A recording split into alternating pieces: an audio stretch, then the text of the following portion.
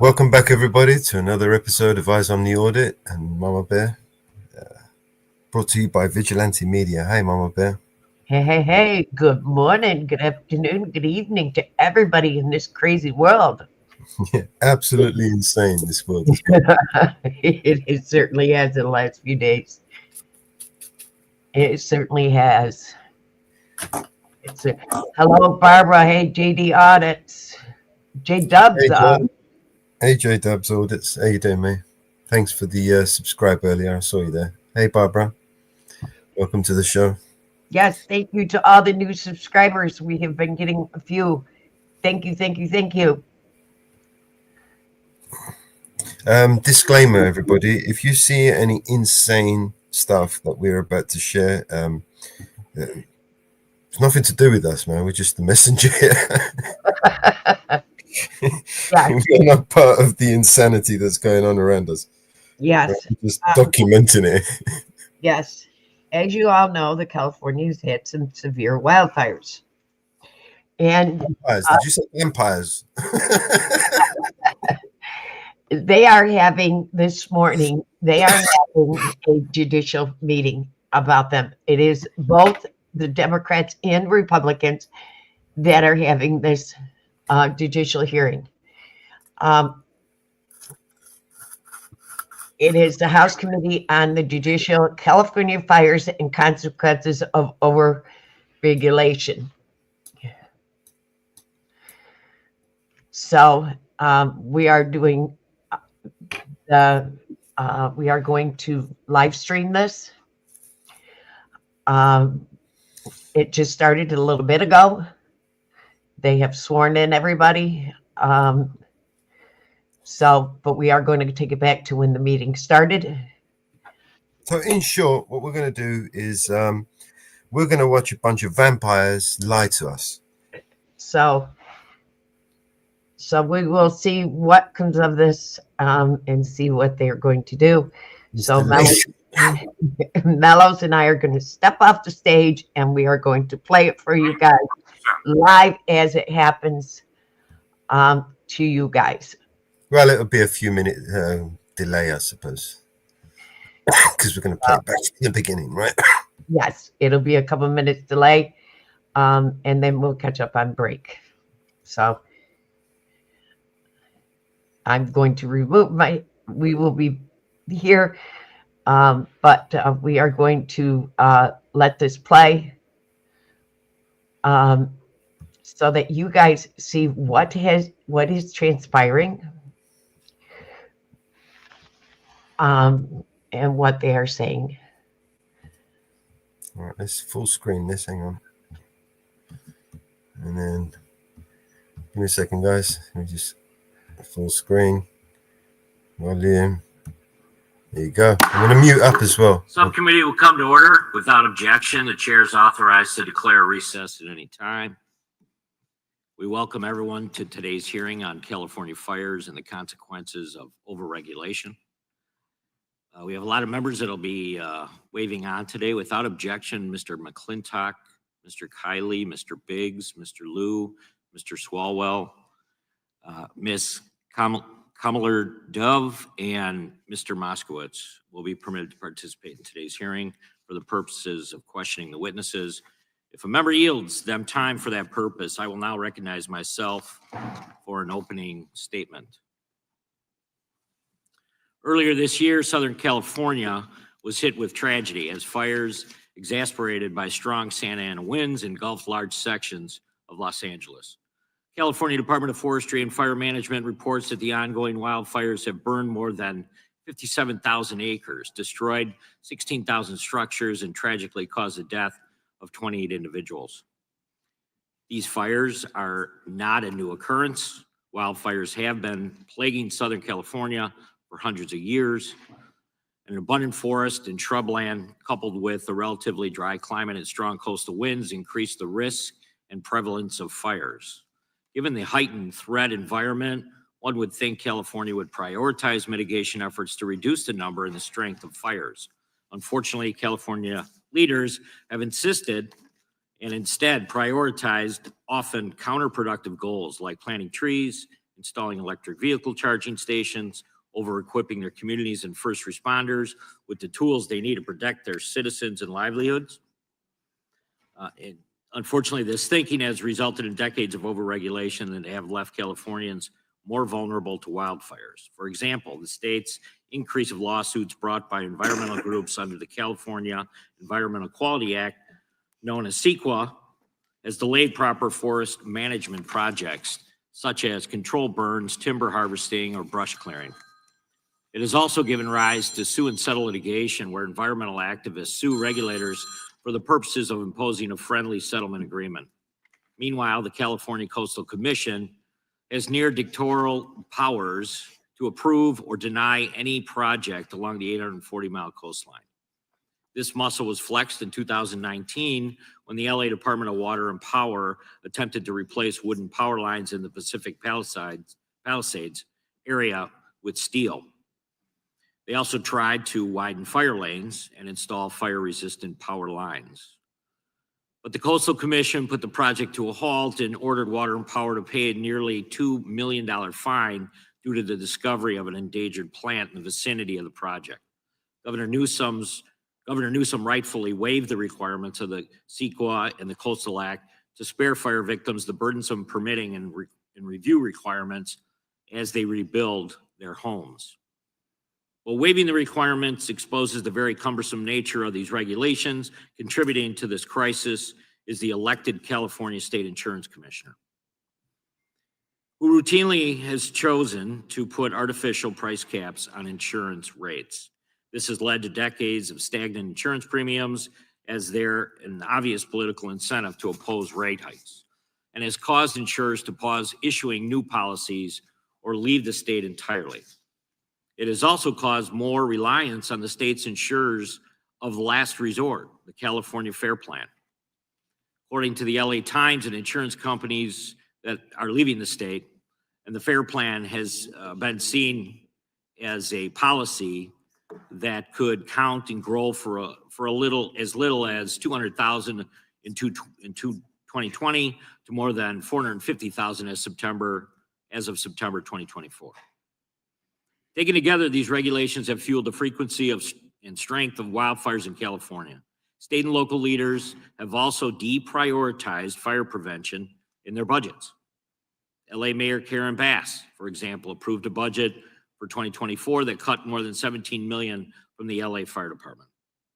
Governor Newsom similarly reduced funding for numerous fire safety and prevention programs in the state budget, including $101 million reduction for wildfire and fire resilient programs.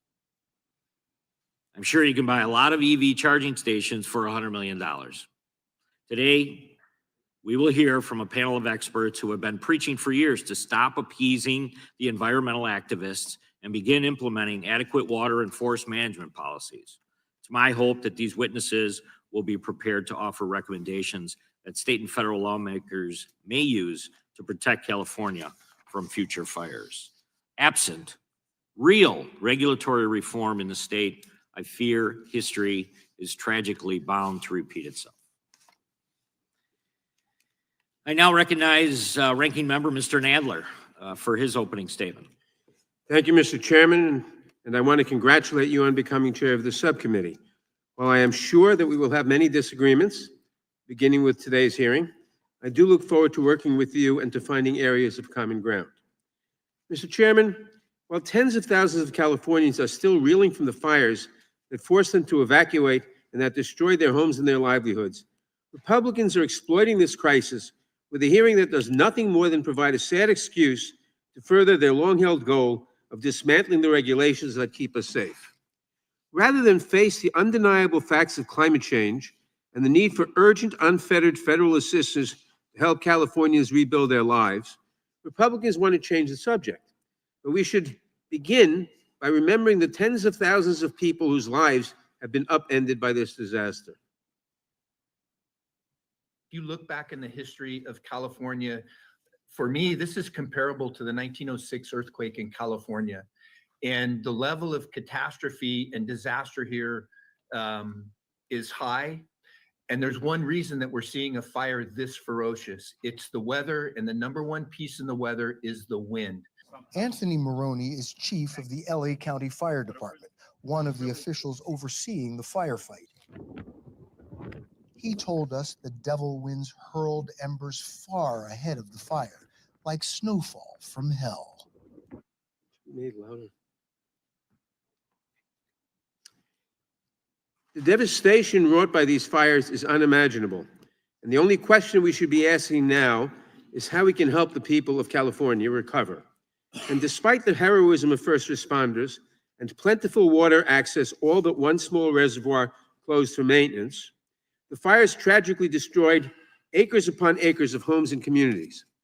Instead of responding to this tragedy with open hearts, Republicans, led by President Trump and his unelected co-president Elon Musk, have resorted to a flurry of baseless accusations and scurrilous misinformation seeking to blame California's Democratic elected officials. Baseless. And when they claim to be You're helping one the of them. situation, they've actually done more harm than good. For example, President Trump has falsely argued that environmental protection policies left Southern California without sufficient water to fight the wildfires, despite clear evidence to the contrary. Nevertheless, he ordered the release of over 2 billion gallons of water in the Central Valley, purportedly to support his unsubstantiated claims. The president claimed that the water was, quote, heading to farmers throughout the state and to Los Angeles.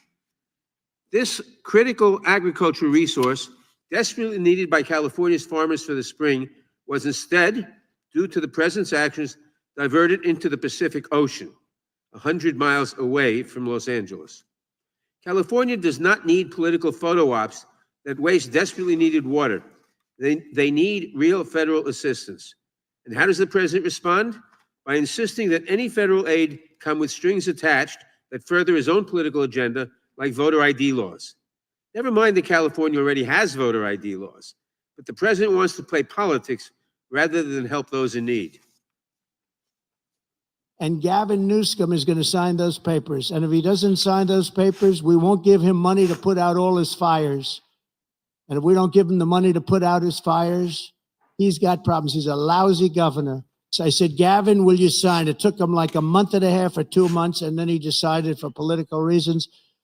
And then we got hit with COVID, and we had to solve another problem. That is outrageous. And it is outrageous that Republicans in Congress, including Speaker Johnson, have indicated that they are open to placing conditions on disaster aid, especially ones that have nothing to do with wildfires. Not only is that wrong for California, but it is simply wrong to treat the citizens of any state as pawns in a political game. Natural disasters tragically affect millions of Americans across the country each year. As FEMA's website explains, its purpose is, quote, to help people before, during, and after disasters, unquote. To help people, all people.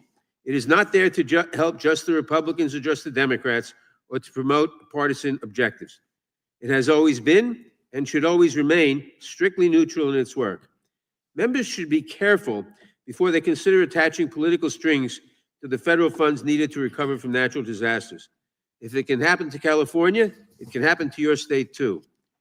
In 2024 alone, the states my colleagues across the aisle represent collectively had 122 extreme weather events that necessitated FEMA assistance. 122 extreme weather events made worse and made more frequent by the realities of climate change that the majority still will not acknowledge. Imagine if then President Biden had conditioned necessary FEMA disaster recovery funds on strings that bear no relation to the disasters their constituents are still recovering from. They would have been outraged, justifiably. But today, they remain silent. And today, instead of letting California recover from the blazes that were contained only 5 days ago, and to take stock of how to rebuild, the majority is leveraging the pain and suffering of Americans to push a message of deregulation over all else. Instead of supporting our fellow Americans as they pick up the pieces, instead of ensuring that our neighbors have the resources they need to recover from this disaster, instead of working to slow the devastating effects of climate change that affect us all, Republicans will return to their tired old playbook and blame everything on overregulation. Today, we are fortunate to be joined by Frank Freevault, a retired fire chief with actual experience on the ground fighting fires and saving lives. I'm looking forward to hearing from a true expert on how we can best help California in its hour of need. I yield back. Gentleman yields back. I now recognize Chairman of the full committee, Mr. Jordan, for his opening statement. Thank you, Mr. Chairman. The ranking member started off his comments by saying that Republicans wanted to dismantle the regulations that keep us safe. That keep us safe. 28 Californians lost their lives. 20,000 structures were destroyed. 40,000 acres where these fires took place. And California is the most heavily regulated state in the country. We're trying to figure out how we can stop this. It's not about dismantling regulations. If regulations were going to solve the problem, they'd have been solved. Everything would have been solved in California because you got regulations more than any other place. So I appreciate the chairman bringing experts in here to tell us what's really going on. Appreciate this hearing. And oh, to be clear, the clip that was shown by Ranking Member Nadler of President Trump was before the fires. It was clear back in September, for goodness sake. So we're going to get to the truth with our witnesses. I want to thank the chairman for this important hearing about regulatory reform that really needs to happen. And we want to make sure the regulations are in California don't come to the rest of the country, because we don't want this happening all over our great nation. And with that, I yield back. Gentleman yields back. Without objection, all other opening statements will be included in the record. We will now introduce today's witnesses, and I recognize the gentleman from California, Mr. Kiley, for that purpose. Thank you, Mr. Chair. We are fortunate to have with us today witnesses who know as well as anyone what has gone so wrong in my state, what has gone so wrong in the Golden State. They will share with us the titanic policy blunders and staggering failures of political leadership that have caused such harm to California and for which our citizens have paid such a high price. I believe that today's hearing can be a moment where we turn the tide and restore some sanity to California fire and water policy while issuing a warning to the rest of the country about the devastating consequences of these failed policies. As President Trump said, there can be no golden age without the Golden State. Our first witness is Steve Hilton. Now, most probably know Mr. Hilton as a British and American commentator for, among other outlets, Fox News.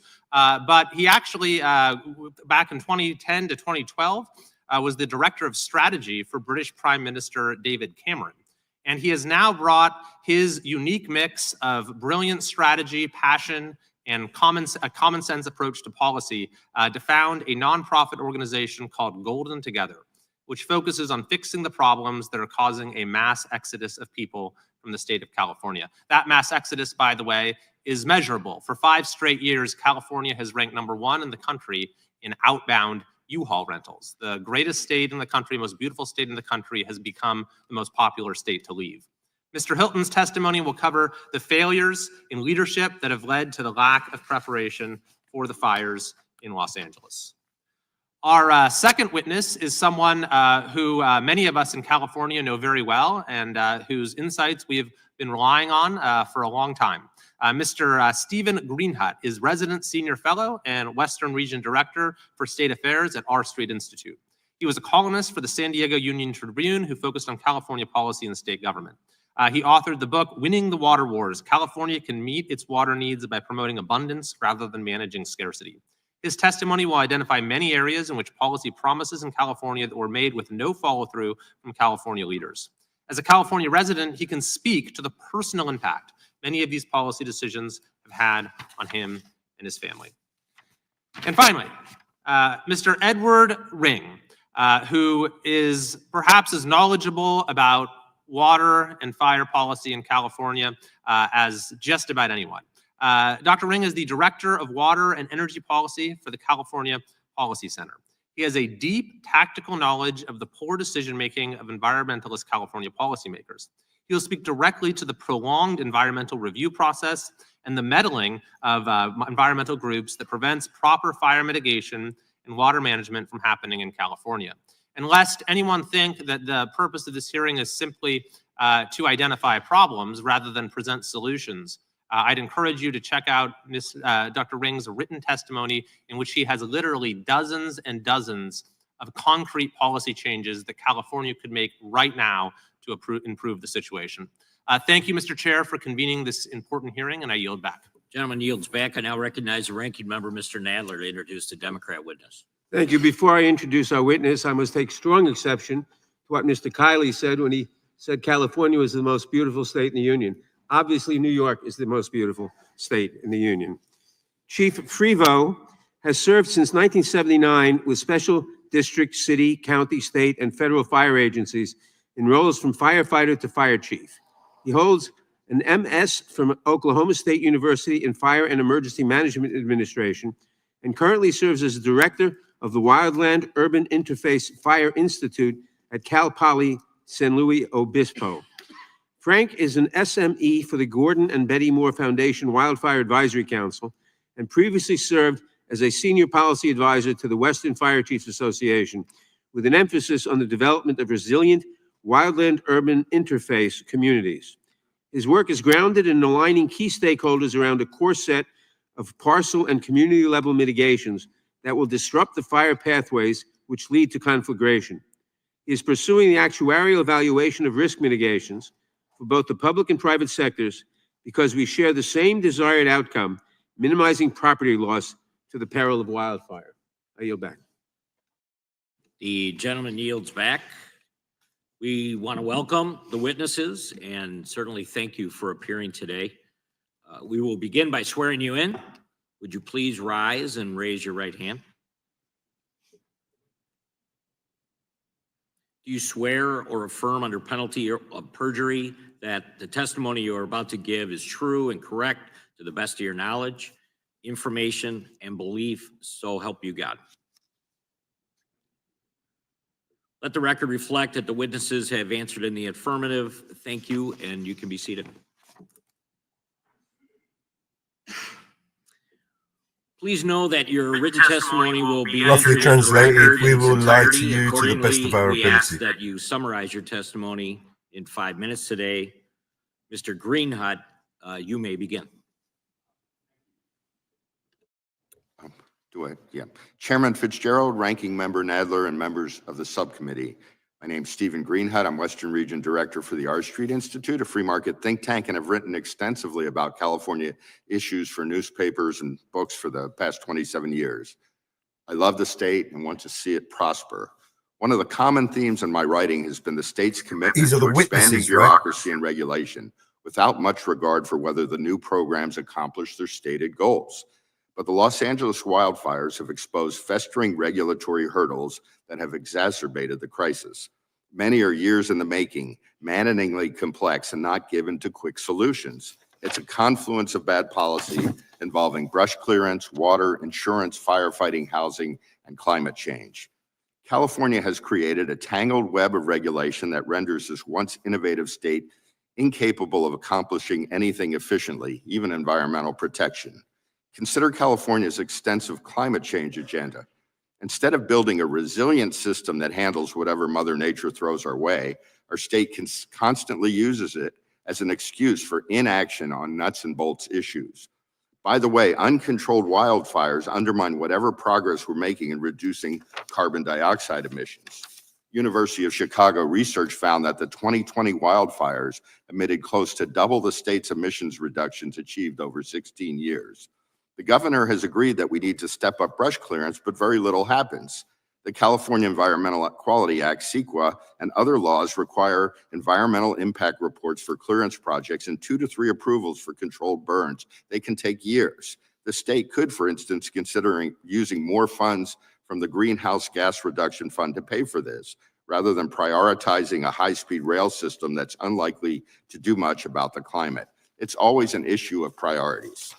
The wildfires have also highlighted California's counterproductive insurance regulations. I've been writing for years about the coming insurance catastrophe. It can take many months, close to a year, for insurers to wade through the process of hearings, rate reviews, and opposition to such hikes by consumer attorney interveners who earn large fees for their efforts. The problem goes back to Proposition 103, the 1988 ballot initiative that instituted the prior approval system for rate increases and rolled back rates. It created a price control system. Unable to easily adjust rates to reflect risk, insurers quietly and then not so quietly began exiting. The insurance commissioner crafted a suite of useful reforms that were showing some promise, but why did it take so long? With this catastrophic wildfire, it remains to be seen whether these changes will be enough to stop the continued exodus of insurers. Many homeowners in the LA area didn't have coverage or were relying on the state-created insurer of last resort, the FAIR Plan, and there's much talk of that bare-bones system facing possible insolvency.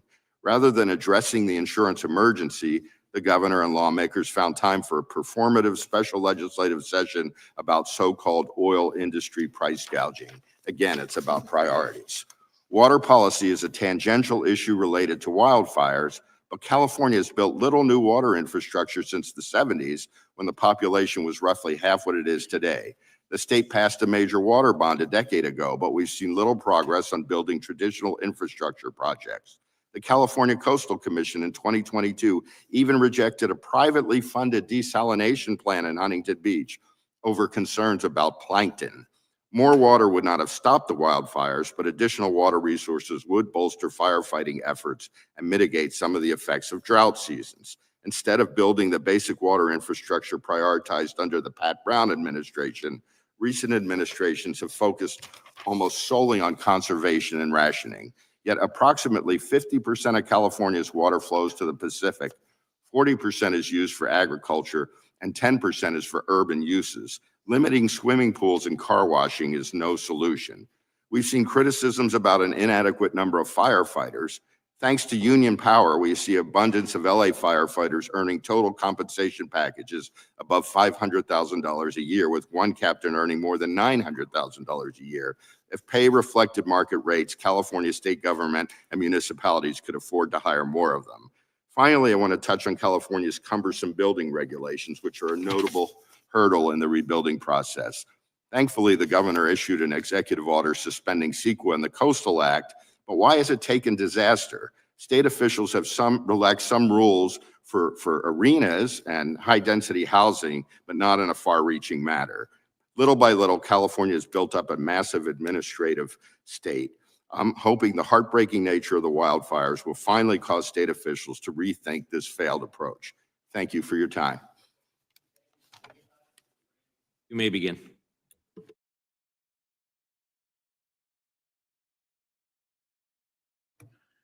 Chairman Jordan, Ranking Member Nadler, Chairman Fitzgerald, Ranking Member Raskin, and members of the subcommittee, thank you for the invitation to appear today to testify regarding California fires and the consequences of over-regulation. My name is Edward Ring, and I'm the Director of Energy and Water Policy for the California Policy Center, a nonpartisan public policy research institute. My observations over the past decade have led me to the conclusion that many of you may share. Over-regulation over-regulation in California has made the state unaffordable to middle-class and low-income families. It has also endangered our lives, our homes, and our communities, and has harmed the environment at least as much as it has helped. Today's hearing centers on the consequences of over-regulation in California, with a specific focus on the recent and catastrophic wildfires that consumed thousands of homes in Los Angeles and cost many lives. While no amount of preventive measures or properly applied firefighting resources can stop all of the wildfires in our state, their frequency and their severity is a consequence of over-regulation. The regulations most damaging to our forests are, ironically, justified by misguided environmentalist values. Because of environmentalist regulations and litigation, pursuant to the California Environmental Quality Act, the California Endangered Species Act, and their federal equivalents, California's annual timber harvest is down to 1.5 billion board feet a year, 25% of what it was as recently as the 1980s. These and other environmental laws have nearly killed our logging industry while also making it much harder to do prescribed burns or graze. These forests are dried out, unhealthy, because there are now at least 3 times as many trees, at least 3 times as many trees per acre than the natural density, competing for limited light, water, and soil nutrients. There is an alternative. For example, in 2020, the Creek Fire burned 380,000 acres in the Central Sierra Mountains, but 20,000 acres in the middle of that fire, the watershed around Shaver Lake, didn't burn at all. That's because for several decades, the owners practiced what they call total ecosystem management. They used prescribed burns, mechanical thinning, grazing, and selective logging to manage their forest. Wildlife biologists who were on site claimed that species counts in the area actually exceed levels found in forests where state regulations have banned logging. These practices need to be extended to all wildland in California, and in the wildland-urban interface, Los Angeles in particular, the Santa Monica Mountains Conservancy ought to completely reprioritize their actions to first ensure reducing fire risk. California is only 5% urbanized, and that is where 94% of our state's population lives. We have the most densely populated urban areas of any state in America. The point here is that our state has plenty of open space and wilderness. Going to extreme lengths to return ecosystems to an untouched natural state is not appropriate along the perimeter of a city with 10 million people. And in any case, our government at all levels has not outperformed private landowners in preserving habitat. California's state government has enacted regulations and enabled litigation that rewards special interests while costing taxpayers literally hundreds of billions of dollars. Environmental regulations make housing unaffordable, leaving subsidized developers to inadequately fulfill a mission that the private sector can do. We pay higher utility rates to subsidize renewables. We have carbon sequestration, carbon offset trading, carbon accounting. We have environmental litigation as a business model. Entire new industries created by political decree, producing nothing of value. This disaster in Los Angeles is a clarifying moment. The leaders running California today can allow a deregulated private sector to create millions of good jobs, delivering abundant energy, water, lumber, and housing, including rebuilding the lost homes in Los Angeles at a price normal people can afford, or we can ration our water and energy and land, expecting the government to subsidize millions of households that can no longer afford the essentials. We can manage our environment and expand our suburbs, redefining what constitutes a reasonable environmental impact, or we can retreat into high-density urban cores and pretend the entire earth should be turned back over to nature. I am including in my written testimony a list of laws that should be repealed, regulations that should be scrapped, and strategies whereby California, hopefully with the help from the federal government, can save our state. Thank you. Thank you, Mr. Ring. Mr. Hilton, you may begin. Thank you very much. Thank you very much, Mr. Chairman, and all your colleagues for giving me the opportunity to be here today. My comments reflect both the policy work that I've done that Mr. Kiley mentioned at my organization Golden Together, specifically 2 reports, which I'd like to draw your attention to, reducing California's carbon emissions through modern forest management, and secondly, water abundance. But my comments also reflect more recent conversations with firefighters in Los Angeles, retired firefighters across the state, and the victims of this disaster. And I have to say to the ranking member, those victims will be offended by the remarks we just heard, which were frankly outrageous and offensive, preposterously claiming that the regulations keep us safe. It is the regulations that put Californians in danger, as we have all been highlighting. It's described sometimes, this disaster, as a natural disaster. It is not a natural disaster. This was a man-made disaster, more precisely a Democrat-made disaster. That is not hyperbole. That is the only plausible explanation for the impact here.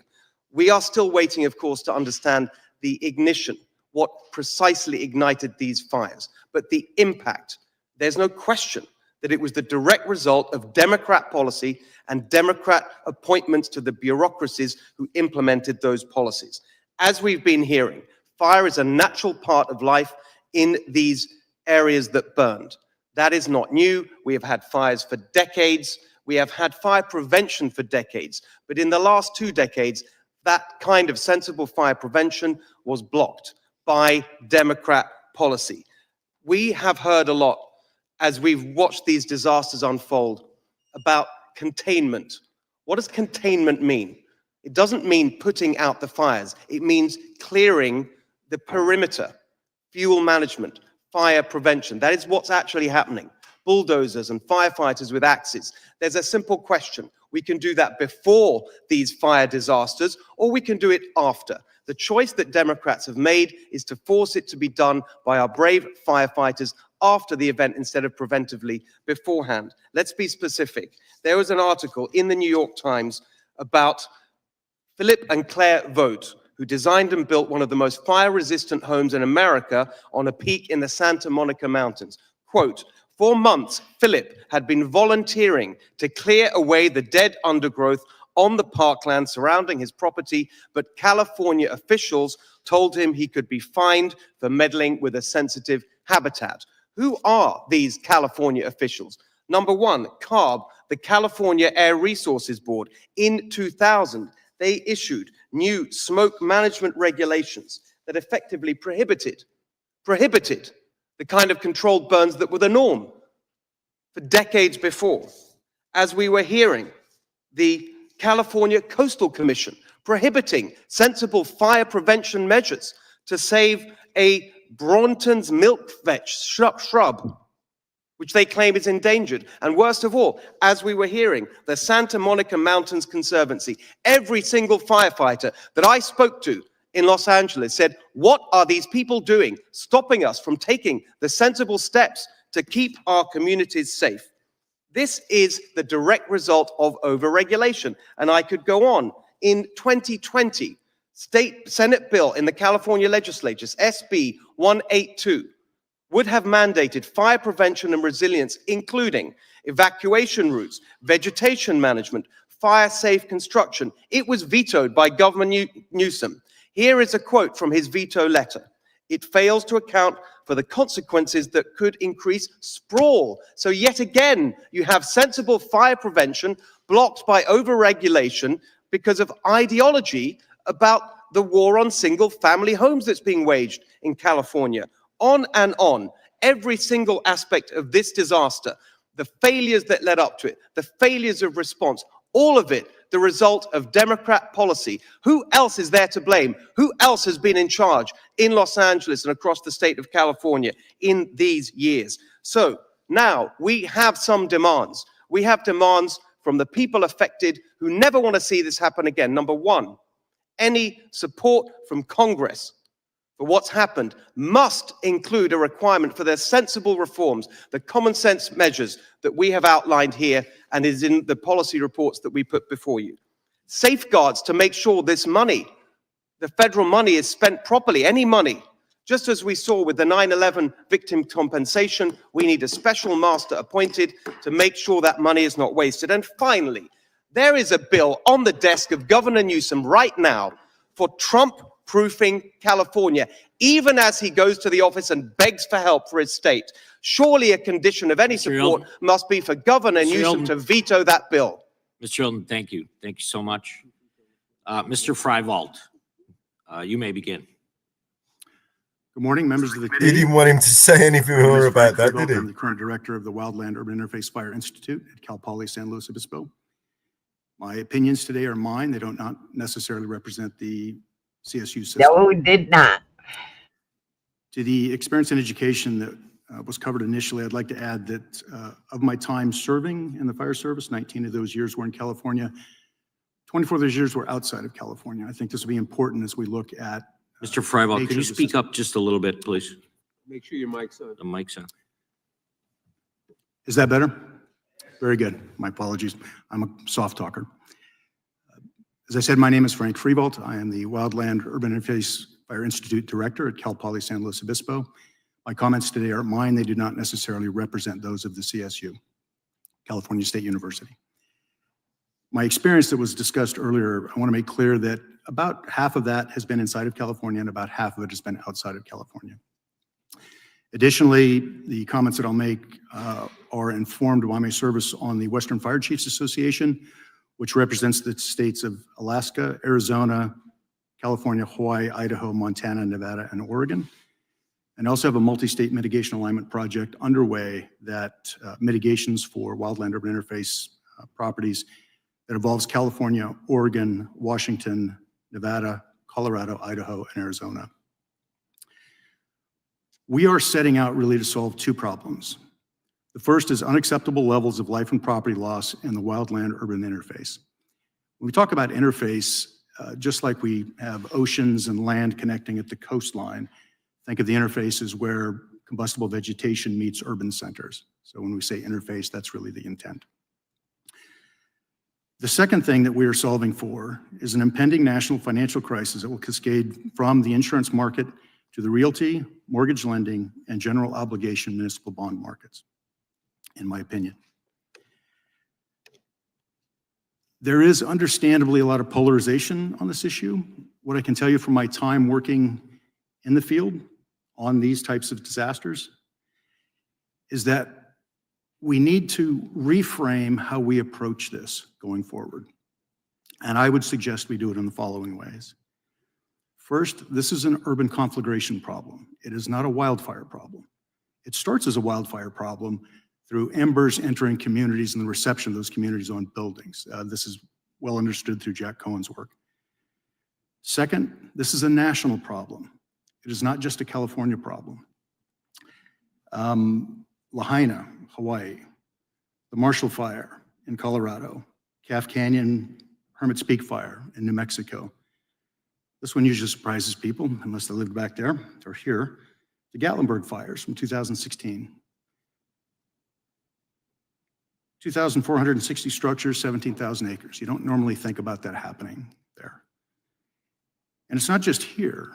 Essentially, if you look at the globe, 30 degrees north and south of the equator, Spain, Greece, Chile, Australia, New Zealand. This is not just our issue. Unfortunately, we can learn from those as well. Another reframing is that while climate accelerated this issue, that's really just two of the three primary issues. One is an accumulation of fuel since roughly 1910 due to national policy that made sense at the time, led to unintended consequences.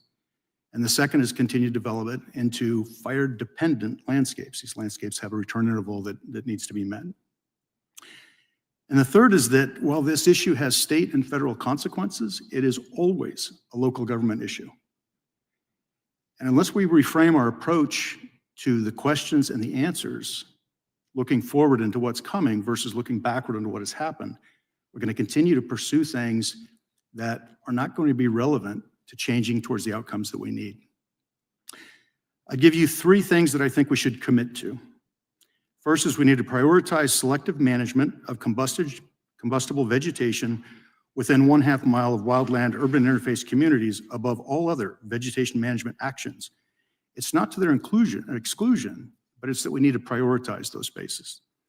The second is that we need to retroactively harden existing structures in wildland urban interface communities through evidence-based mitigations and create and maintain defensible space around those structures. And to clarify, mitigations mean the various actions that you can take to make these structures less receptive, first and foremost, to embers, and later to structure spread. And third, we need to require the evidence-based mitigations are included in the part of the actuarial pricing of risk and insurance rate setting. We know enough now about those relative contributions to the disruption of fire pathways to understand their value. And I'll end with the first time I understood we had a serious disconnect is I had some property owners that passed our defensible space inspection brilliantly and had a non-renewal before the week was up. And I realized at that point how the fire service and how the insurance industry were looking at the same place, were not connected. And that's where I think we need to go to. Thank you. Thank you, Mr. Freibald. We'll now proceed under the 5-minute rule with questions. The chair I recognize myself for a number of questions starting out. The tragedy of recent fires in Los Angeles will undoubtedly made worse by some of the policies that make it impossible for California to manage longstanding fire risks inherent to the state. So, Mr. Ring, let me start with you. Why do you think there is such a resistance to these common sense approaches that many have just heard about this morning, and certainly have been hearing about since the fires happened in LA?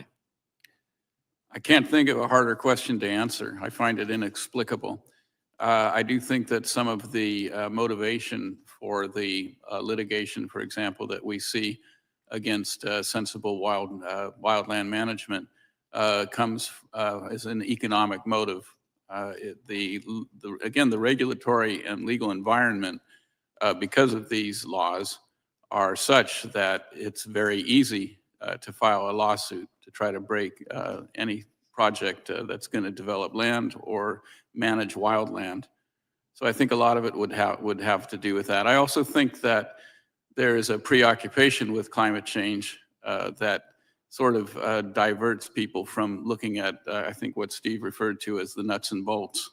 If you're truly concerned about climate change, you should be wanting to, you would be wanting to pursue sensible policies with more urgency, not less.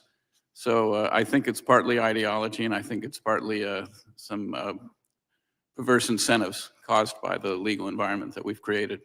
So what could the federal government do? What kind of steps could we take to ensure that all states, including California, have less roadblocks to mitigate? An act of Congress could, for example, make losers pay in frivolous lawsuits that have to do with environmental issues. I think that would be a reform that would cut across every law or regulation that's being exploited currently. Whereas if you, for example, reform the Endangered Species Act, which is also necessary, and reforming NEPA is also necessary. But if you also assign a responsibility to litigants that file frivolous lawsuits, you would take care of every regulation that's being exploited in that manner. Do you think there's anything that we're seeing and experiencing with the fires in California that would lead you to maybe scrutinize some of the statutes at the state level in other states that also experience forest fires, wildfires that California just experienced? That makes sense, that there is a state to look towards to maybe fine tune what's going on in California. Well, I can say that in California, it would probably be helpful to take away the waivers that permit California to enact all kinds of laws that go well in excess of federal regulations. As far as an example of a state that's managing their wildlands more responsibly, I can't answer that with specific knowledge, but I think that in the southeastern United States, a lot of forest management is done in a way that makes a lot more sense.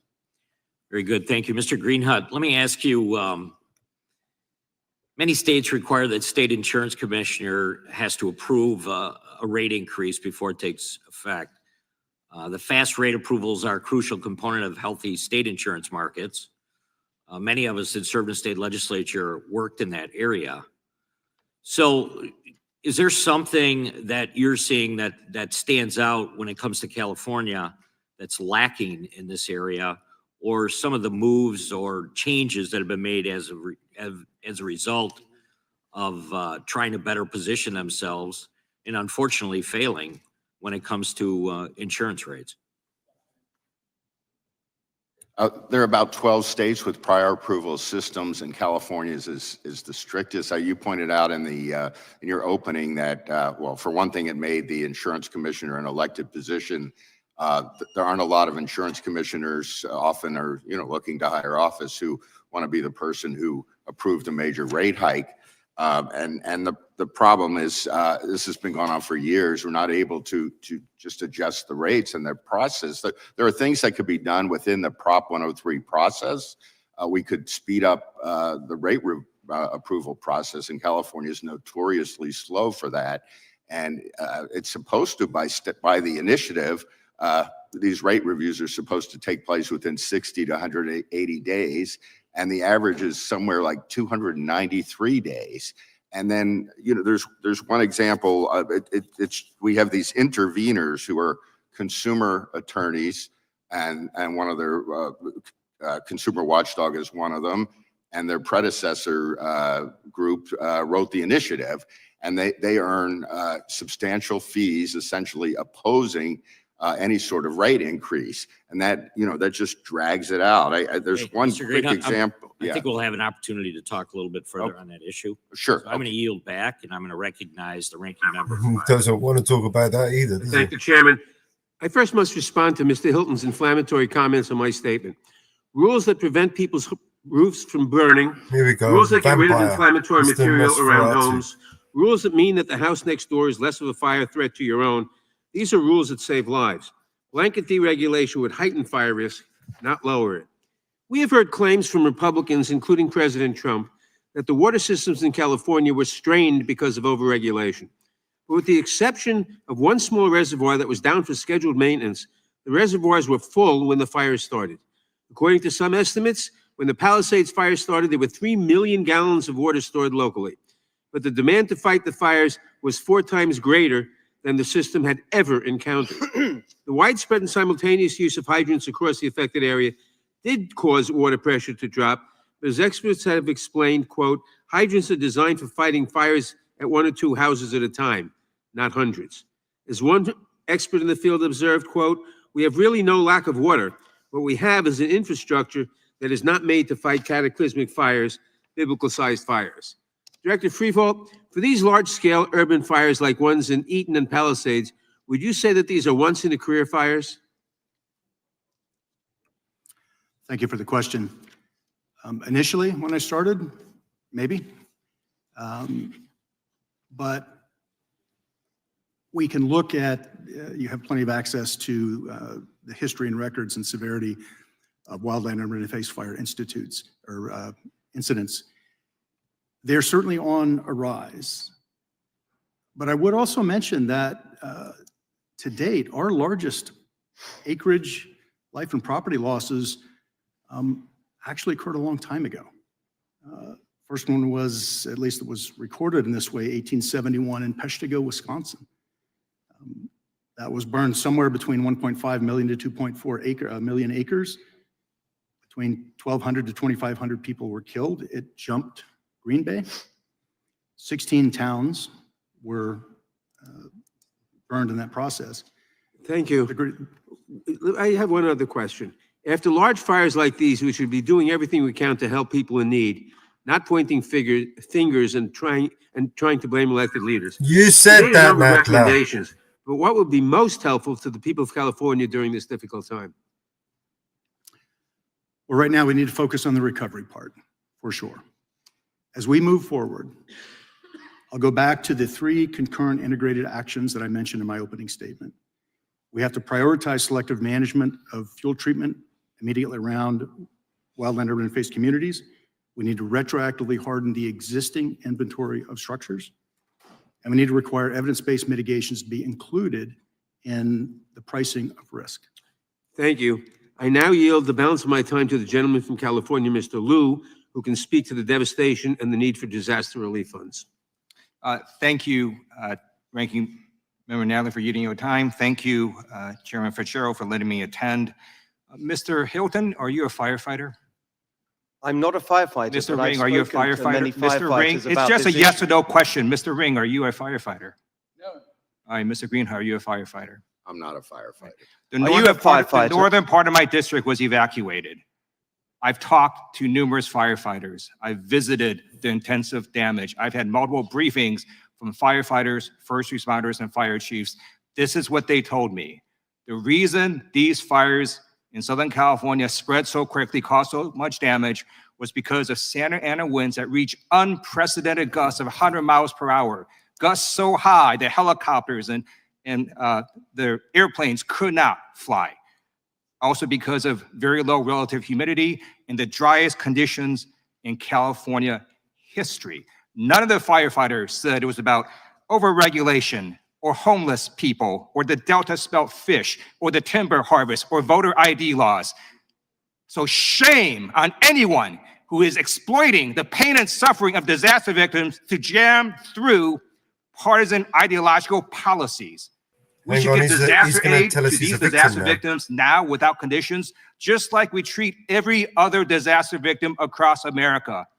We just gave aid this past December to South Carolina, Florida, Oklahoma. The Democrats say, hey, we want you to do better on climate change policies in your state. No, we just gave that aid because these are Americans who are suffering. So do not exploit them.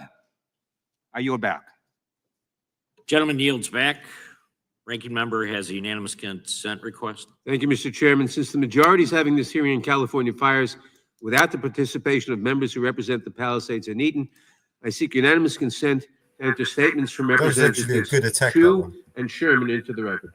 Without objection, we now recognize the gentleman from North Carolina, Mr. Harris. Thank you, Mr. Chairman. And I think we're all here trying to learn more about how to prevent these situations from developing in the future. And I want to just, first of all, thank all of you for being on the panel today and sharing. And I want to address a question to Mr. Stephen Greenhut, if I may. Recently, areas in my own home state of North Carolina that were devastated by Hurricane Helene are now dealing with wildfires ourselves. Unfortunately, in the last couple of weeks, the aftermath of the storm's destruction has been providing fuel for these fires. And I want to talk for a moment about the concept of utilizing controlled burns to mitigate wildfires. I know there are prescribed burn projects that happen in my district, and I think it's important that they continue. But it's my understanding that implementing prescribed burns has become more difficult due to the regulations in California.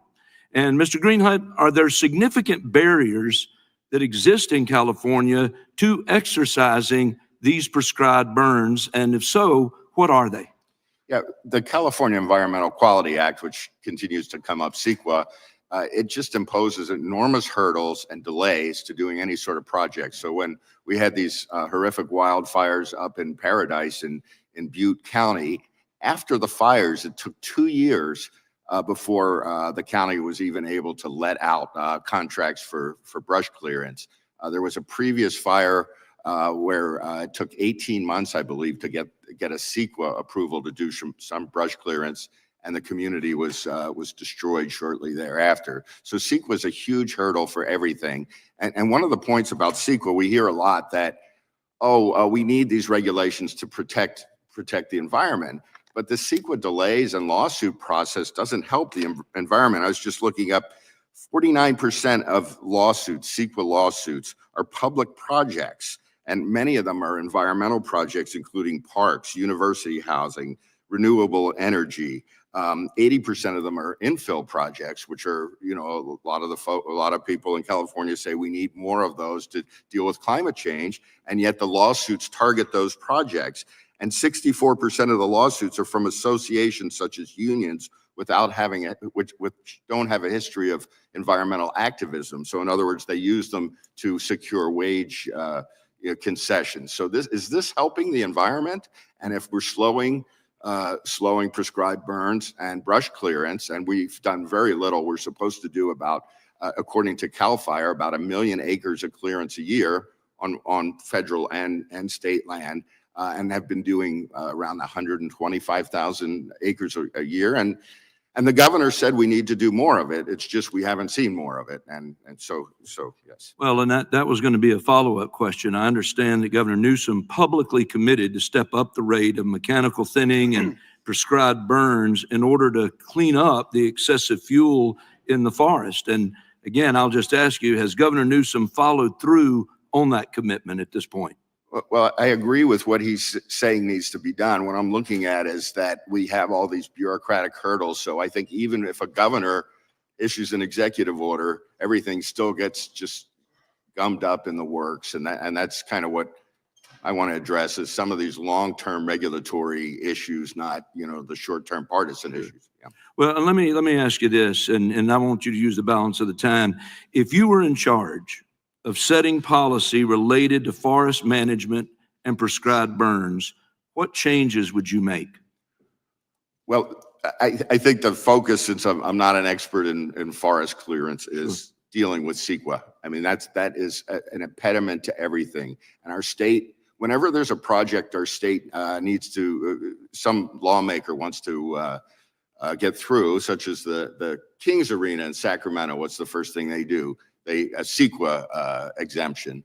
State has offered CEQA exemptions on different high-density housing projects. I agree with that. It's just that we need to do it in a far-reaching manner so that all sorts of projects are spared, the delays, the added costs, and often developers and public agencies don't even propose projects because they know it's going to lead to lawsuits and years of litigation and higher costs.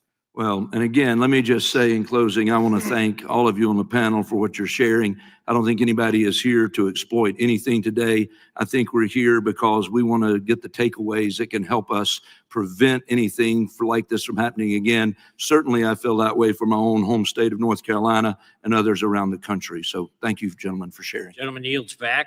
Now recognize the gentleman from Maryland, the ranking member of the full committee, Mr. Raskin. Mr. Chairman, thank you very much. And I appreciate the remark of the gentleman from North Carolina that we should not be here to engage in political rhetoric and exploitation of these terrible events.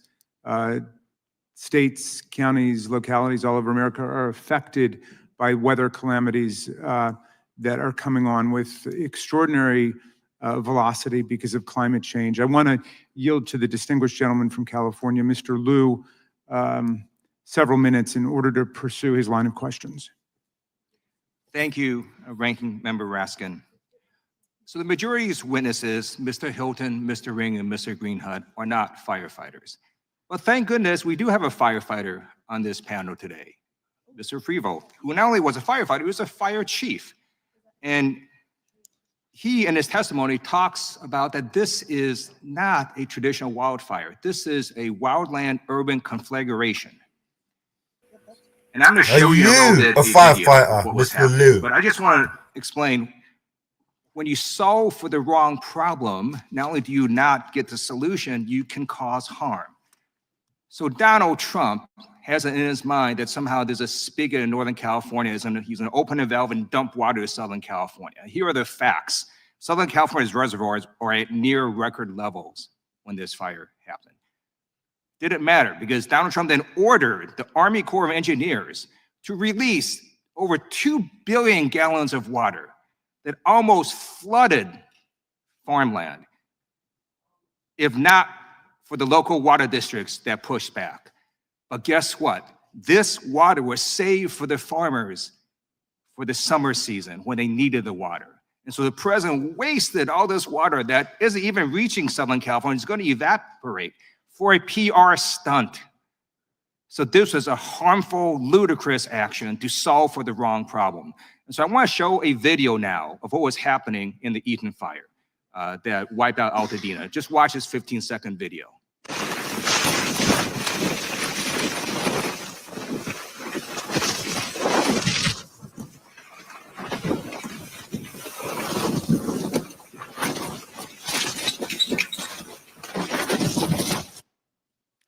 That is not a timber harvest problem, not a desalinization problem, not a homeless person problem, not a voter ID problem.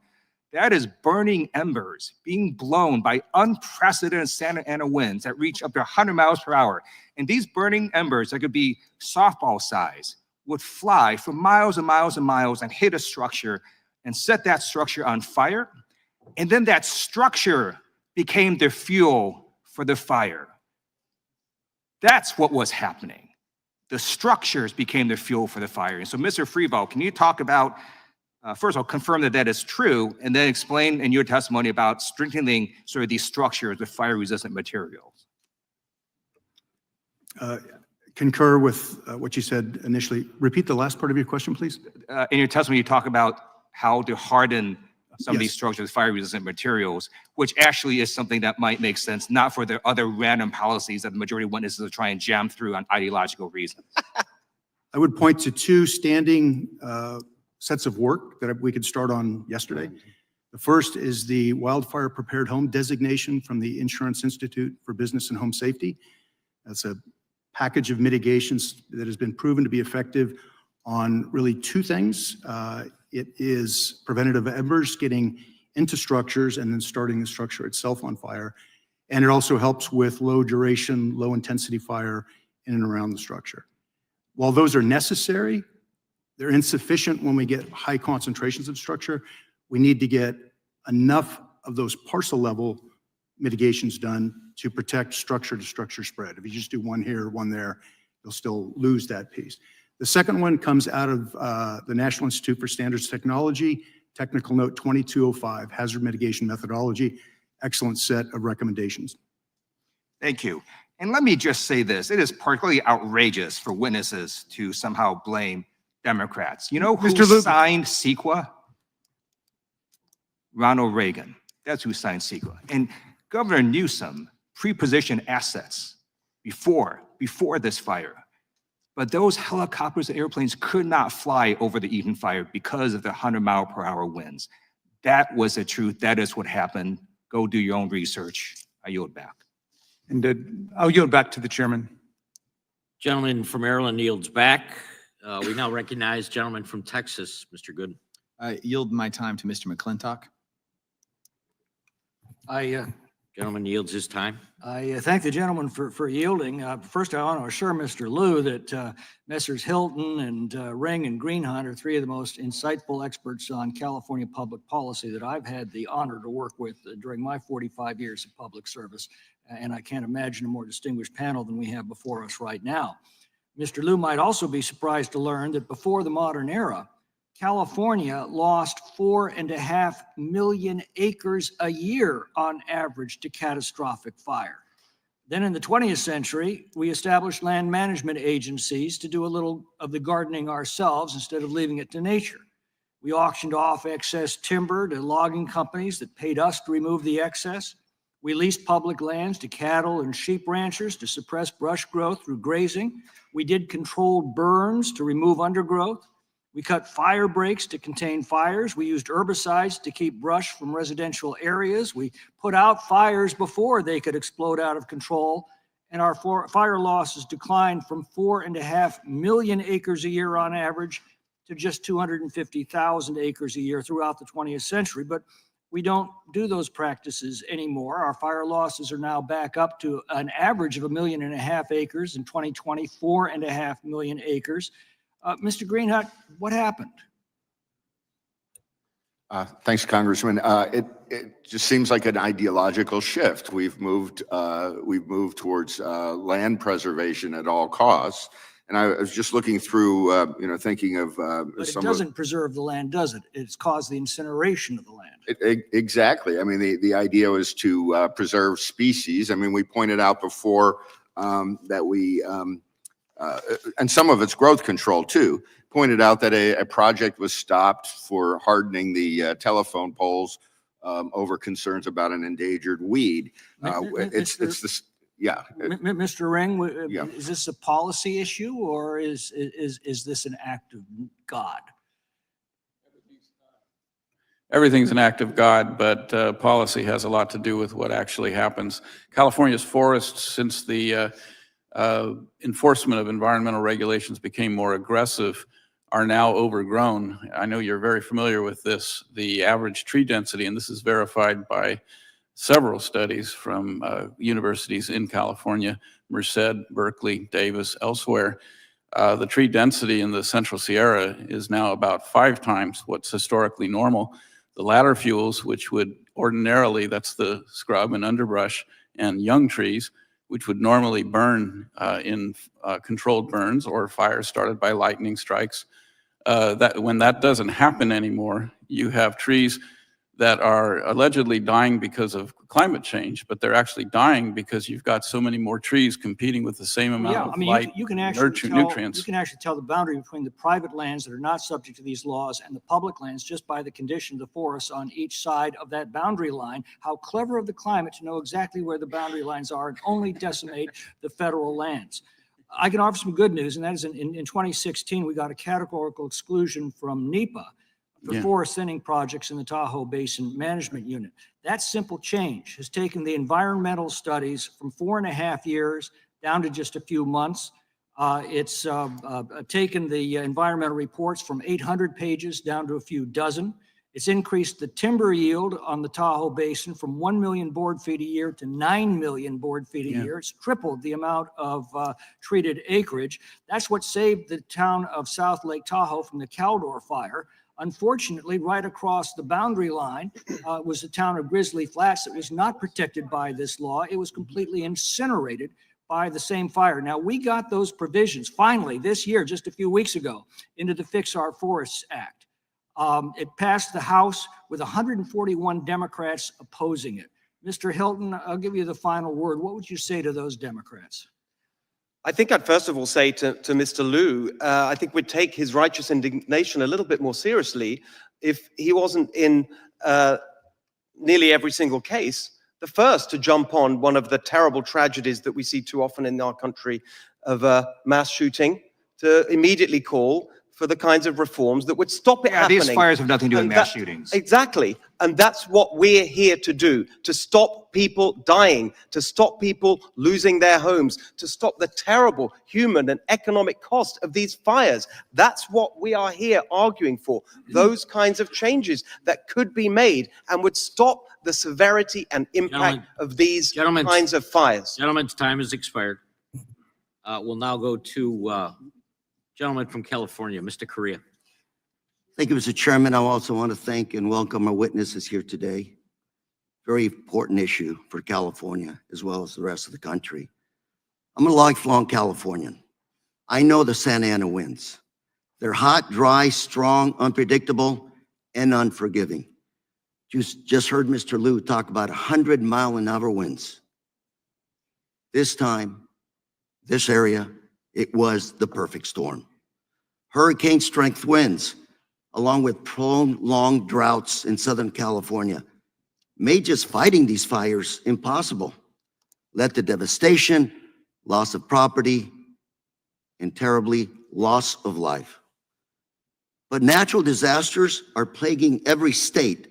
Floods, hurricanes, fires, and insurance companies are leaving many states, not just California. In Texas, led the nation when it came to natural disasters. From 2004 to 2024, there were $179 billion plus natural disasters in Texas. North Carolina had 82. Virginia had 80. Wisconsin had 49. Wyoming had 31. Florida had 61. And California had 31. These disasters occur in every state, and their frequency is increasing. These disasters, these perfect storms, I would say, occur more and more. Last May in Texas, a storm with hurricane-force winds knocked out power to over 1 million homes and businesses. And in Florida and North Carolina, Hurricane Helene caused historic flooding and tremendous damage. Catastrophic wildfires have occurred across the nation, including the German Road fire in Wisconsin and the Great Smoky Mountains wildfire in Gatlinburg, Tennessee. And insurers are fleeing these states. In Florida and in Louisiana, many insurers have either left or gone bankrupt. And in Texas and North Carolina and many other states, you're seeing tremendous rate increases. In Texas, which experienced $16 billion weather-related events in 2023, 5 major insurers have ended or limited their coverage. Florida, Louisiana, and North Carolina all have reported non-renewal rates greater than that in California in 2023. And nationwide, non-renewal rates have jumped up 30% from 2018 to 2022. So what we're trying to say is, this is not a California crisis. This is a national crisis. We're California. Everybody likes to bash us. We are the center of the universe, that I'd say. We're the center of high tech, biotech, and we are the center of the entertainment industry. And by the way, we're the number 5 economy in the world. I hope that doesn't bring us any tariffs. We're also home to 70% of the venture capital in the US. And of course, home to 40 million people. Let's be clear. Disaster aid should never be preconditioned on political agendas. All of us here have voted for aid for other states when they needed it. And we do learn from every disaster in California. Right now, California has dedicated billions of dollars, nearly doubling the amount we spent in 2019 to address the causes of forest fires. And CAL FIRE and others have worked on over 1 million acres to reduce these activities that would lead to fires. California, we're doing our job. It's just the situations have been impossible. We're all Americans. And I hope all of us remember that when it comes to disaster relief. When one American suffers, the rest of us need to show up and help. That's what we do best. Mr. Chair, I'm out of time. I yield. Gentleman yields back. Now recognize the gentlewoman from Wyoming, Hageman. Ms. Hageman. Thank you, Mr. Chairman. Climate change and global warming are the scapegoats for the Democrats and radical environmentalists to deflect attention from their failed policies and the destruction caused by their own actions. In 2001, under Bill Clinton, the Forest Service adopted the roadless rule, which was designed to deny access, management, and use to 58.5 million acres of National Forest Service lands. We warned at the time that this rule would cause catastrophic forest fires, reduce the amount of water available for communities for farming and other uses, and also result in catastrophic pine beetle outbreaks, which is in fact exactly what has occurred. Every single one of the things that we described would happen has in fact happened, and California has suffered maybe more than many of the states. Emergency. Recently, the gentleman who ran the Forest Service under Joe Biden actually admitted in a hearing that the roadless rule was one of the primary roadblocks to proper and effective forest range management. So to say that the government is always trying to fix its last solution, I don't think you need to look any further than the roadless rule. California has essentially the same water infrastructure in place today with 40 million people that it had in the 1960s with 16 million people. So when we talk about putting conditions on the kind of relief that is going to be necessary to help to rebuild California, it must include additional water infrastructure and fire mitigation methods to avoid having these kinds of catastrophes happen ever again. I have an article that I have just recently pulled up. It stated that Newsom vetoed a bill to enhance fire mitigation so he could grab the land for affordable housing. This was a bill that was introduced in 2020, SB 182. It was authored by then State Senator Hannah Beth Jackson, a Democrat from Santa Barbara, whose district had just suffered the Thomas Fire. This bill sought to increase local planning requirements and guidelines for permitting development in certain fire hazard severity zones. But what happened to that bill? It passed through both the Senate and the House. It was actually a very good bill. What happened? Mr. Newsom vetoed it. Why did he veto it? Because it did not comport with his idea of getting rid of single-family homes and pushing people into multifamily homes. And in his veto letter, he actually stated, wildfire resilience must become a more consistent part of land use and development decisions. However, whenever a politician uses the word however, you know they're going in the opposite direction, don't you? However, it must be done while meeting our housing needs. And for him, he wanted the money and the attention and the policy to focus on multifamily homes, not in protecting and hardening the resources available for the existing homes. So call me a bit skeptical when I hear the folks on the other side jump up and down and scream and yell about the fact that they've been doing everything necessary to try to harden and try to address these catastrophes when the exact opposite is in fact true. These catastrophes that we have seen over the last couple of months did not need to happen. This is not about climate change. This is not about global warming.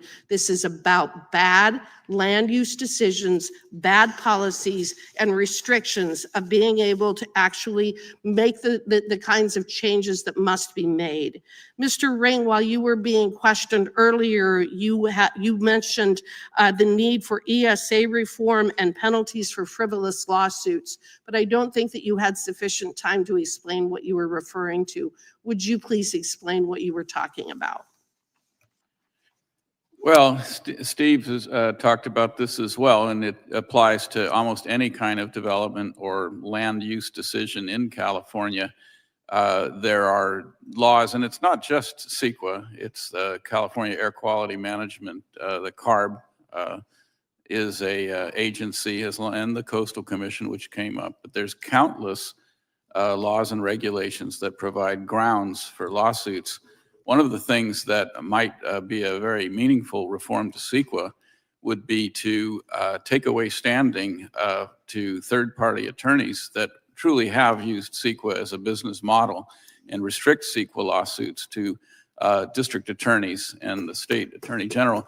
And by the way, when CEQA was signed by Governor Reagan in 1970, it was a 2-page document that could be filed within weeks. And now it's an 800-page document that Mr. Ring, the takes years. gentleman's time has expired.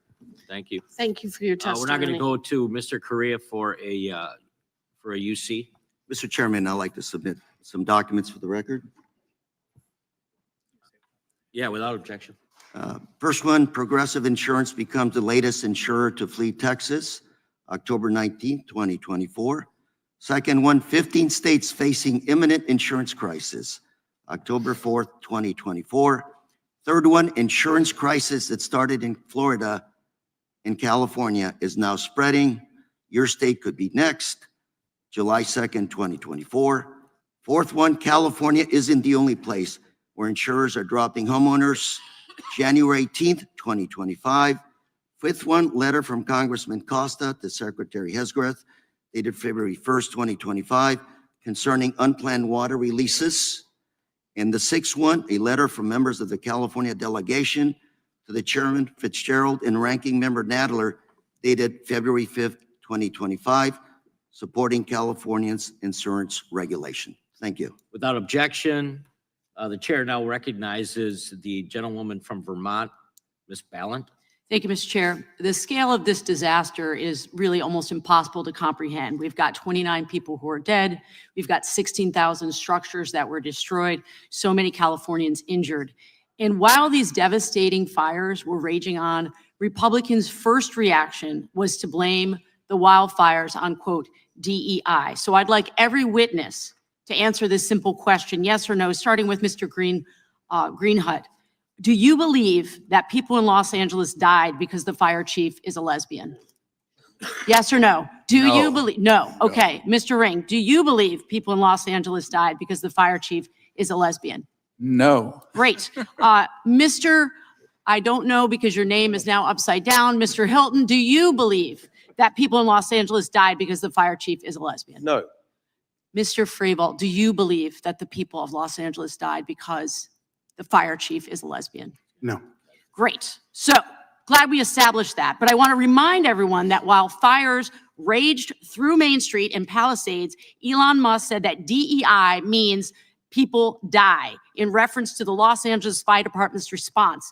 And my House colleagues seem to agree. This here is a tweet from Representative Marjorie Taylor Greene posted on her official social media. It says, how's your DEI mayor of Los Angeles working out for you? So it's become crystal clear that the phrase DEI is used in place of much more offensive terms to talk about people of color, to talk about women, queer people in this country. It's sickening, and they're literally saying this while people were dying. So obviously, this has nothing to do with the families who lost everything.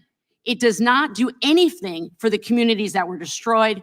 It's an absolutely wrong way to deal when you have a natural disaster. And I know, because the last 2 summers in Vermont, we've had catastrophic flooding. What people need in this moment is leadership. Americans need us to get the resources that they need out to them immediately. America does not need a president that is hell-bent on dismantling our federal emergency management system or conditioning aid to California to profit off of a community's devastation. All this talk of DEI is a complete and utter distraction from the fact that we need a plan, an actual plan to help the people of California who lost everything. At this point, I'm going to yield back the balance of my time to the gentle lady from California, Ms. Kamala Gradov. Thank you, Congresswoman, for yielding me your time. And thank you, Mr. Chair, for allowing me to be here. You know, I love California, and I don't like people shading my state. But sometimes funding disparities in a national election out of the 5th largest economy in the world, California, can roil a person's feelings about our state as a whole. But these frail emotions should not debilitate a leader's execution of their job serving all of the American people. California fires and the consequences of over-regulation is a gross title misnomer. Mr. Freevault, I have a few yes or no questions for you. Would you agree that the Eaton fire happened in Altadena, an unincorporated portion of Los Angeles County? Yes or no? Yes. Okay. Is it safe to say that LA County has more relaxed zoning ordinances and building regulations than the city of Los Angeles? I do not have enough knowledge to give you a yes or no answer. The answer is yes. Would you agree that permissive building codes, the notion of permissive building codes, are antithetical to over-regulation? The details in that question are It's a very too far simple for me question. to answer yes or no. Permissive building codes does not equal over-regulation. I can't answer the question. All right, I'm going to answer that for you. Yes. Because at the end of the day, I would say, and I don't know if you would agree, that the entire framing of this hearing is actually based on a false premise. Yes or no? I believe we're approaching the discussion from a legacy standpoint. We're looking backwards in the discussions and the questions. We need to be looking forwards. We do, and instead of blaming California for overregulation, we should be talking about ways to help the thousands of people who lost their lives in these fires, including some of my own family members. Concur. With that, I yield back. Gentlelady's time has expired. Yield back. Now recognize the chairman of the committee, Mr. Jordan. Thank you, Mr. Chairman. Mr. Hilton, you said in your testimony the speed, scale, and destructiveness of the fires was the direct result of Democrat policies. I want to know why. I mean, I assume those policies are like why they stopped logging in California, why they stopped clearing controlled burns and other things that's been mentioned by all the experts and some of our colleagues. Why would they stop those things if they were working? The answer is that, as we were discussing earlier, there's an ideology in play which is extreme, and it avoids the kind of common sense action that had been taken for years. And that's what is at the heart of the fuel load. That is the key concept here. Of course, it's true that there are winds, but it's not true to say that these Santa Ana winds were unprecedented. They were the highest in 14 years, but not unprecedented. When we hear about Los Angeles, of course, I agree about the points that were made in relation to the fire chief. But there is an important, if we could use a different, take one letter from the acronym DEI and just take the I and start a different word with it, incompetence, because you did see a total lack of coordination between the city firefighting force and the county and other leadership. You saw a massive delay in getting equipment to that first fire, which could have made a big difference in containing it. 44 minutes before anyone was there. You had the warnings of this disaster on January the 2nd of severe winds, on January the 3rd, life-threatening winds. On January the 4th, the mayor leaves the country. You saw a total unprecedented set of incompetent responses in preparation. The policy failures, we've outlined them. The brush clearance was stopped And so the fuel load was higher, and that meant that this conflagration spread so much quicker than it need have been. A point that Mr. Nadler made about the reservoir, we need to address this. He talked about a small reservoir. No, it was 117 million gallons. It was built in the 1960s precisely for the purposes of dealing with wildfires. That's why it was built. It was offline for 1 year. Why was it offline for a year? Because it was in action to comply with federal regulation about the covers, a small tear in the cover, and they empty the reservoir for a year. These are serious points. I hear all the time, we mustn't politicize, mustn't make it political. I agree with that, but it is about policy. It is about policy choices that were made that led up to the scale and severity and impact of that. On insurance as well, I hear this talk about Florida.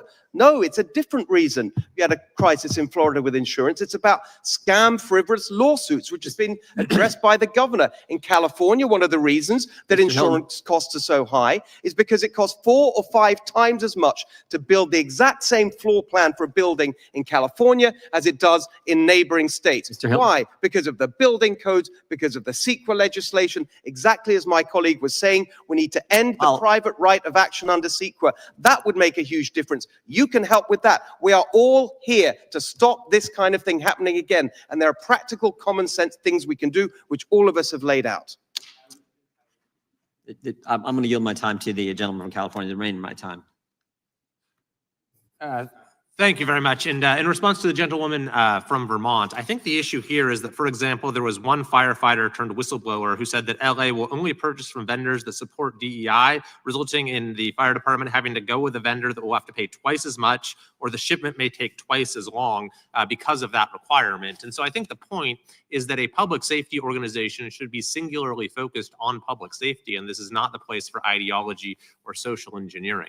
Mr. Hilton, one of the things that was appalling to many of us in the middle of the fires was that our governor, Gavin Newsom, set up a political website that was devoted to promoting himself and defending his record and trying to deflect blame, and a rapid response organization designed to attack people and call any criticism of his record misinformation. So I do think it's important to set the record straight. This is a story from Capital Public Radio from a few years ago. Now, is Cap Radio, is that the local Fox News affiliate or something? Mr. I don't think it is. Yeah, it's the NPR affiliate. It's NPR. Right? Not known to be a right-leaning conservative outlet. Here's the headline. Newsom misled the public about wildfire prevention efforts ahead of the worst fire season on record. An investigation from Cap Radio and NPR's California newsroom found the governor has misrepresented his accomplishments and even disinvested in wildfire prevention. The investigation found Newsom overstated by an astounding 690% the number of acres treated with fuel breaks and prescribed burns in the very forestry projects he said needed to be prioritized to protect the state's most vulnerable communities. So if it's true that fuel management and fuel reduction projects are so unimportant, as we're hearing from the other side today, then why did the governor feel the need to lie about it? I yield back. Gentleman yields back. Now recognize the gentleman from Illinois, Mr. Garcia. Thank you, Mr. Chair, and to all the witnesses here today. Now, in my opinion, the topic of this hearing is missing the point. What we should be focusing on is, one, how to help now, and two, how to address the root causes of drought and intensifying fires to prevent this from happening again. But instead, we've seen officials in the Trump administration are talking about DEI instead of how we're going to help people. My colleague, Representative Blint, has already made that point. They're talking about how to cut disaster aid instead of letting FEMA do its job, which is literally to help people after disasters. I'd like to hear from Mr. Freevold, our witness, who's a retired fire chief. And please, a yes or no answer. The question won't be that difficult. Yes or no, is DEI making firefighters less effective? No. Thank you. And that's so right. So contrary to Elon Musk's claims that the LA firefighters did not prioritize DEI over saving lives. That is a lie, and it is a slap in the face to dedicated professionals and volunteers across the country who undergo rigorous training and risk their lives to save others. It was offensive when President Trump used DEI to blame air traffic controllers, and it's offensive here too. And despite Trump's lies about FEMA, the agency continues to help disaster-impacted communities during times of great need. So again, I'd like to ask a question to Mr. Freevold. Mr. Freevold, yes or no? Is climate change worsening disasters? From the fire perspective, the one element of climate change I can speak to is vapor pressure deficit. Is that a yes? That part is In that making it more respect? severe, yes. Thank you, sir. So as climate change worsens, disasters across the country, and as FEMA disaster declarations rise, districts across the country, represented members across the political spectrum are at risk. In fact, in 2 Illinois counties from my district that it runs through, Cook County and DuPage County, we've had no fewer than 5 disasters declared since 2019. 2 of those disasters, both flooding related, hit my district real hard, and many of my constituents were able to receive FEMA's assistance for repairs and losses. Without further ado, Mr. Chair, I would like to yield my time to my friend from California, Mr. Swalwell. Thank you, Mr. Garcia. I've toured the Altadena area. I visited the Palisades. I've had disasters in my own district, fire and flood. And every person in those disasters and experiences told me the same thing. They just want the government to help them. They just want the government to help them. That's what a woman told me when she stood on a pile of ashes in the Palisades and brought gloves and a large garbage bag and searched for any memento for her child and walked away with a tin bowl that her daughter uses in her make-believe kitchen. She's not worried about the red team or the blue team. She's not worried about did DEI cause this or not. She just wants the government to help them. My colleagues, including Mr. Issa, we walked Altadena last week together. We heard the fire chief say these were 80-mile-per-hour winds. He said it would have taken every fire engine in California to stop the devastation that occurred in California.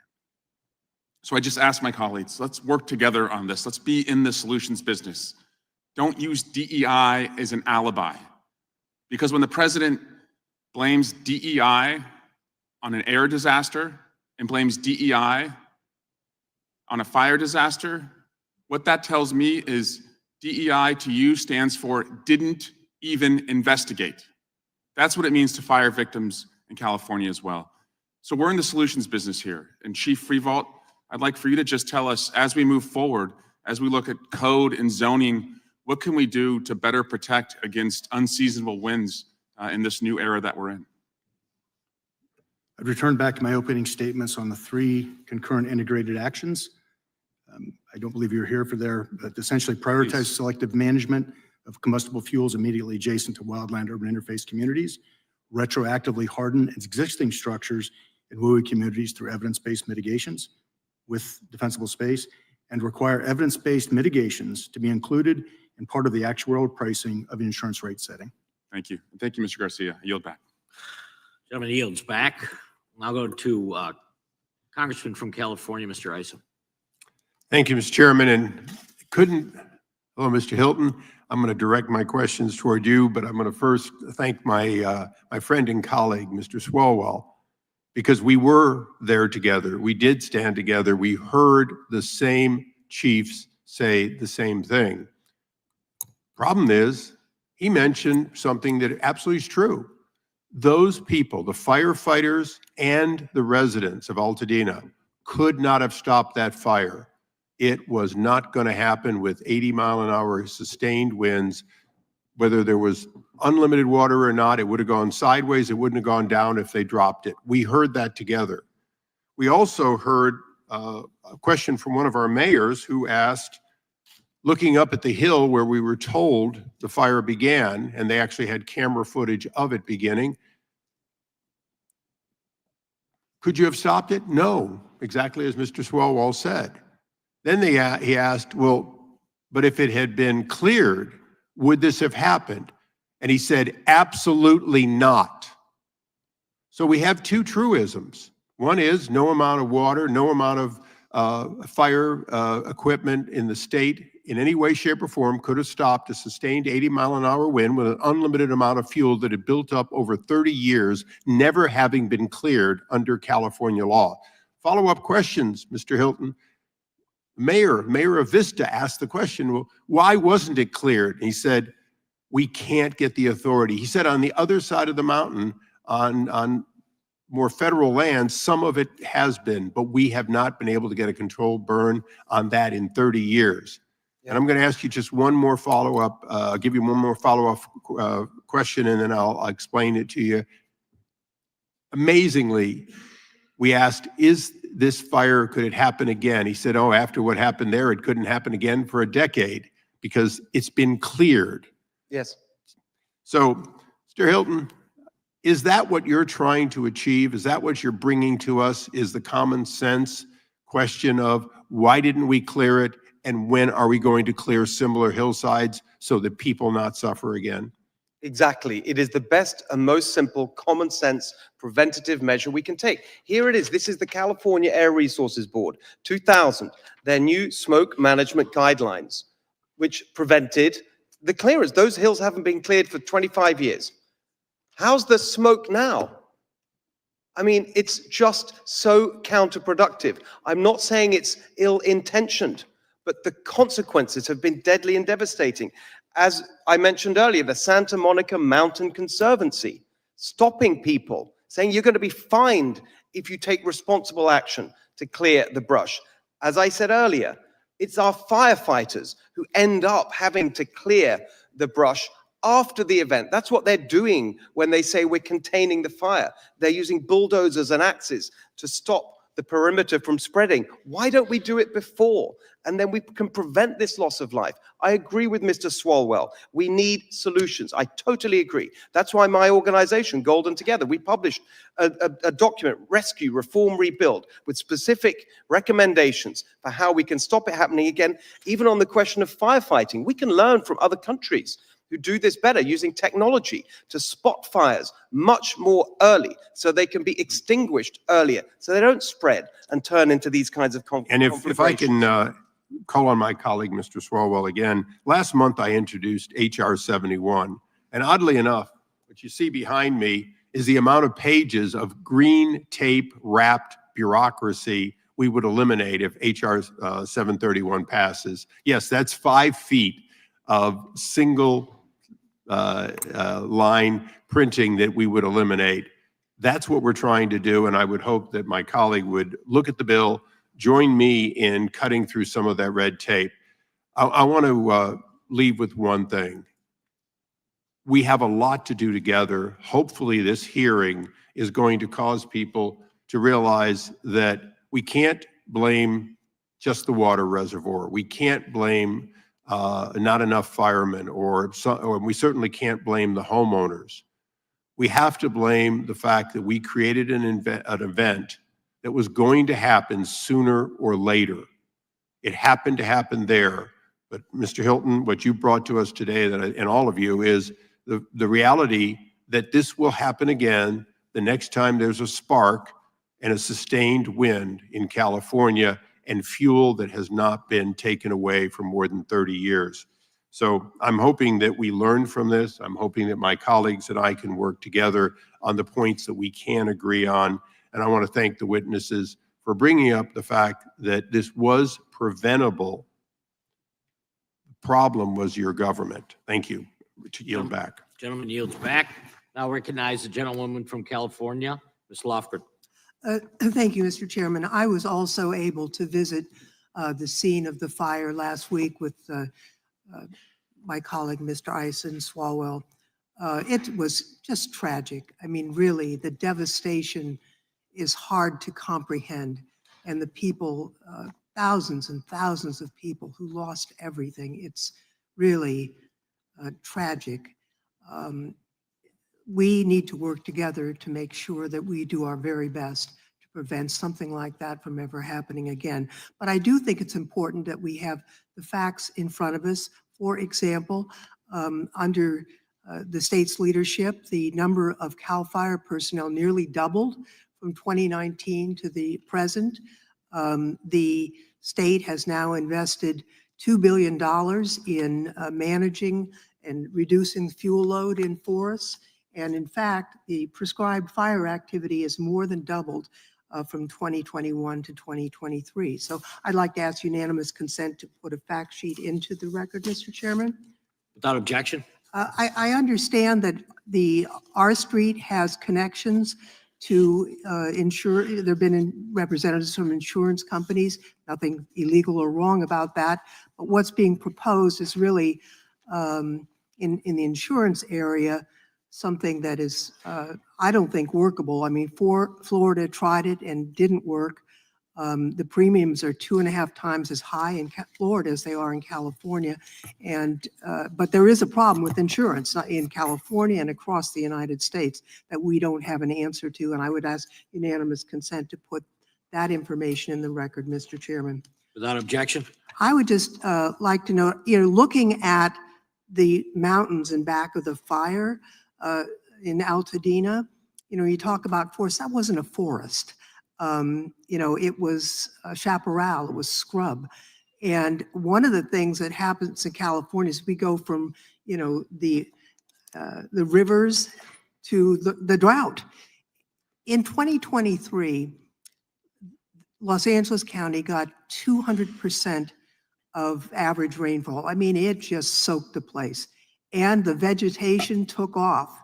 The next year, 2024, was the second driest year in history in LA County. So all that vegetation that got, spurred by the rain dried to a tinder. It was a tinderbox. One of the things that the fire chief told us when we visited last week is they want to do prescribed burns when it's wet. It's just about to rain because they don't want, in New Mexico, they had a conflagration because a prescribed burn took off. It hasn't done that kind of rain in LA except for this week from last April. I mean, there was no rain at all. They couldn't do a prescribed burn in those hillsides.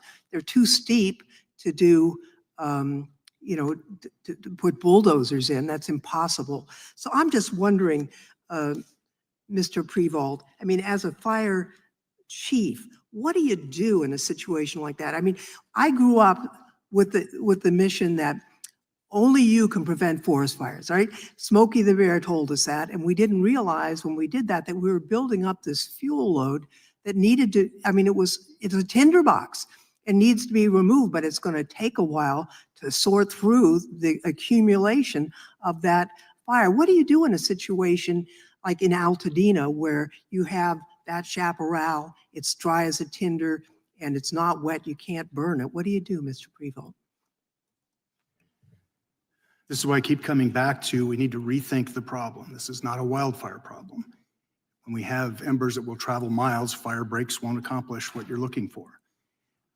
We will have fires and ignitions in the conditions we have now long before any of the policy discussions we're going to have, the current ones we're having, are going to have an effect.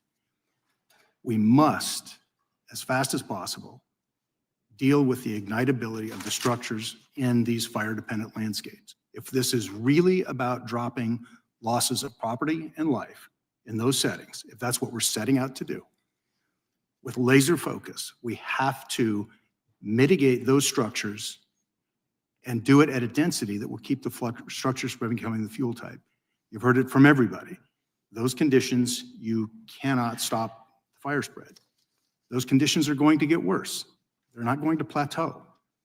So this discussion about fire breaks and, and the idea of treating acres, millions of acres, we need to get there. But to your point, they're called prescribed fires for a reason. There's a prescription, which means there are parameters that you do them in. If you don't do them in the right way, you do have things like the Peshtigo fire or the Hermit's Peak fire. So we absolutely need to harden the structures first. Gentlewoman's time has expired. Now recognize the gentleman from Washington, Mr. Baumgartner. Well, thank you, Mr. Chair, and to the members of the committee and to our distinguished panelists here. I was able to visit the fires last week, saw that immense destruction. Also have some personal background here. My father was 40 years a professor of forestry My uncle was a smoke jumper. My other uncle laid out more timber sales than anyone in Oregon history. And I worked 2 summers on fire science research teams. And frankly, we have way too much fuel load in our western forests, given 100 years of fire suppression. I'd like to get to the solutions. So I'm going to show a short video from some folks in Northeast Washington that can go in and do the kind of forest management that we need to reduce these fuel loads. This is from Vaughan Timber. What they do is they can take very small diameter trees and still get some value out of them and clean up the forest. So this is what the solution would look like if we could play the video. Hello there. My name is Dwayne Vaughan with Vaughan Brothers Lumber in Colville, Washington. We are surrounded by the Colville National Forest here. We've been working on it for over 50 years. We're doing a lot of fuels reduction and thinning. We want to show that, how that works here and how it may show in other areas. And we really appreciate people that want to come up and see what we're doing, how we're doing it, and why it works, and what needs to be done yet to make it work even better or on a larger scale. We've got projects that are big up here called A to Z. We could handle more than double that. So we could thin more acres. Technology is the key here. If you had to do it by hand, it would take you a week to do an acre. With these machines, they can do 20 acres a day, which is economy of scale. And you got to have that critical mass because we have so many acres that need to be treated, even here, but on all forest in the West. So this fuels reduction work is very important to our forest, but all the forest.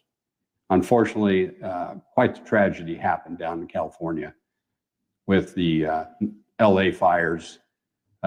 It's not necessarily forest like here, but it has fuels reductions that are needed, some forest treatments that are needed. We're showing you what we think will work in many, many places. So I will show and explain what this is all about. So we take a thick forest, we thin it out, we try to remove 50% of all fuels, if not more. Some forests have more than that, some a little less, but it takes incredible technology. And here we're doing brush piling, but we're raking it up because you got a lot of fine fuels. We put it in a pile where it dries, and later in the season you burn it, and it burns very well. But this machine, we used to do it by hand, and it took forever. So now we have a brush rake on the front of that machine, and the guys are really good at it. Sometimes it's so steep, we have to tie a cable on the machine to hold it as it goes down the hill and rakes all this. So he rakes coming and going, and they do a very good job. The piles are mostly woody debris, and they burn fast, they burn hot. But you can see it protects that fuel break from the rest of the forest. And we're going around various places of the forest to build all these fuel breaks. So again, the raking, the piling, and the burning is very, very critical. And fortunately, we have some value in this small material that it pays for the raking, the piling, and the burning, and also the road maintenance. So we think we're onto something that is going to lead us in the future to treat the acres that are available, need treated to protect our communities, make them healthy, make the forest healthy, gives us clean water, habitat, and clean air. Well, thank you. So this is the solution that we need to implement in many of our forests in the western U.S. My question, perhaps Mr. Ring here, would be, what would it take for California to be able to implement these kind of common sense forest policies to rebalance our forests for a healthy forest? Well, we'd have to bring back the timber industry. We'd have to have a way to bring back, for example, 130 mills were in California. You need to be about within 60 miles of a forest to have an economical mill, and we're down to 30 mills. So that's an example of something where there needs to be some revolving loan funds, for example, to help the timber industry get back up to speed. We need to allow logging in national forests, which is very hard. 57% of California's forests, marketable timber, is in national forests. We also have to recognize that private companies thin the forests far more efficiently. I talked with firefighters as well, Congressman Liu, and the firefighters that I talked with said that CAL FIRE typically has so many people on a job and does forest clearing with so many rules and command and control and so forth that they are about, well, he gave me an example. One of the firefighters, there was 28 people doing half the work that a three-man crew on an adjacent property was able to do. from a private company. Thank you, Mr. Ring. I'm going to ask unanimous consent to enter into the record the statement from NAMIC without objection. We now go to the gentleman from Georgia, Mr. Johnson, for 5 minutes. Thank you, Mr. Chairman, and it's good to be with you all today. Thank you for your testimony. On January 24th, President Trump announced that he wanted to dismantle FEMA, saying that, quote, "I think we're going to recommend that FEMA go away." Now, what FEMA does is helps people before, during, and after disasters. And they've got a track record of effectiveness. Now, Mr. Hilton, yes or no? Do you agree with President Trump that we should get rid of FEMA? I don't think that question is relevant to this hearing, frankly. Well, we're talking about the role of overregulation no. in leading to the wildfires. Hold on, sir. Not the response. Hold on, sir. So I'm the one that asked the questions. Now, and I'm responding by saying I don't think it's relevant to the hearing. If you don't want to answer the question, that's something different, and I understand why you would not. I just think we should focus our time Probably on the afraid subject to of the answer hearing. the question, but let me ask you, Mr. Ring, do you agree that FEMA should be eliminated? Reform, not eliminate. No. And what about you, Mr. Greenhut? I don't have any opinion on FEMA. That's not why I'm here. Okay. And well, I understand why you wouldn't want to opine on it either. You're probably afraid also. I'm not afraid. I just don't like to You're take not afraid opinions of on Donald- things that I you're haven't not studied. afraid of crossing What? Donald Trump? I'm not here on a partisan basis. I know that you I'm not don't. even a Republican. Well, you know, you still don't want to cross swords with Donald Trump. I understand a lot of our witnesses feel the same way that you do, and for good reason. But now, let me ask you this question, Mr. Freevault. You know, last week, in his esteemed wisdom, President Trump ordered the release of billions of gallons of water from 2 dams in the California Central Valley in a different basin than Los Angeles sits. And his reason was to enable Los Angeles to have more water to put out the fires. Now, neither of those dams would supply water to Los Angeles. Isn't that correct? That is my understanding. And there's no way to move water from one basin to the next. Correct? That is my understanding. And so instead of releasing water that goes to fight the fires in Los Angeles from San Francisco, those billions of gallons of water that President Trump ordered the Corps of Engineers to release just went to waste. Correct? I do not know the final outcome of the water or the water Well, system it at that went level. on into the ocean, and the plan had been for that water to enable farmers in the Central Valley to be able to water their crops during the upcoming season of growth. Isn't that right? I'm sorry, restate the last part of the So question? in other words, the water that President Trump wasted, putting it in the Pacific Ocean, was meant for farmers in the Central Valley to use in this current growing season to water their crops, correct?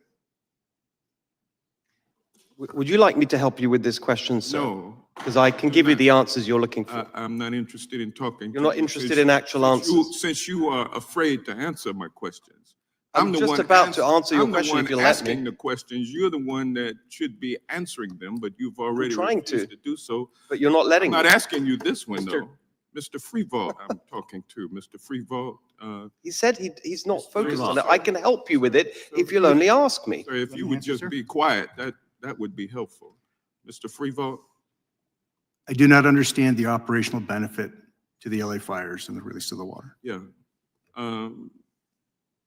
It was a ridiculous decision and reckless and unhelpful Mr. Freefault, you have 40 years of experience in the fire service. The other witnesses said that California's air quality regulations stopped the controlled burns that would have prevented the fires. But given Southern California's chaparral-dominated ecosystems, those kinds of controlled burns Gentleman's time has expired. would have actually put them at greater risk of uncontrolled fires. Isn't that correct? Gentleman, time has expired. So the chair is not going to afford me the same leeway that it has afforded other members of the panel to go over their time? Witness can answer the question. Thank you, sir. I believe the question was, did the air quality management rules impede the ability to do prescribed fire? Is that the question? Yeah, would those controlled burns have actually put the community at greater risk of uncontrolled fires? Prescribed fires conducted outside of prescription can cause greater risk. Prescribed fires done within prescription can be a tremendous benefit. All right, gentleman's time has expired. Recognize the gentleman from Virginia, Mr. Klein. Thank you. I want to ask Mr. Greenhut, California's home insurance market is being held hostage by insurance commissioners and a judicial system that punishes insurers for attempting to price insurance based on risk. For example, in 2014, State Farm requested a rate increase of 6.9%, which was opposed by the insurance commissioner and an advocacy group.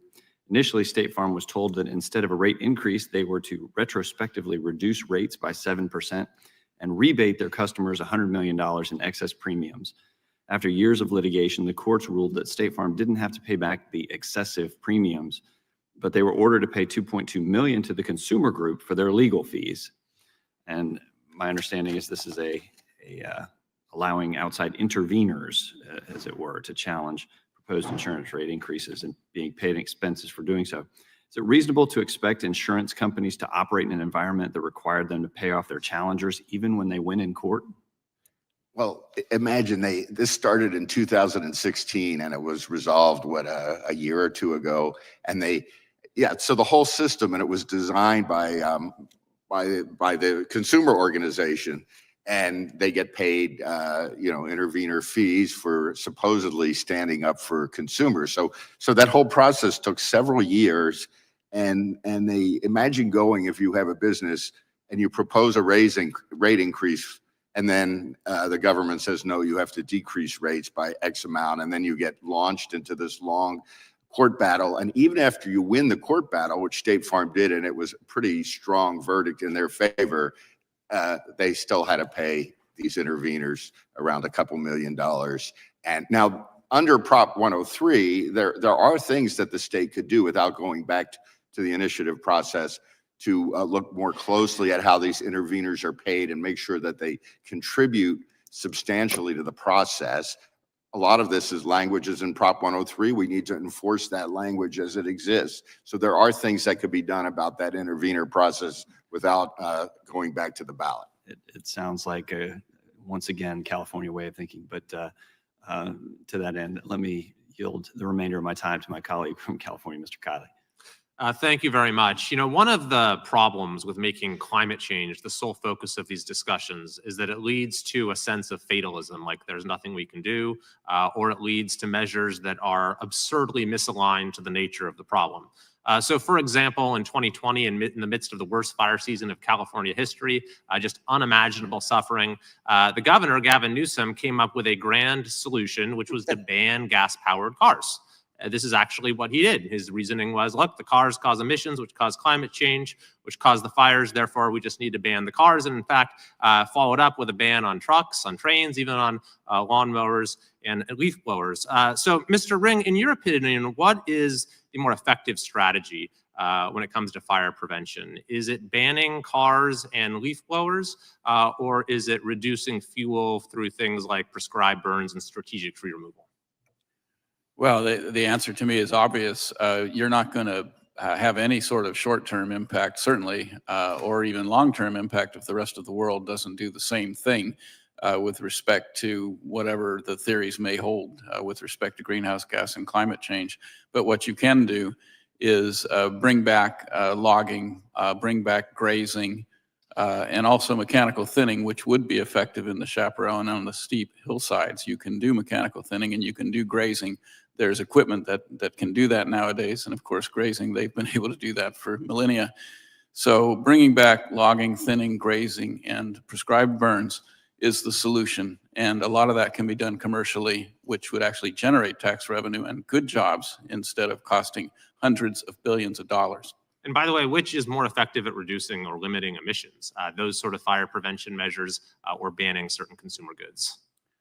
Well, I think banning consumer goods has almost no impact on emissions compared to being able to properly manage our forests and wildlands. And in fact, wasn't there a study showing, and Mr. Greenhut, I think you can speak to this, that in the 2020 fires, the emissions that were let out there was twice as much as any savings California had for, what was it, the previous 16 years. So we're undermining any gains we're making in every wildfire. That's right. I'll just close by pointing to an example that was brought up earlier. My district was hit by one of the most devastating fires in state history, where hundreds of people lost their homes in Grizzly Flats. And that fire might not have happened or been as severe as it had been if it had not been for delays through CEQA and NEPA with a forest management project that had dragged on for years and years and years. On the other hand, the fire was limited from going into South Tahoe because of the categorical exclusion that Mr. McClintock spoke of in the Christmas Valley. So you had the fire that might not have started if we'd done our job properly, but because we had this narrow form of relief, at least we're able to stop it from spreading even further. I think that is the recipe for how we can reform these policies and restore some common sense going forward. I yield back. Gentleman yields back. That concludes today's hearing. We thank our witnesses for appearing before the committee today. Without objection, all members will have 5 legislative days to submit additional written questions for the witnesses or additional materials. For the record, without objection, the hearing is adjourned.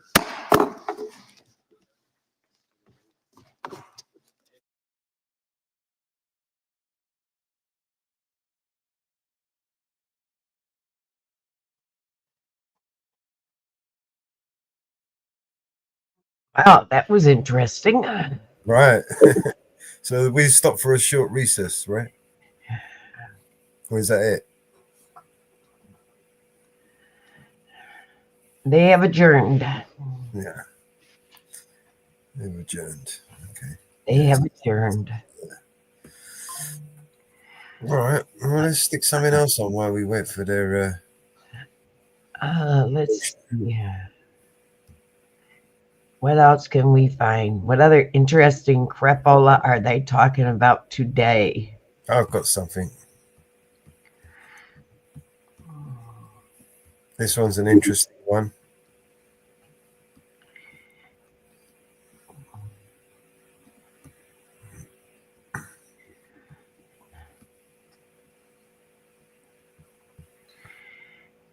Asteroid called 2024 YR4 has triggered global planetary defense procedures for the first time ever.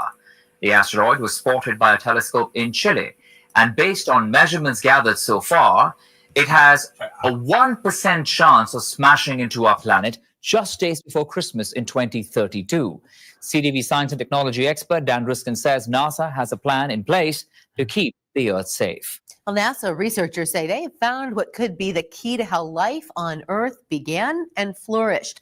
And they found it by sifting through little piles of dust. ABC's Andrew Dimbert has the details.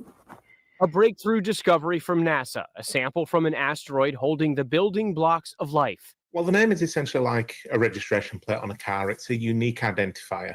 So the 2024 bit just tells you it was discovered in 2024. The letter Y tells you it was discovered in the final fortnight of 2024, and the rest of it tells you which object in line it was when it was found. So that's all fairly simple. It's an object that goes around the sun about every 4 years, so it'll come quite close to us in 2028 and really close in 2032. And we don't know exactly how close yet because we need to get more data to get a better handle on the orbit, the path it's following around the sun. But we're working on that.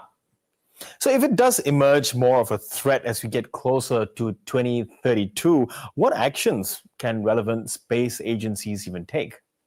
Well, we live at a really interesting time. You know, we've had life on Earth for 3 billion years, and it's only in the last decade or so that any species on Earth has been able to recognize a problem identify the objects and predict they're going to hit us. And in the last couple of years, NASA demonstrated the ability to deflect asteroids with their double asteroid redirection test. So if the worst came to the worst, in 2028, we figure out that it's definitely going to hit us. That's when it has its next flyby. That gives us 4 years. In those 4 years, we can prepare potentially to deflect it. More realistically, though, I think it's a case of figuring out if it's going to hit us, where it will hit. Because this thing's only going to cause damage on an area of about a city-wide scale. It's not the kind of thing that will cause continental devastation. And if it's going to hit somewhere safe, you don't need to do anything. NASA did try something to test for this scenario. So we sent up a spacecraft and we basically sent it into an asteroid really hard to see if we could change its trajectory, and it worked better than expected. And so I think that if this thing turned out that it was headed for Earth, one of the options available would be to send up a spacecraft and try to bump it like a billiard ball and change its trajectory so it doesn't go into the pocket, so to speak, and hit our planet. Riskin says the asteroid can destroy a whole city, but not civilization. He says it's big enough to take seriously, but not something to worry about right now. And safe meaning oceans, and what might be the impact in that scenario? Potentially. So it depends exactly what this object's made of, and this is one of the things we're interested in. The most likely scenario is it's a rubbly type object, like a congregation of rock and rubble held together fairly loosely. And in that case, it'll detonate in the atmosphere somewhere between 10 and 30 kilometers up and give off a shockwave that booms down towards the Earth, and that'll be what causes the damage. That happened in 1908 in Siberia in a place called Tunguska, and it leveled an area of trees comparable to Greater Sydney. So that's the kind of area you're looking at. But if that was happening over wilderness or over the oceans, it's probably not really a threat. You just make sure nobody's around, you evacuate the area. Yes, and of course, and there's a lot of attention now on YR4 for the next few years. What might scientists such as yourself learn from such an asteroid? It's a really interesting object. It's moving on this quite elongated path. So we want to know what it is and where it came from. Normally with these kind of near-Earth asteroids, they come from the asteroid belt originally. But this has an orbit that's so eccentric that I wouldn't rule out it possibly being a comet instead, a dormant comet, one that's pretty much asleep, essentially. So that'd be the kind of things I'd be looking to learn about it. But more critically, we really want to know what it's made of and whether it really is going to hit us. At the minute, the latest numbers from NASA are 1 in 67. That's the likelihood. But in 2028, it will either be a definite hit or a definite miss. And then 2032 will come along and we get to watch the show. Yeah, and if it is a dormant comet, like you say, it could possibly be, what makes a dormant comet reactivate, I suppose? Well, you can get comets reactivated if something cracks the surface, if something hit it, for example. So NASA attempt to deflect it, they make a crater, they expose icy material that has been buried. That could cause the comet to turn back on, start activity, which will push the comet around a bit and make it a little bit less predictable in its behavior. Now, I should stress, I think the most likely outcome is that it's a rocky object, like Bennu, the asteroid that we visited with the OSIRIS-REx mission recently, rather than a comet, but I wouldn't rule it out. Good afternoon, everyone. Thanks for being here on KSL 5 News at noon. I'm Cher Park. New developments today in a groundbreaking NASA mission from 2023. You'll remember we told you about the team involved in landing a spacecraft on an asteroid, then bringing the pieces of rock back to Earth. Sounds like a movie, right? Well, our Alex Cabrera was in Utah's West Desert when that capsule landed. Yeah, this is the first time an American team brought back samples from an asteroid to here on Earth. I can't even think of the math and the science involved in doing that, but every single calculation worked, and now the real research begins. And like Alex said, researchers have been working ever since. Now NASA is giving us a better look into the epic scientific discovery. Researchers found amino acids and nitrogen in the form of ammonia. Scientists say it's the strongest evidence that asteroids may be the reason that life developed here. This is telling us that not just the water, but some of the building blocks of life actually were seeded onto Earth and other planets. And while this breakthrough might help solve why we're here, it raises other questions. How did life on Earth originate? And also, what is the likelihood that there is life elsewhere in our solar system? Andrew Dimbert, ABC News, New York. News specialist Brian Carlson is live at what NASA discovered from these samples with that information. So, Brian, okay, what did they learn? Well, Sheriff, you're into space and the origins of life on Earth. There's a lot to unpack. But the two biggest takeaways from these asteroid samples supported scientists' theory that asteroids crashing through space likely created the building blocks for our solar system. However, they also found that they probably got some of their previous theories about Earth wrong, and that was a surprise. Possibly unpacking the origins of life is what's emerging from the OSIRIS-REx space capsule. And the OSIRIS-REx mission is already rewriting the textbooks on what we understand about the ingredients thought to be necessary for the emergence of life in our solar system. Launched in 2016, OSIRIS-REx traveled more than 200 million miles into space to the asteroid Bennu, where it collected a small amount of rocks and dust from the surface, then landed back on Earth in 2023 in Utah's West Desert. Team members carrying that SRC in. Now, over a year of examining less than 1% of the sample, scientists in a conference call Wednesday sharing they found 14 of the 20 amino acids that life on Earth used to make proteins, essentially the building blocks of life. This all supports the theory that asteroids like Bennu were among the sources that delivered water and chemical building blocks for life. But what they didn't expect was finding a huge range of salt minerals as well, and more evidence debunking a theory that building blocks of our early solar system was predominantly one-sided, often referring to them as left-handed versus right-handed. But that's not what we found. We found equal mixtures of the left and right-handed forms in these samples. So what does that mean? Well, if you look at this whole situation, they say that it shows them that the origins of life are still a mystery. Now, the good news is they have a lot of time to figure it out. They plan to have the majority of those samples taken from the capsule frozen so they can look them again in 50 years when technology improves.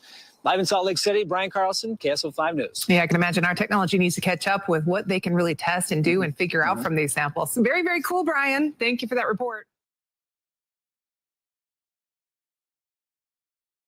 Interesting.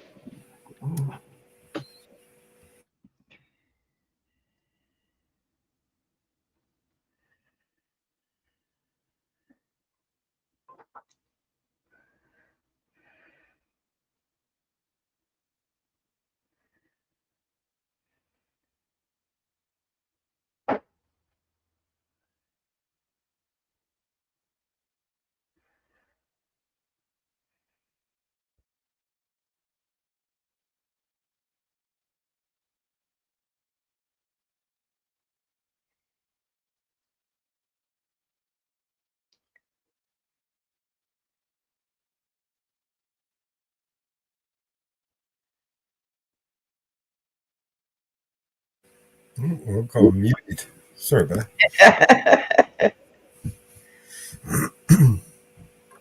All right. So we need Bruce Willis. Anybody got his number? I think he needs a new home anyway. Maybe we can send him to the moon. Yeah, really.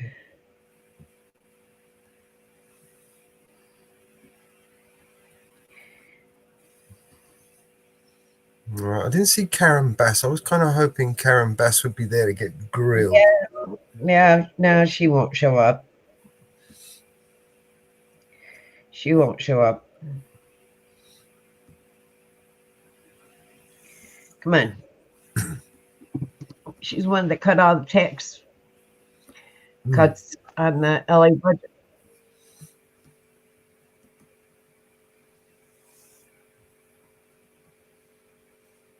She's one that cut all the tax off the fire department budget.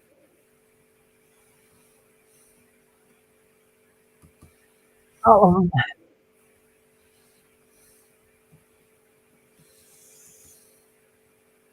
A lot of the budget went to other bullshit. So,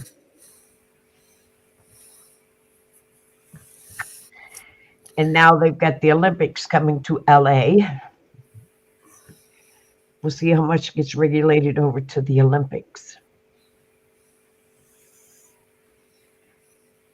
So, Apparently there's a flood in South Australia. yeah, I see Greece also had earthquake. Yeah.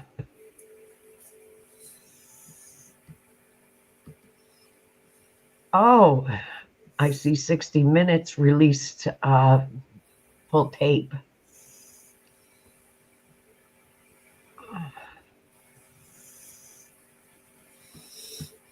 of their interview with Harris.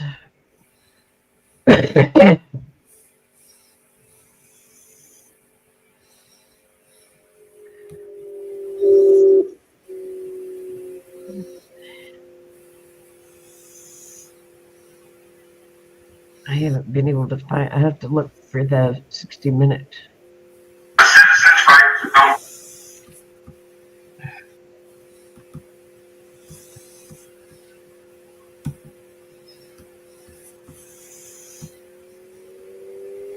Don't know what this one's about. It's a Long Island audit. It says judges have too much power, and I absolutely agree.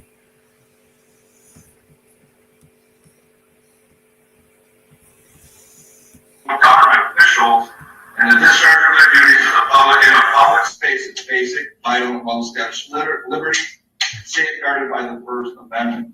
Their conversations were being taken down on video and put out on a YouTube channel.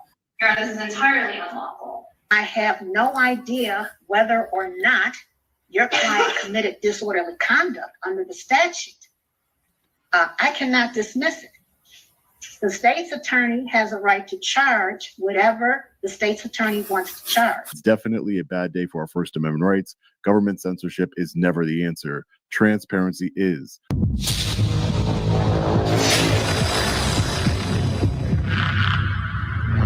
Hey, what's up, guys? Long Island Audit here, back again with another video. On February 4th, 2025, I received a court order from federal judge Maria Valdez ordering me to take down the Berwyn City Administrator Ruth Ciaba Green's video deposition from my channel. If I didn't comply, I would have been and still might be sanctioned. This Sunday, February 9th at 10 a.m. Eastern Standard Time, I will be releasing a video where I will be going over the judge's order and Ruth's lawyer's motion in detail. Trust me, you won't want to miss it. It's definitely a bad day for our First Amendment rights. Government censorship is never the answer. Transparency is. We have taken losses in this case before and ultimately have won. Let's take a look back at how a Cook County judge denied my motion to dismiss the baseless and unlawful criminal charges against me. Her reasoning is unbelievable.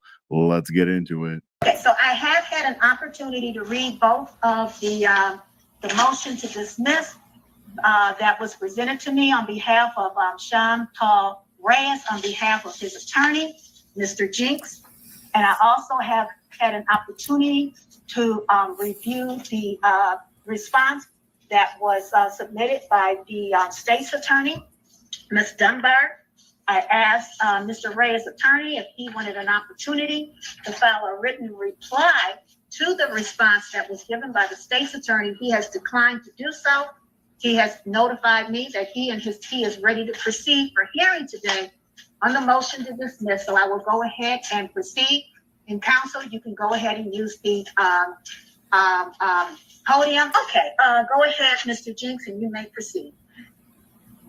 So on the date in question, my client, Mr. Reyes, entered the Berwyn City Hall building. He's an independent journalist who travels around the country promoting government transparency with public officials. On that date, he entered the Berwyn City Hall, and on the front of the building, there's a sign, no cameras or recording devices without prior approval, per statute 720 ILCS 5, Article 14. Now after he entered the building, he entered a public area. He never went anywhere that was off limits to the public. He was in public areas at all times. And he also has a First Amendment right to film. There's a fundamental right. This is well-established law. And when he did have individuals who were village administrators, one being the complaining witness, approach him and ask him to stop recording.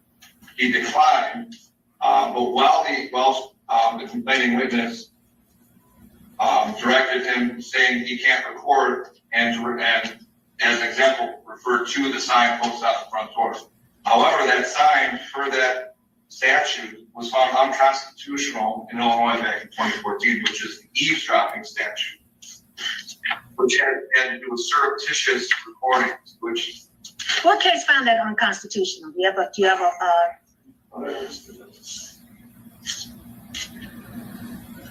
I may not, I can supplement that. Okay, go ahead. So that statute was found unconstitutional for the eavesdropping statute. Even as such, that eavesdropping statute, which he was not charged with, he was initially arrested for it after he left the building, but he was never charged for that statute due to its unconstitutionality. And he was later charged with the disorderly conduct, which we're here for today. There's nothing that they alleged that, besides his filming, was found to cause the ultimate arrest. For the disorderly conduct, it has to be an unreasonable action that causes the alarm. Most importantly, being the unreasonable. So, and being a constitutional fundamental right, that can't be deemed unreasonable.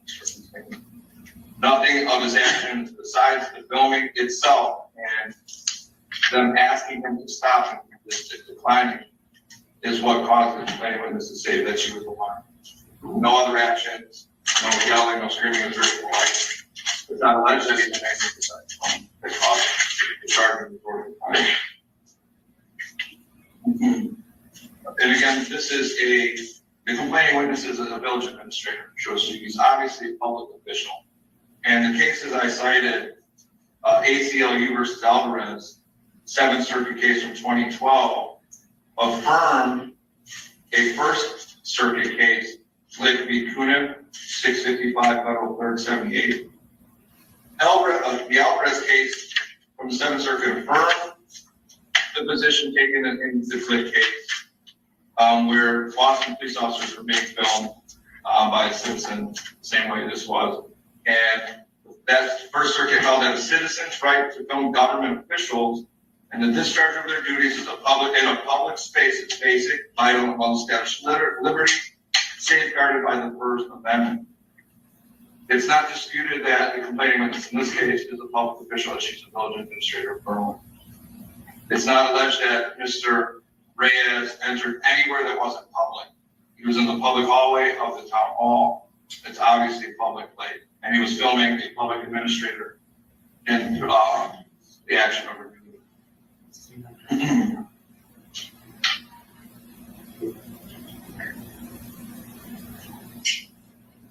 There's an Illinois case where of disorderly conduct and people be Cody.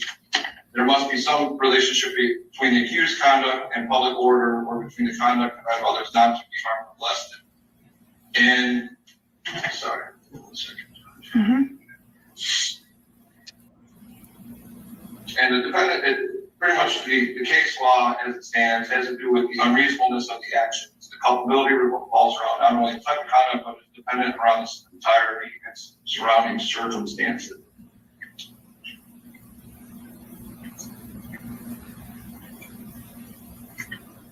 And People v. Ferguson, 255 Illinois Appellate Court 3rd 601, a 1991 case. The defendant in that case was charged with disorderly conduct. This is not I do see it. The defendant in that case was charged with disorderly conduct. He was in a common area of his apartment complex, and they accused him of peeping in a window of a woman undressing in her apartment. They charged him with disorderly conduct. However, the court said that his conduct was not unreasonable because he was in a public place, somewhere he was permitted to be, and that he didn't do anything wrong being in a public place, simply viewing something from that public place. Even though the woman wasn't dressing in her apartment, he had a right to be there, so it can't be deemed unreasonable. Even though it was alleged that he was staring in a window, the burden is on her to close her window. In public, Judge, there's no expectation of privacy. This is well-established law. It's the same doctrine that the police use it for plain view searches against the warrant exception, one of the warrant exceptions. If something's in plain view where they're permitted to be legally out in public, they can get around the warrant requirement because it is in plain view. This goes to the same thing. If it's in a public place, you can see it, you have the First Amendment right to film it. There's no difference if I can see it with my eyes and filming it with my camera. being in a public building, filming a public administrator in the action, in the act of fulfilling her duties as a public official. He completely has the right to do it. He didn't. He wasn't asked. He was asked to leave, but however, he does have the First Amendment right. He initially, after he leaves the building, the police approached him, and again, keep referring to the sign, which is already constitutional. They initially arrested him for that, and then I believe that they kind of bumped it down to the sort of comment, pretty much to protect themselves from a false arrest lawsuit.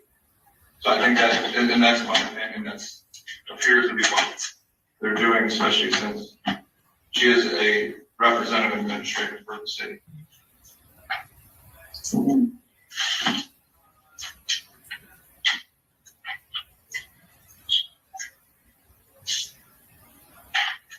The eavesdropping statute, which they kept referring to, which was found unconstitutional, and the state, where it keeps referring to in her response, has to do with surreptitious recording.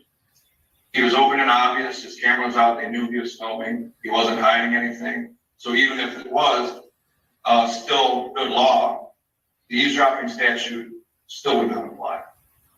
The entirety of the state's response and position had to do with consent.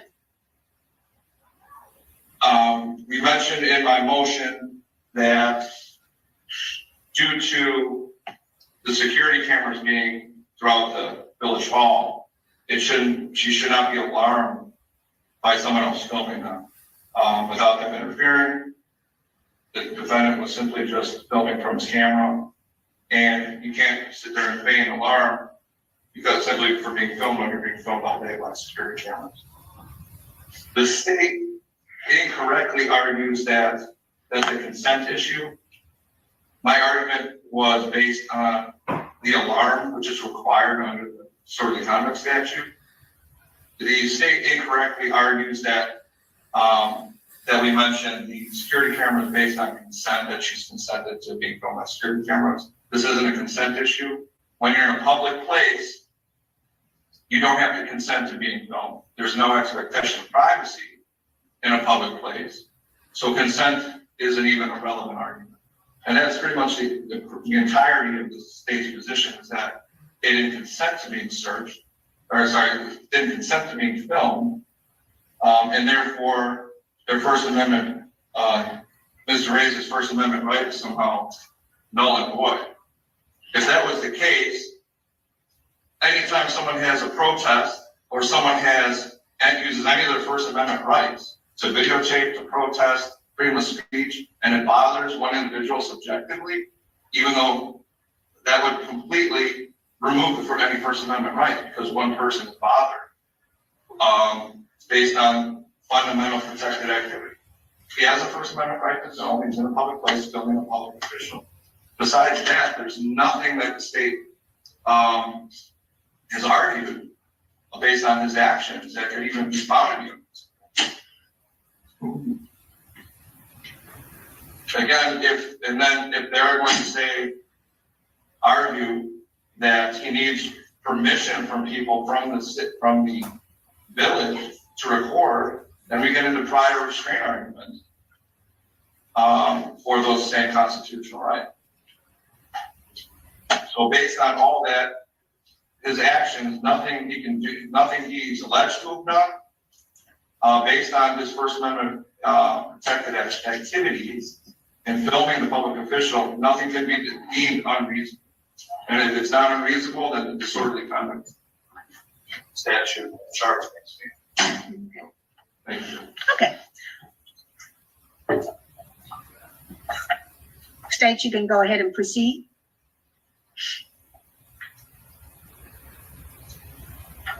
Thank you, Your Honor.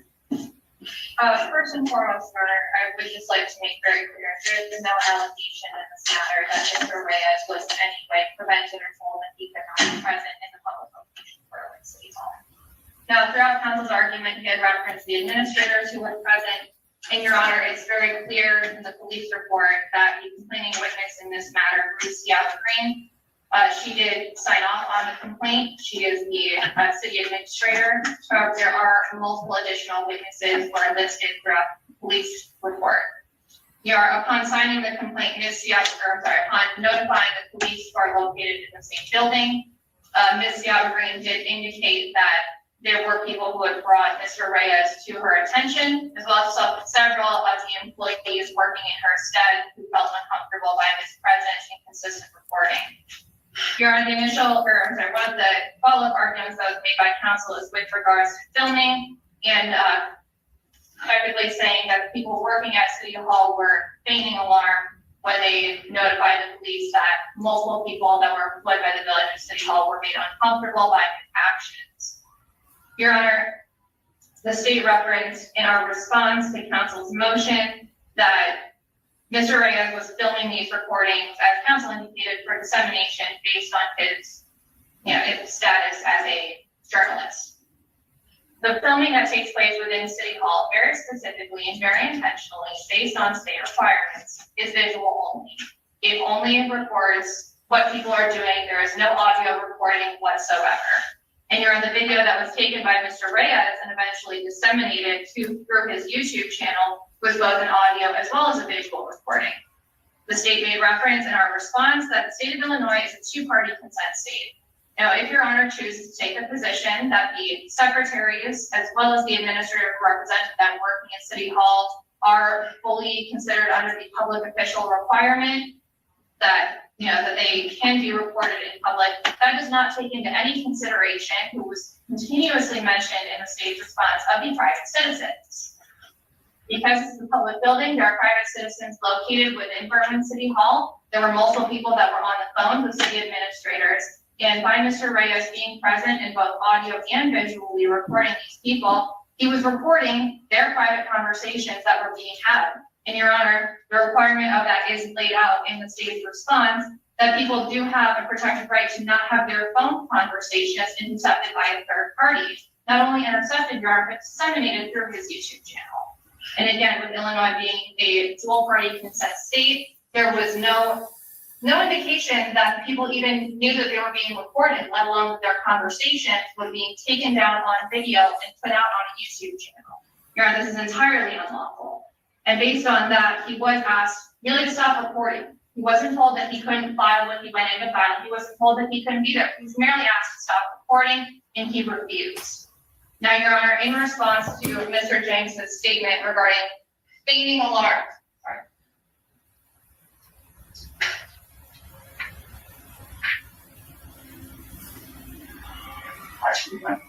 feigning alarm by the complaining witness. Your Honor, the state would ask the court to take judicial notice that upon arrest, Mr. Reyes his information was input into the lead system and an arrest card was generated.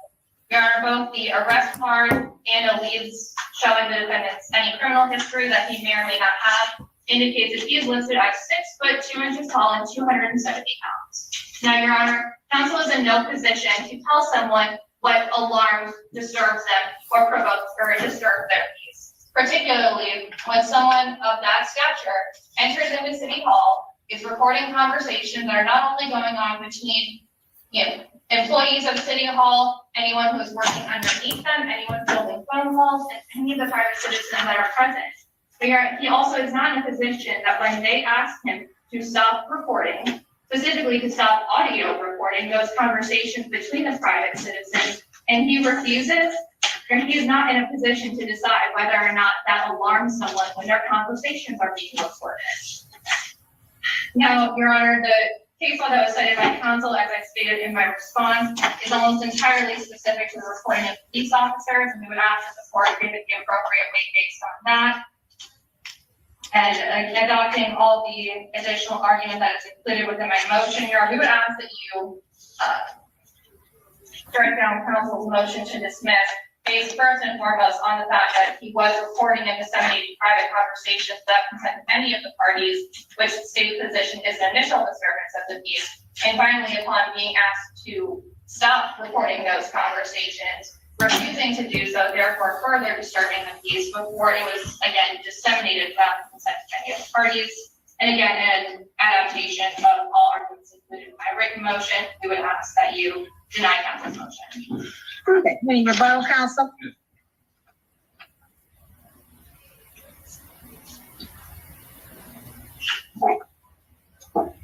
So the state continues to mention private citizens that were being recorded.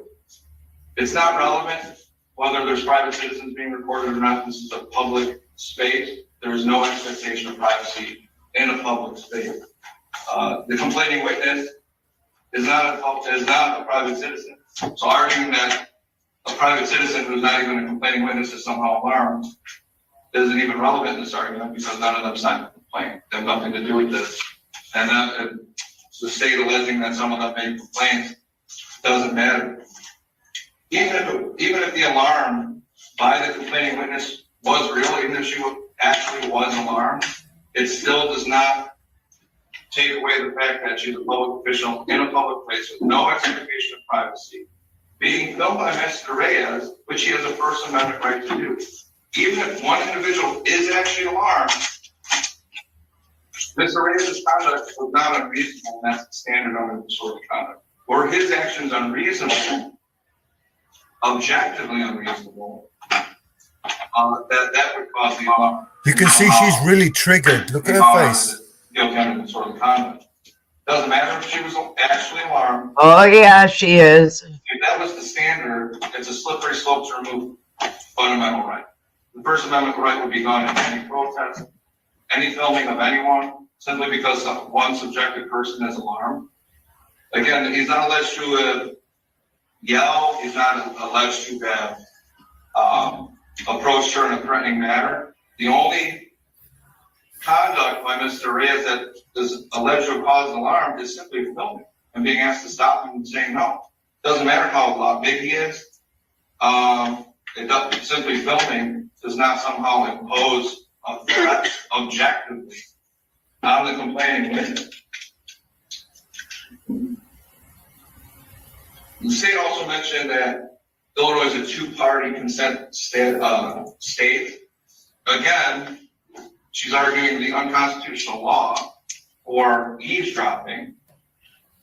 Eavesdropping has to be done surreptitiously, not out in the open.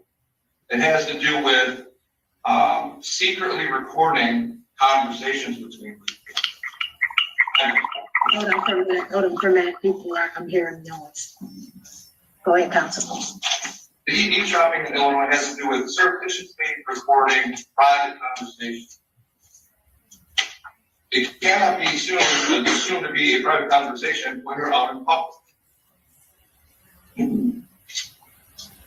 Being out in public, again, has no expectation of privacy, which anyone out having a conversation, the people next to you can hear it. If they're in public, you can record it.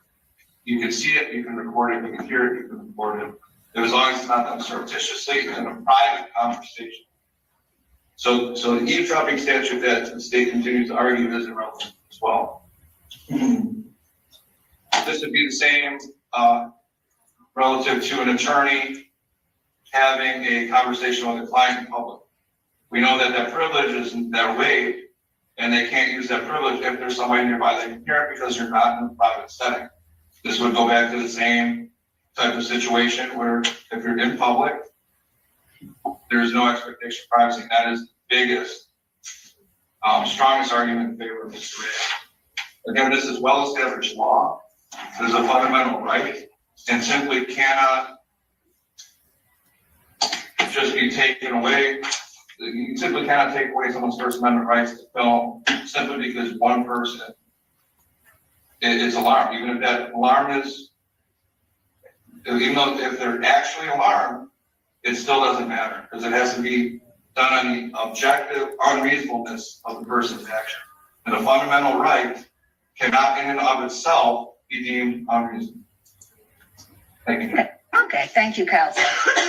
Okay, as I stated before, I did read both of the motion to dismiss and the response in its entirety. Squeaky voice. And bad. I understand. This is bad.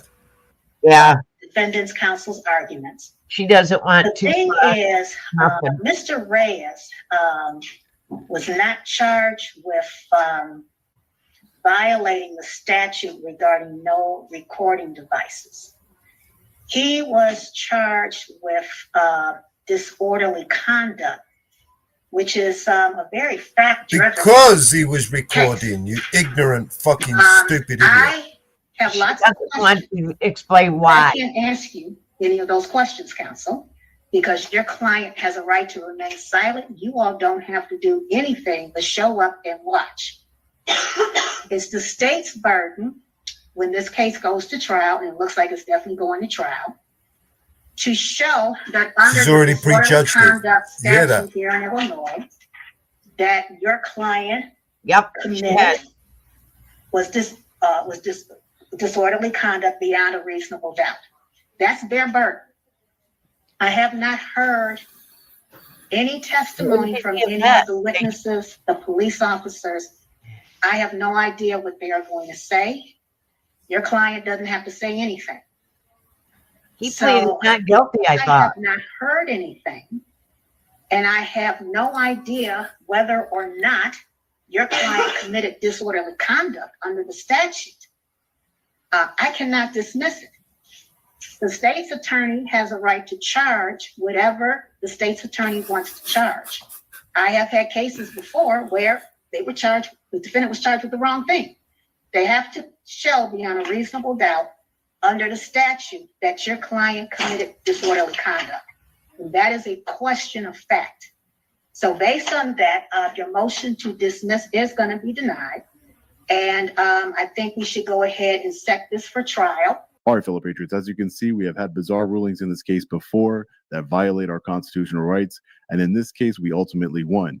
So I'm hopeful we will win again. I can promise you I will do everything in my power to fight for all of our First Amendment rights. See you Sunday. As always, stay safe. God bless. I'll see you in the next one. Long Island Audit. Peace. Wow.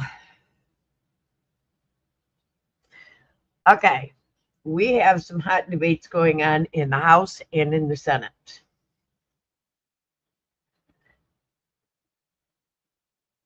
And they are both screaming about Musk and Trump.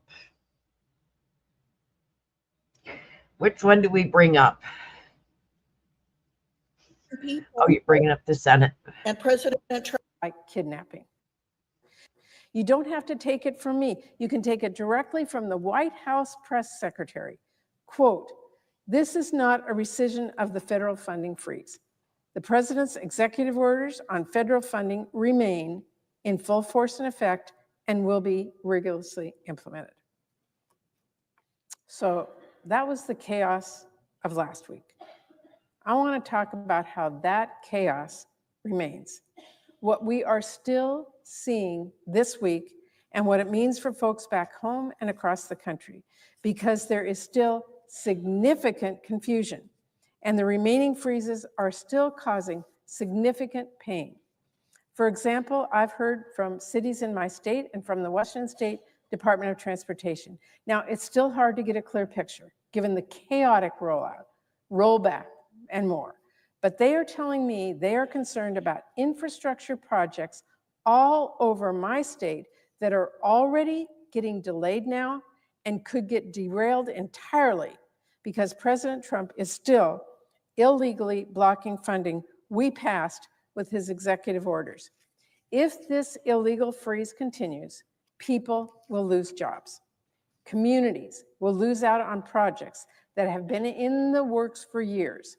Trump is blocking money to repair electric chargers, to install heavy-duty chargers for trucks, to make critical repairs to bridges in order to protect the safety of millions of drivers, and to install new chargers along major roads in my state like I-90, US 97, US 2, US 195, and US 395.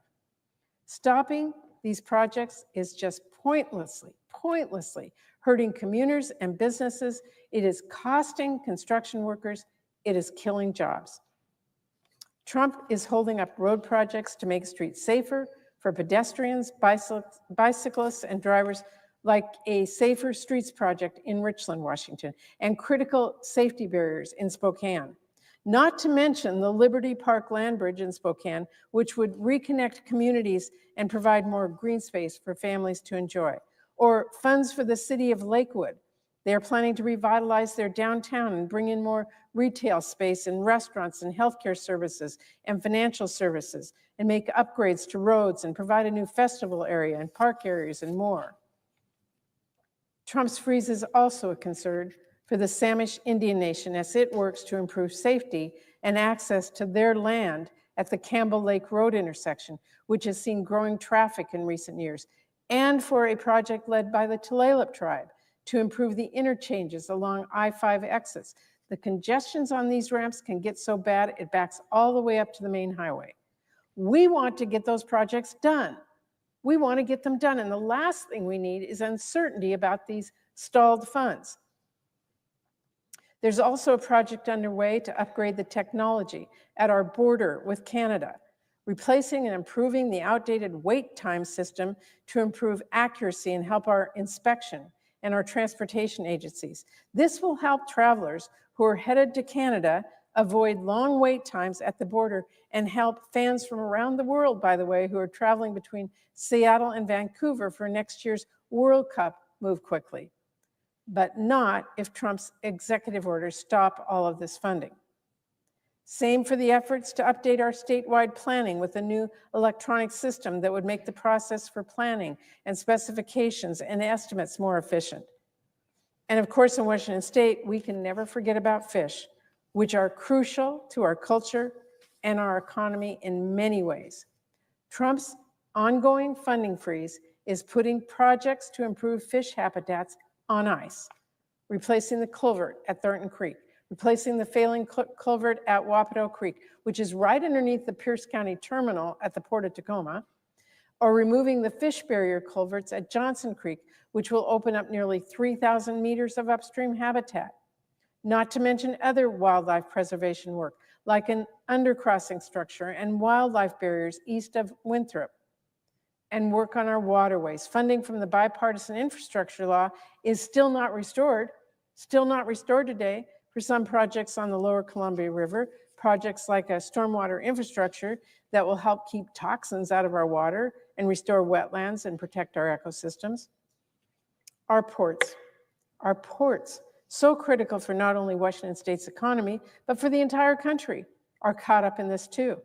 There are port projects now on hold across my state, including for electrical infrastructure and shore power for vessels. These impacts are being felt from Anacortes to Port Angeles to Vancouver.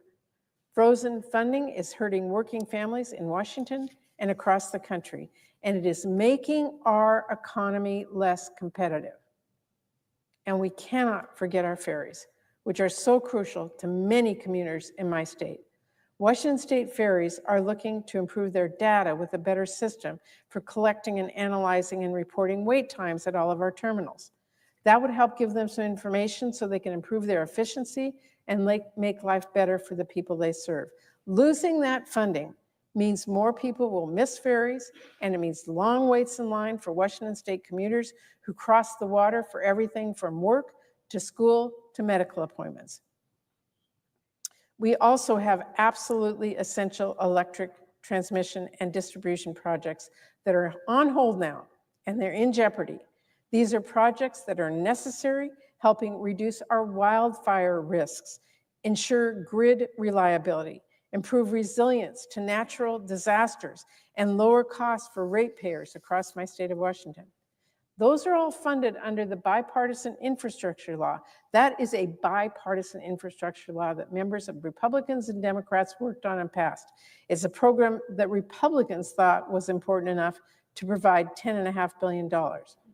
After what we have seen in recent months and years, I don't know how you can say with a straight face that modernizing our grid isn't absolutely vital to the future of our country. You don't have to listen to me. Secretary Burgum and Secretary Wright said as much in their confirmation hearings. But this project, all of these projects, and many more have been thrown into complete uncertainty because of President Trump's executive orders. It is completely unclear when or if those projects are going to get the funding they were counting on and that they were owed from bills that Congress passed and signed into law. And that is not just causing chaos, it is causing delays. It is causing harm and alarm because it could mean construction grinds to a halt, workers lose jobs. It means the work will go unstarted or perhaps in some cases unfinished. Plus, it would mean increasing costs for our cities and counties and states and tribes for those projects that somehow make it through all of this. And while there are many more infrastructure projects in my state I haven't touched on, not to mention the other projects across the entire country, there are so many other projects and organizations and people who are being harmed right now by President Trump's reckless funding freeze. I know there are medical researchers still worried their work will somehow be considered woke, when in reality, it is actually pretty darn important that we do understand the roots of health disparities. Things like why the maternal death rate is so much higher for Black or Native American women. Yet now researchers are being told their research is at risk of being defunded if they are examining issues of equity or barriers to care, or even if they are specifically studying females. And there are hospitals in my state and across the country who are worried that some of these programs, which are appropriately focused on someone's gender or race, are in jeopardy. For example, I'll give you a good example. We know that pulse oximeters are less accurate for people with darker skin tones. Making sure that these clinical measurements are accurate will save a life, and it has life and death consequences for patients. We know women have much higher rates of autoimmune disorders than men. We need to look at why that is. We need to invest in training the next generation of scientists, including from diverse backgrounds. Studies actually show us that diversity in the scientific workforce leads to greater innovation and productivity. But there is a serious concern that life-saving work is going to get caught up in President Trump's sweeping, illegal executive orders. Another impact of Trump's actions, the National Park Service has rescinded all of its employment offers for our summer seasonal staff. Now that doesn't just mean people are going to be facing longer wait lines or dirtier bathrooms, they will. It could mean park closures throughout this entire summer. It will mean delayed responses to emergencies, making people less safe.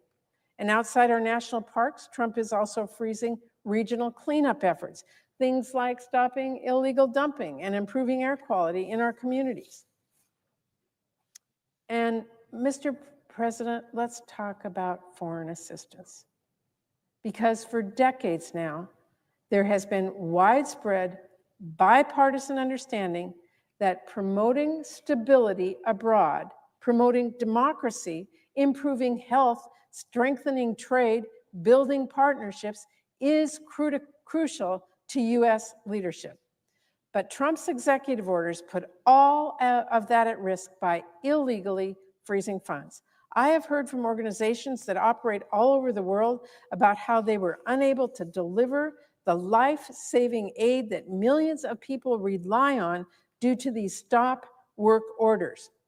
That meant millions of doses of life-saving drugs sat unused on shelves.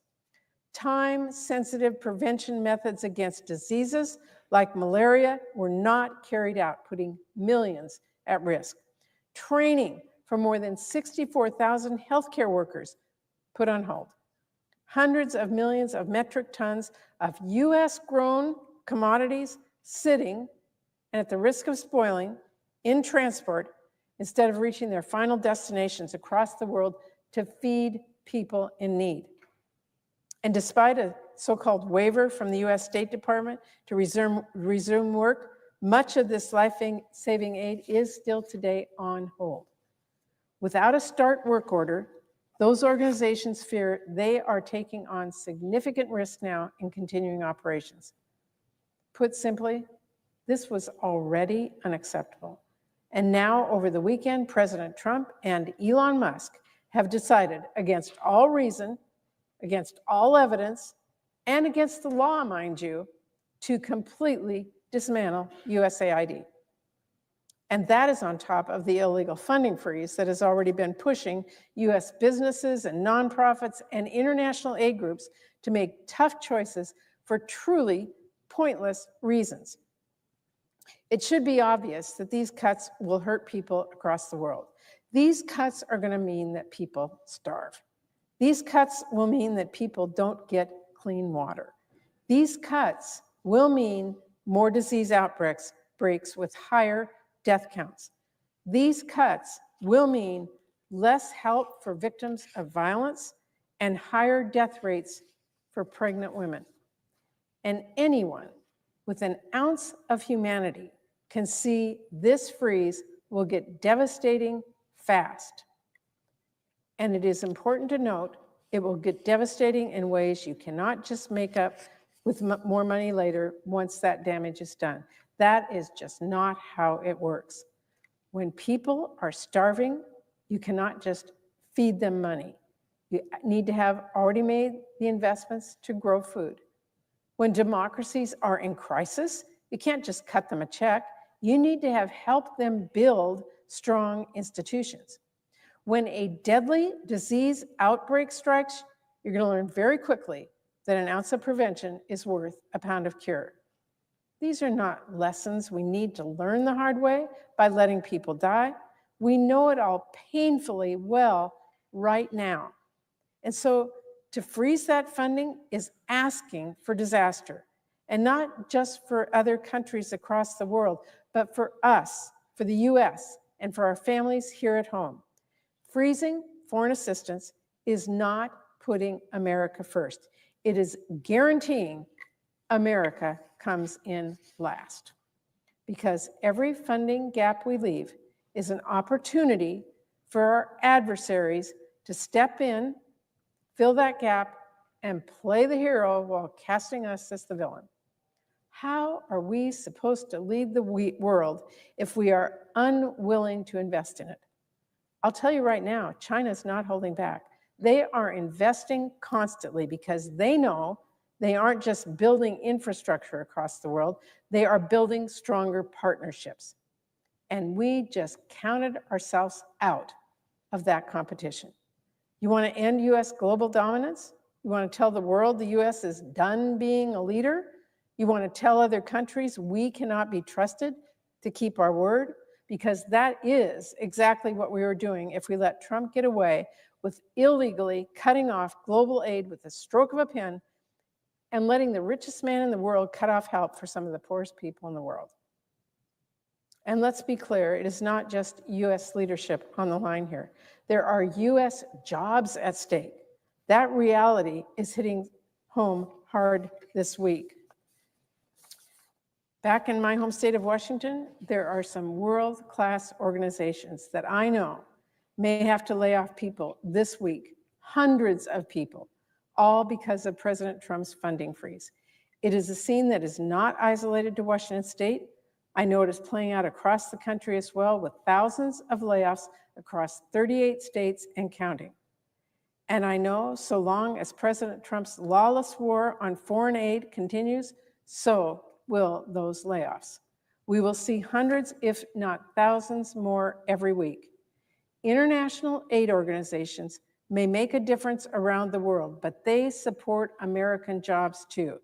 People who have a paycheck and a family, people who work incredibly hard and who are incredibly proud of the work they do to make the world a better place and reaffirm US global leadership.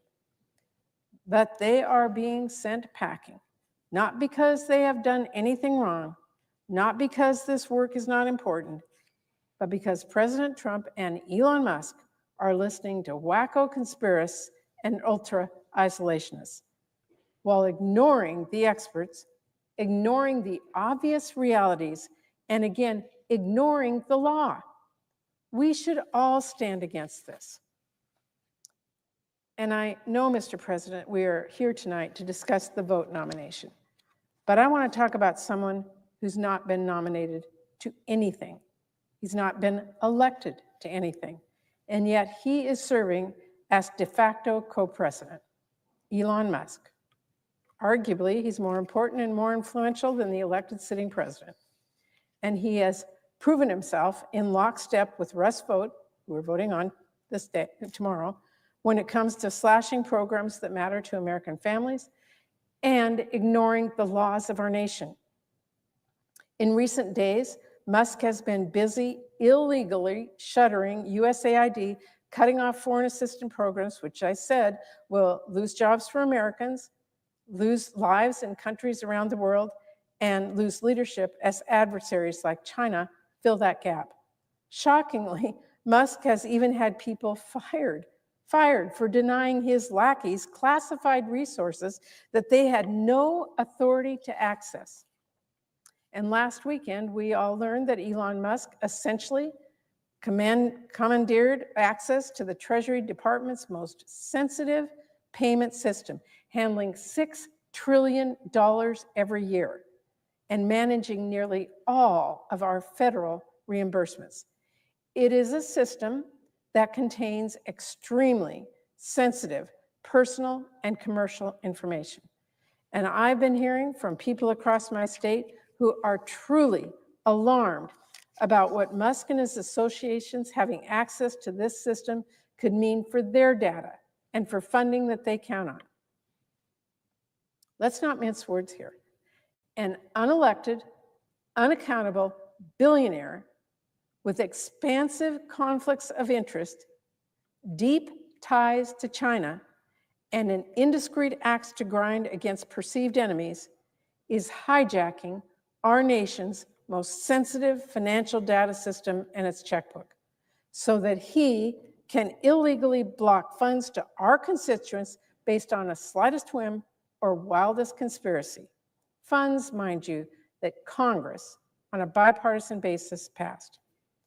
Some Republicans are trying to suggest that Musk only has viewing access to Treasury's highly sensitive payment system, as if that's acceptable either. But why on earth should we believe that, particularly when Musk himself is saying the exact opposite loudly and repeatedly for everyone to hear? What funds will Elon target next? Life-saving medical research? Homelessness assistance? Food banks? We already know he's falsely attacking faith-based organizations that help folks and promising to cut off funds based on conspiracy theories. In other words, the world's richest man has vowed to cut off funding that helps the least among us. Think about that. And next, think about how many dollars he himself makes from government contracts.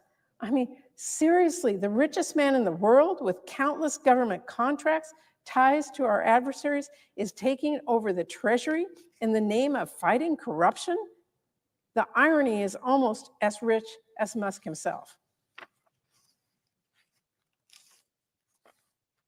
And let me underscore, Mr. President, just how dangerous this is, because now that Trump has handed over Treasury's checkbook, what if Elon decides he doesn't like how Rivian is getting federal funds to build an EV manufacturing facility? So what next? All Elon has to do is say, oh, they're woke, and he can convince Trump to illegally cut off those funds. Is that how this works now? Maybe Elon will decide he doesn't like Blue Origin and not SpaceX to get a contract, so he wants to gum up the works on their payments. Is that how this works? Maybe Elon decides he wants to get into electronic healthcare systems, and maybe he wants to punish hospital systems that don't take him up on whatever he is selling. Private corporations and competitors need to take note. The potential for abuse and corruption by Elon, especially considering his track record, is pretty much limitless. And it is not just Treasury. Musk and his henchmen are launching a full-scale invasion of sensitive data systems across government. We are talking about the Small Business Administration. We are talking about NOAA. We are talking about Medicare. The reporting is now clear. They are not just looking either. They are directly making changes to some of those critical systems. This is not Silicon Valley where you can just move fast and break things. When you break things here, people don't get their health care. They don't get their Social Security check. They don't get crucial warnings and life-saving information. And anyone who thinks, well, that surely won't happen, has not been paying attention. Because just this week, Elon Musk and Donald Trump put Americans in danger. We have citizens in dangerous corners of the world who were suddenly locked out of their emails, and they were cut off from an app that is meant to help address threats like kidnapping.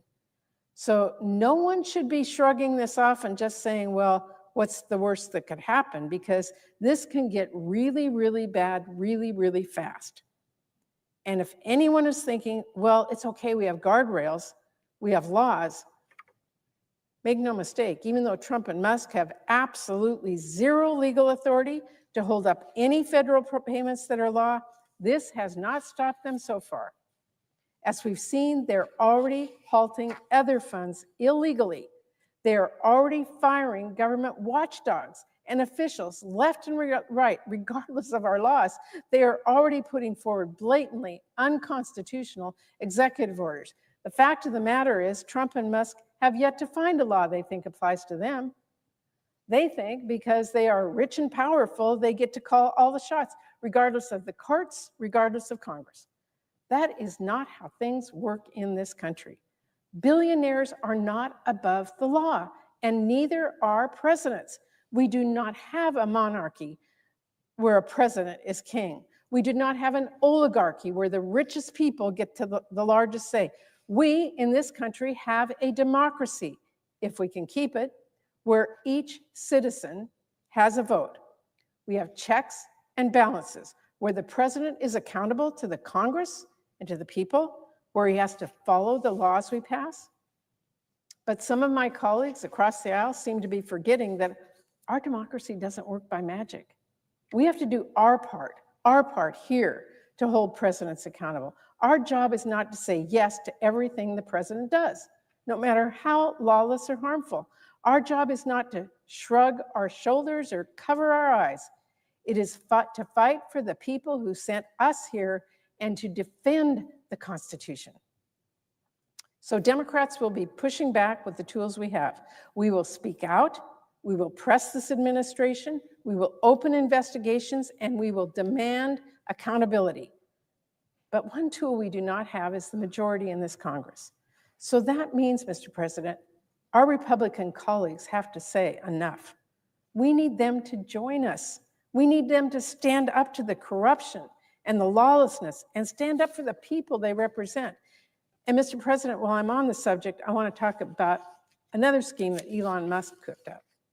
We are approaching the deadline that's set in Trump's administration fork in the road message, which claims, and I have to emphasize it, merely claims to give federal workers the option of a deferred resignation that would allegedly allow workers to retain all pay and benefits regardless of your daily workload and be exempted from all applicable in-person work requirements until September 30th. I want to speak directly to all of our federal workers about this because they deserve better than to be pushed out the door with a 9-day pressure tactic that comes with no clarity, no details, and a lot of questions left unanswered. So here's what is important for everyone to know. First, there is no guarantee workers who accept that offer will get paid through September 30th, as they've been promised. Not only is there no funding for that time frame right now, but I personally am deeply skeptical of any offer from a president like Donald Trump, who has so consistently shown he will try to stiff workers at every opportunity. Being given only 9 days to decide something like this should set off alarm bells. There is a short amount of time to consider all of the financial impacts of potentially accepting this offer, including if and where you'd be able to find another job. How would this impact your benefits like health insurance, retirement, and a lot more? And we all know scammers often pressure people, act immediately. Additionally, the information being provided continues to change and includes, by the way, a lot of caveats.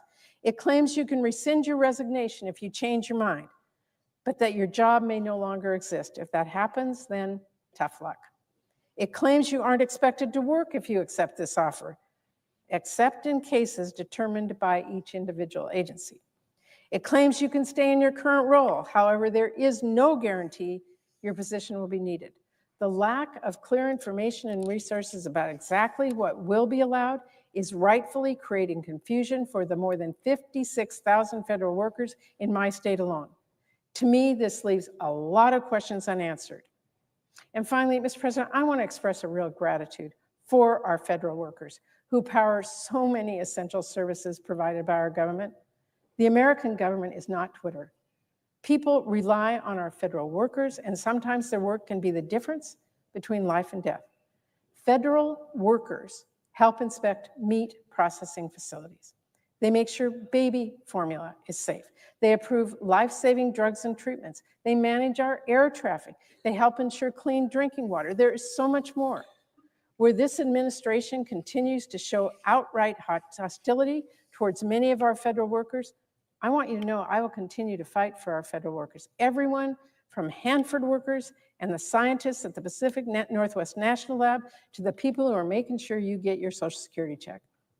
Mr. President, I got a letter this week from a Hanford worker.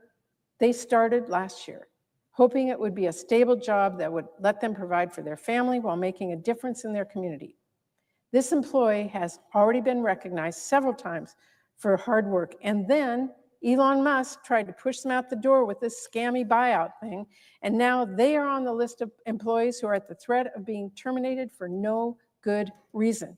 That is an utter betrayal. It is a betrayal of a hardworking parent who did nothing wrong, and a betrayal of my Hanford community where Trump is undermining important environmental cleanup work. Because at Hanford alone, which is already understaffed, there are nearly 30 people now on the chopping block. They are nuclear safety engineers. They're facility safety representatives. They are procurement and contracting personnel. They are attorneys, they're labor relations staff, they are accountants. How is firing nuclear safety engineers supposed to make anyone safer or better off? Mr. President, there's so many stories like this already happening or just around the corner. I've heard that Musk and Trump plan to cut workers at the Department of Energy in half. These are federal employees who put in long hours to support their families and to strengthen our country. And for all their years of service, for all their sacrifice, Elon Musk is showing them the door and saying, don't let it hit you on the way out. This is wrong and it's ungrateful. And for God's sake, we're talking about nuclear security here. Why on earth would anyone think it's a good idea to cut corners? So here's my message to our federal workers. You do so much for our communities. You deserve so much better than to have a billionaire with no understanding of what you do come in, belittle your work, suggest he can do it better, and push you out the door. So I hope you will all keep up the good work for the American people. And I want you to know we will keep fighting for you as well. So, Mr. President, before I conclude, I just want to hit once more on what is at stake with Vote's nomination. We are talking about hundreds of billions of dollars in federal spending that Congress, us, passed, that our communities are counting on, and that Mr. Vote has made painfully clear he will not think twice about illegally blocking it. Giving this man the power to enact his illegal schemes will do real harm to folks back home. It will cut people off from getting groceries and making rent. It will cut our families off from childcare and healthcare. It will cut veterans and their survivors off from disability and education benefits they earn through their service to our country. It will cut off breakthrough medical research and help for people who are struggling with opioid addiction. It will cut off communities who are working to build bridges and improve roads and strengthen their energy infrastructure. That will have serious consequences we cannot overlook. We are here to fight for our families. But there's also another serious consequence here, one that cuts to the heart of what makes this Senate work and what makes our democracy work. Confirming Russ Vote to OMB makes it that much harder to negotiate our spending bills. It is much harder to reach a bipartisan deal with my colleagues, whom I respect and trust and have worked with for years, if that deal is going to be implemented by someone in whom I have zero trust. Someone who's made clear that despite our laws, he is going to block any funding we pass. Why should any senator vote to confirm someone who has made it perfectly clear he will undermine their authority to help their constituents? Mr. President, as I have said, our system of checks and balances does not work on its own. We have to actually do our part here in Congress to be. It's not working, darling. Your checks and balances are not working. Now, actually, it's an Wake up. obligation right now to do just that. Before us right now is a nominee. They won't wake who's up. made it very clear he will not respect the authority of Congress, of all of us and the people who voted us in. Nominated by a president who's not respecting the authority of Congress and the people who voted us in. We have to say we can't stand for that. We have to say from here that the law is the law. And a simple way we can send that message is by rejecting Russ Vought's nomination outright. So, Mr. President, I am here today to strongly urge my colleagues to join me in doing just You're that. begging. Thank you, Mr. It's President. like begging. More like beg. Get on your knees. That, I recognize the senator from Massachusetts. thank you, Mr. President. I'd like to start by thanking Senator Murray for her extraordinary leadership. She has been a stalwart in the Senate for many, many years, and now is the ranking member There we of the go. Appropriations Fucking Committee and vampire knows number one. firsthand the importance of the process by which we make a law in the United States, and that includes that we pass those laws in Congress, we fund them in Congress, it's signed by the President of the United States, and people across this nation can know through that process, those are what the laws are. And if you don't like those laws, then elect different people who will come up with different versions of the law. But everyone, Democrat or Republican, sticks to the same version, and that is a law is a law. The President of the United States or his co-president, Elon Musk, do not have the right simply to go back on the laws and say, oh, we picked that one, and that one to enforce, and that one no, and maybe that one half time. That is not how the process works. And Senator Murray has been the leading voice in fighting back against this, and I just want to say how much I appreciate all that she has done. So I want to talk for just a minute about Project 2025. During the 2024 election, the American people became familiar with this Republican document called Project 2025. The document laid out Republican plans to reshape our country if they gained control. Now, Americans, little at a time, got a chance to see the plan. People started to read it, and they were shocked. In no time, people from across the political spectrum, not just Democrats, Republicans, independents, made clear how much they hated Project 2025 and that they wanted no part of it. So what was in Project 2025 that made it so widely hated across the political spectrum?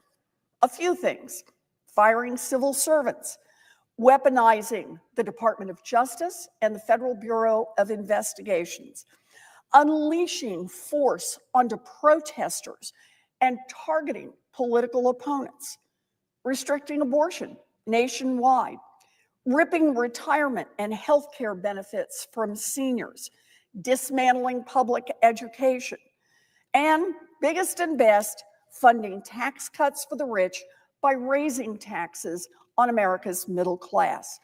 And I want to be clear, the big document, those are just the top lines. So Donald Trump's response was to swear over and over and over again that he had nothing to do with those plans. Didn't know about them, didn't endorse them, didn't want anything to do with them. Here are some of the things that Donald Trump said about Project 2025 back in 2024. Quote, I know nothing about Project 2025. I have nothing to do with Project 2025. I disagree with some of the things they're saying, and some of the things they're saying are absolutely ridiculous and abysmal. And my personal favorite, They've been told officially, legally, in every way that we have nothing to do with Project 2025. So think about that. During the 2024 election, Donald Trump claimed he didn't know anything about Project 2025, but he lied. Shortly after the election, he nominated one of the chief architects of Project 2025 in a key role with the government.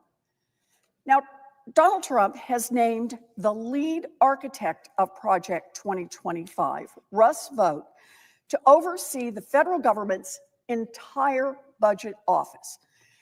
That's right. Listen to this one. He is putting the head writer of the plans that you had only read about in nightmares in a key government position. Russ Vought wrote Project 2025, and now Donald Trump is rewarding him by inviting him into the government in order to carry out the Republican blueprint to make our government force people to live in the image that Russ Vought and other extremist Republicans approve of. And he plans to rework our economy to benefit the wealthiest among us and make everybody else pay for it. Here are just a few of the things that Russ Vought has called for. Russ Vought has called on Congress to outlaw medication abortion nationwide, restricting women's reproductive rights even in states that protect abortion. Russ Vought has encouraged discrimination against transgender people in the workplace and in healthcare. In his first stint as OMB director, Russ Vought decried the use of federal funding for diversity and equity training in a letter to federal agencies. The Project 2025 playbook calls for eliminating almost every civil rights office in the federal government. And Russ Vought has said he intends to put federal workers, quote, in trauma and destroy the merit-based system for civil servants so that he can fill the government with right-wing extremists. I'm going to pause here for a minute to see if Senator Gillibrand wants to speak. Thank you, Senator Warren, for your unbelievable tenacity and clear-eyed and thoughtful remarks. I yield the balance of my post-cloture debate time on the Vought nomination to Senator Schumer. Duly noted. Thank you again, Senator Warren. Let's keep in mind, so Russ Vought has called for outlawing abortion, medication abortion, nationwide. Doesn't matter whether or not you live in a state that says, no, we are going to protect abortion. Russ Vought wants to find a way to make sure it's shut down everywhere. He wants to encourage discrimination against transgender people. He thinks that getting rid of civil rights is the way to go for the American government. And he says he wants to put federal workers in trauma and destroy the merit-based system for civil servants so he can fill up our government with right-wing extremists. Now, we are already seeing firsthand the devastating effects of Russ Vought's plan for America. Russ Vought was the puppet master behind the funding shutdown that threw this country into chaos last week. You know, I saw this in Massachusetts. Parents didn't know if their toddler's daycare would be open. Seniors didn't know if the hot meal that they were expecting from Meals on Wheels would grind to a halt. No one knew if the nursing homes funded by Medicaid would be able to pay their workers. And that was just the tip of the iceberg for Russ Vought. If he is confirmed, you can absolutely bet on Russ Vought pulling out the rug from working people over and over and over again. And quite frankly, we don't know where he will stop. This is where they've started, 3 weeks in, and this is where they've started. So will Russ Vought, Elon Musk, and Donald Trump stop when they've ripped abortion rights away from every single woman in America? Will he stop when he's abolished the Department of Education and fired 180,000 teachers from their jobs? Will he stop when he has privatized Medicare and when seniors can't afford to go see the doctor? Will he stop when he's done stealing from middle-class families in order to fund tax breaks for the wealthiest households? Yep, by the way, that is in his blueprint too. Tax hikes for the middle class, tax breaks for the rich. Or will he stop when he crashes the economy? Get that tax Take it from me, with these kind of plans, crashing the economy is no longer a stretch. Russ Vote's Project 2025 proposals will lead to higher inflation, higher interest rates, and weaker economic growth. Project 2025 would seriously threaten another recession.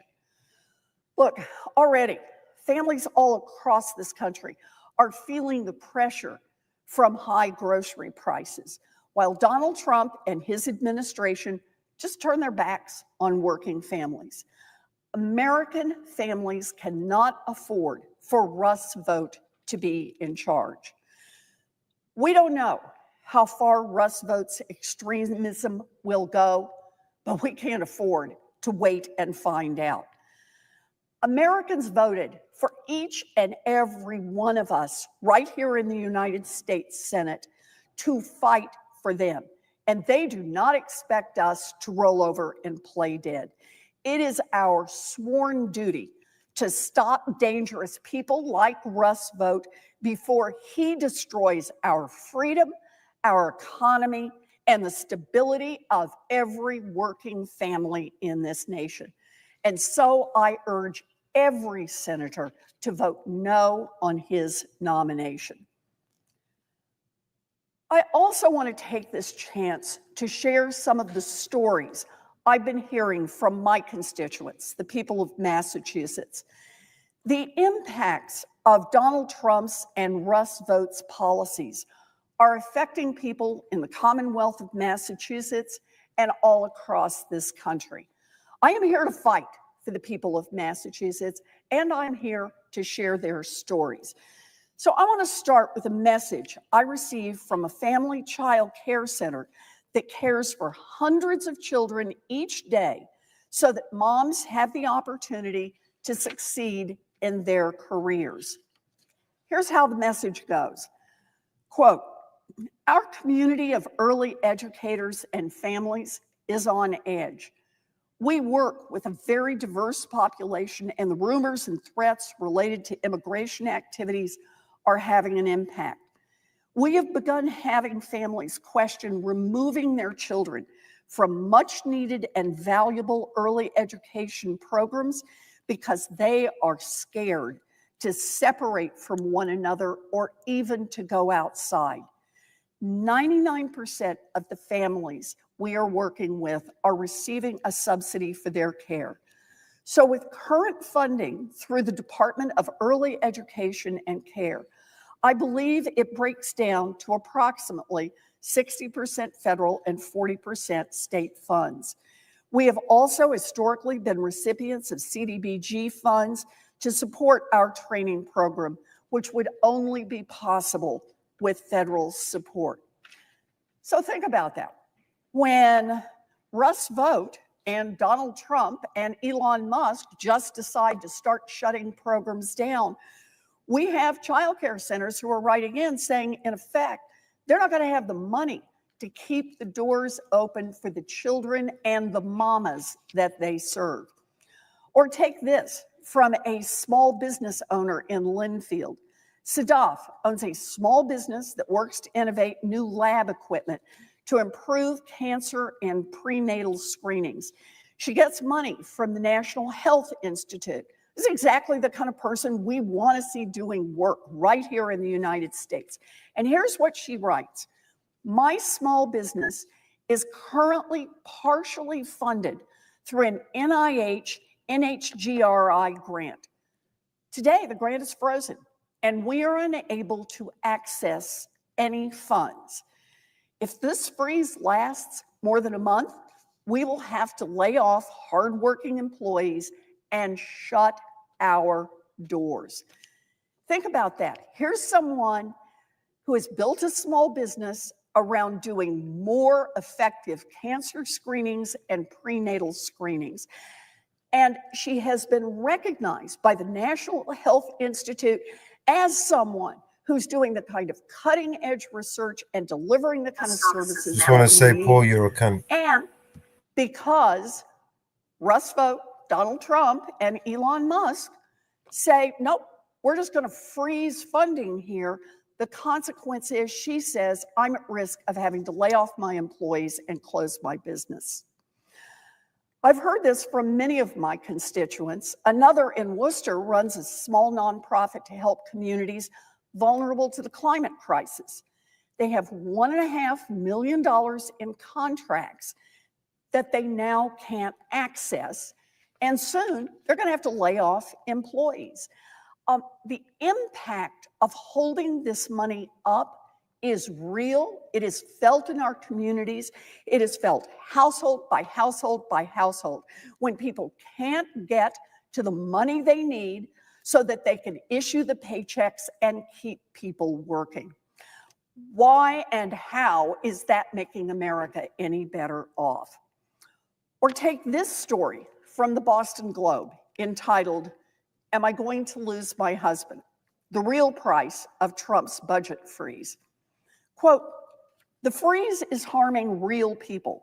One of them is James, a Virginia resident who told his story to the editorial board, but asked that his last name not be used because he fears retaliation. 8 years ago, when James was 32, after years of health problems, he was diagnosed with neuroendocrine tumors, formerly lungs. Doctors gave him 3 to 6 months to live. Now, standard treatment for these tumors is shots with 1 or 2 drugs. And I'm going to do my best to pronounce them, ocetrotide and or lanrectitide. The first couple of months after his diagnosis, James spent a total of about $10,000 on shots and scans, and that was in addition to his insurance coverage. So this is someone with health insurance. He was working in a toy shop, he was studying graphic design, and the medical care completely drained his savings. Then James entered a National Institute of Health research trial. Because James was unusually young to get carcinoid syndrome, NIH researchers wanted to study how he reacted to the disease and treatments. So for the next 8 years, NIH provided and paid for his shots, scans, surgeries, medications, and procedures. Quote, all I had to do was be a guinea pig, James said. As of December, he was getting a shot of lanrectitide, which can cost thousands of dollars. And he was getting this shot every 3 weeks to keep his tumors from growing. Quote, if I were to lose the medication, they'd likely ramp up, become more aggressive, and potentially spread to other organs. It could be a death sentence, James said. The disruption started when it became clear Donald Trump might win the presidential election. In October and November, NIH began recommending that if patients could get some medications, anti-nausea medication or painkillers, from other doctors, they should, because the federal agency feared budget cuts. In December, after Trump's election, James said his doctor told him NIH could no longer provide lanrectitide, but he was still part of the research protocol, so he would get yearly scans, and the NIH would conduct and pay for any necessary surgeries. In other words, they wanted to continue to be able to study him. In December, James started experiencing aphasia and memory loss, and a scan found spots on his brain. He's still undergoing diagnostic tests. NIH had treatment protocol prepared for if the cancer did spread to his brain. Once Trump took office in January, however, James was told the research was frozen indefinitely and he won't be getting any NIH care until that changes. James is continuing treatment with a Medicare insurance plan provided by Kaiser Permanente, and he qualified for financial assistance grant through May. But he worries that the Trump administration will end that financial assistance. James receives disability payments, and his wife is a teacher, so they can't afford high out-of-pocket payments. Quote, "When I heard about this, I thought, am I going to lose my husband? Is he going to die?" His wife, Becky, said. Make no mistake, these are not one-off stories. Families everywhere, all across the country, in red states and blue states, are feeling the impacts of these policies. Everyone. Now, maybe you knew about this, maybe you didn't, but Trump is trying to keep you in the dark on some of these things while he distracts by renaming the Gulf of Mexico or dreaming about Canada as the 51st state. In just his first couple of weeks in office, Donald Trump has gone on a rampage against working people, signing hundreds of executive orders, rolling the clock back on progress and reinstating harmful and unpopular policies from his first term. He signed many of these executive orders in the middle of the night because he and his administration didn't want people to know about them. So I just want to remind everybody, for all those pictures of Donald Trump signing while everybody looked on and everybody smiles, or Donald Trump holding up an executive order that he signed very proudly, that's not all the executive orders.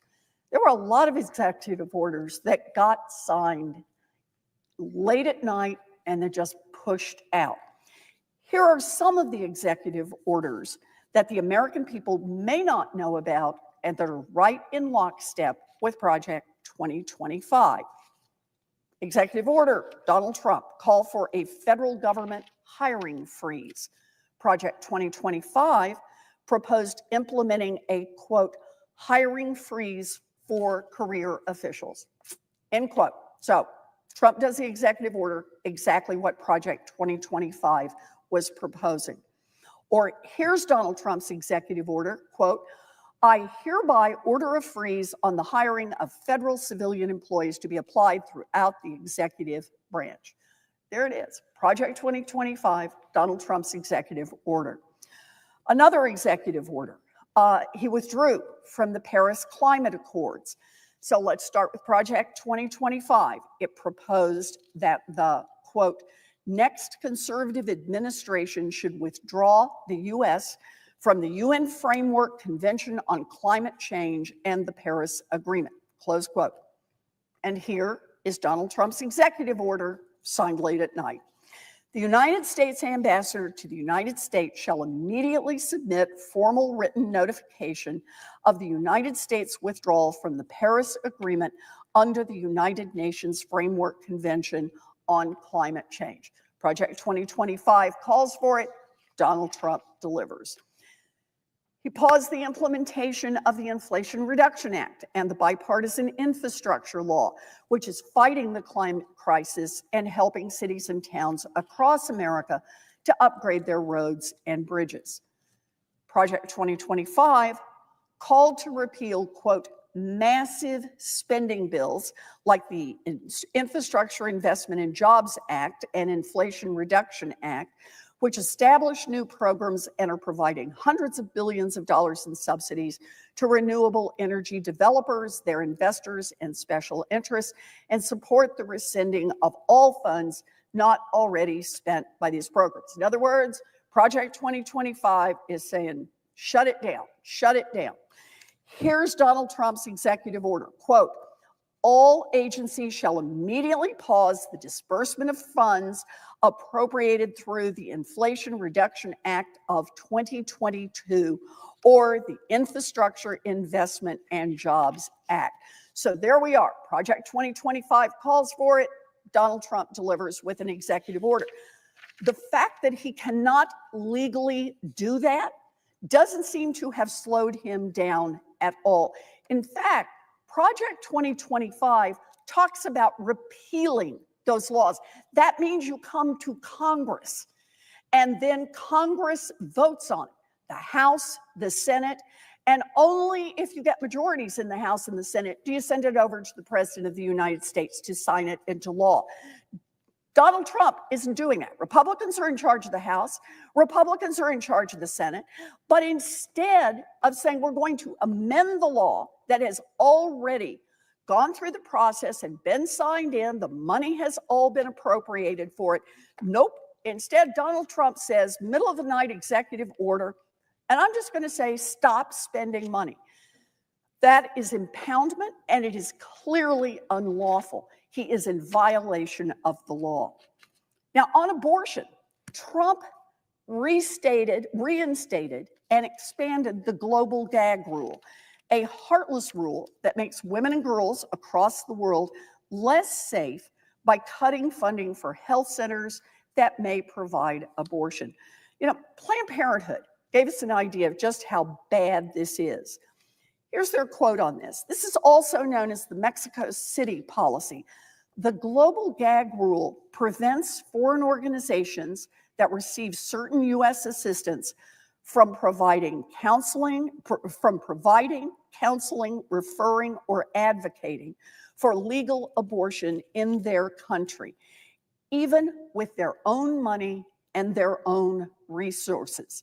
The global gag rule blocks healthcare access, disrupts coalitions, and stifles local advocacy efforts, and undermines reproductive rights worldwide. By the way, it is also deeply unpopular with the American people. In fact, here's what Alexis McGill Johnson, who is president and CEO of Planned Parenthood Federation of America, said, quote, President Trump is kicking off his second term exactly as anticipated, attacking sexual and reproductive health care. The global gag rule not only disrupts the delivery of health services in areas of the world that are most in need, it also rolls back progress in countries that have fought to advance healthcare and human rights. Elected officials should not be interfering in personal medical decisions in this country or anywhere else in the world. We must reverse and end the global gag rule permanently, full stop. But Donald Trump just signed that executive order in the middle of the night, and women, particularly poor women, all around the world will pay the price. And here's more of what Donald Trump did to try to turn back the clock on women's bodies. This one comes from Politico.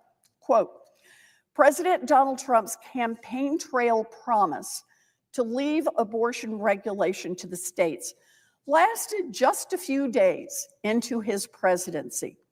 He issued executive orders that revived some anti-abortion policies from his first administration, including restrictions on federal funding for family planning and other health programs abroad that discuss abortion as an option or provide referrals for the procedure.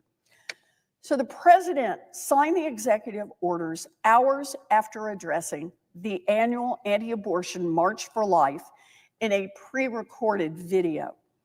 A 2022 study by the National Academy of Sciences estimated that Trump's anti-abortion restrictions on foreign aid led to 108,000 deaths of women and children in poor countries over the 4 years of his first administration. How does that happen? Well, it's because that executive order from the first time around slashed funding for groups like the nonprofit MSI Reproductive Choices, which operates clinics that provide contraception and testing for sexually transmitted infections with U.S. funds, and it uses separate revenues to fund and provide abortions. MSI said ahead of the policy being reinstated that it wouldn't abide by it. This will lead to the organization losing $14 million in U.S. Agency for International Development funding. An MSI spokesperson said, the organization estimates the financial loss could result in an additional 2.4 million unintended pregnancies because the organization would have to stop providing contraception in several countries. I am at a complete loss to explain how the United States is better off if more unintended pregnancies happen in poor countries, and how we explain that last time around when Trump did this, it resulted in 108,000 deaths of women and children in poor countries, and that we're headed straight into the same plan again.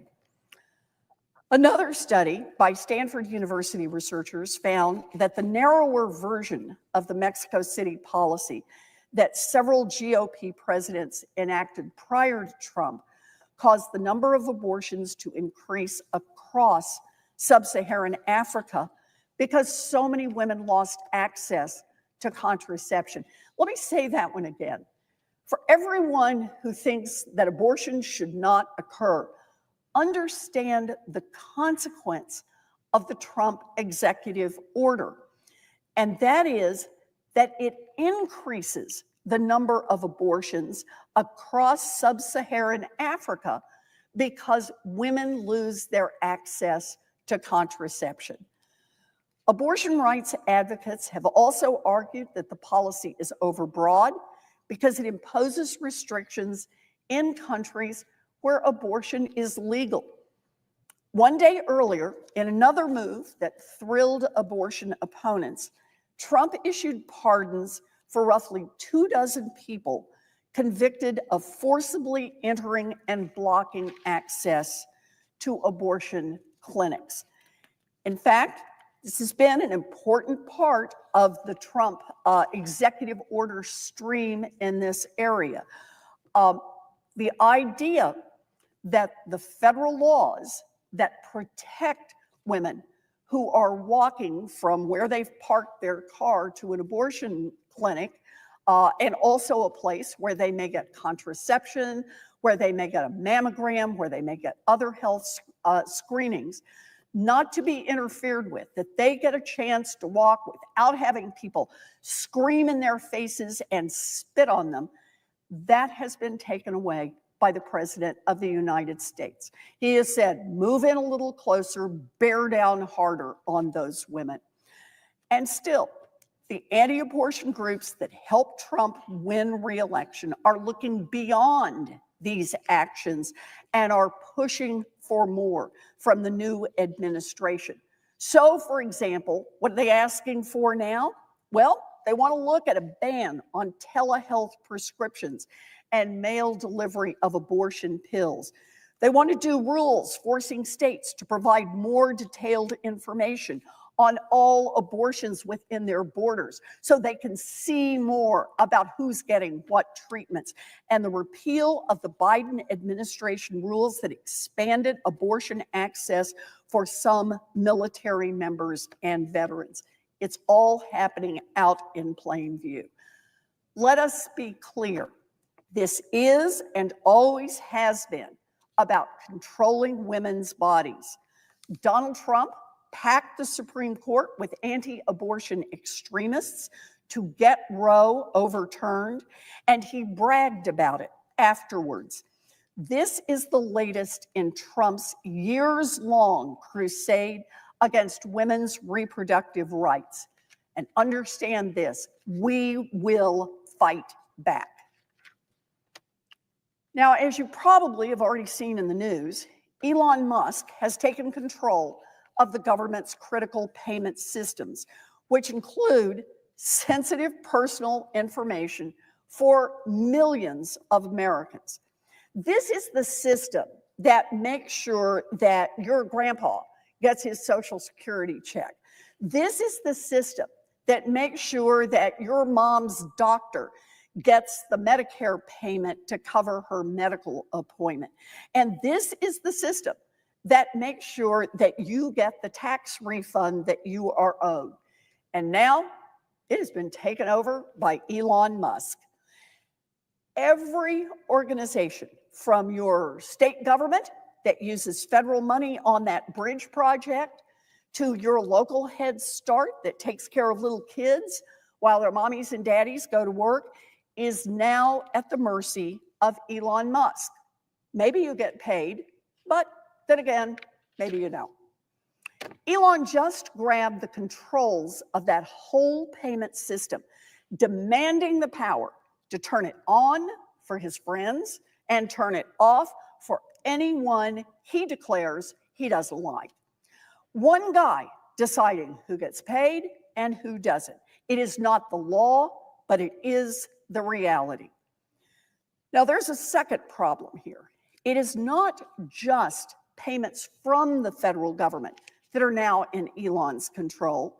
Elon and his handful of friends now have access to your personal financial information, anything that is in the system. Your payment history, your social security number, your address, your bank account numbers. Elon now has the power to suck out all of that information for his own use. And now, whether it's to boost his personal finances or to expand his political power, it is all up to Elon. Understand, in a world in which data is power, Elon has just increased his The government already has all our And there's information. a third kind of problem here.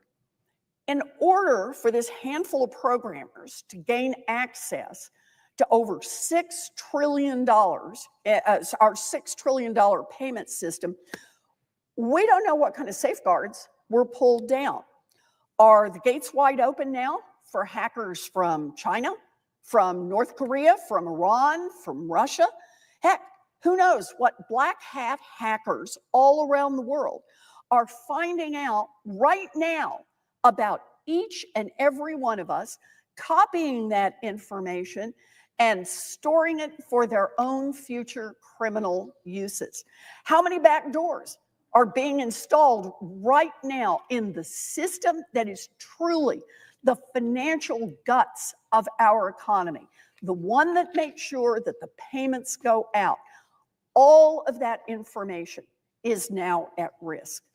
This week, I wrote to Secretary of the Department of the Treasury, Scott Bessent, with extreme concern following his reporting. So here's what I said.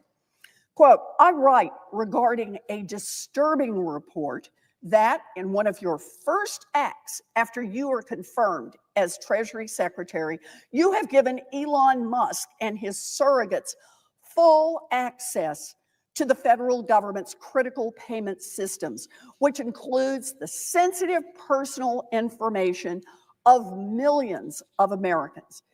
It is extraordinarily dangerous to meddle with the critical systems that process trillions of dollars of transactions each year, that are essential to preventing a default on our federal debt, and that ensure that tens of millions of Americans receive their Social Security checks, their tax refunds, and their Medicare benefits. I am also alarmed by reports that you personally sidelined the key official responsible for managing the extraordinary measures the Department of Treasury is taking to avoid a default on U.S. debt, risking missteps that could result in a global financial meltdown that costs trillions of dollars and millions of jobs.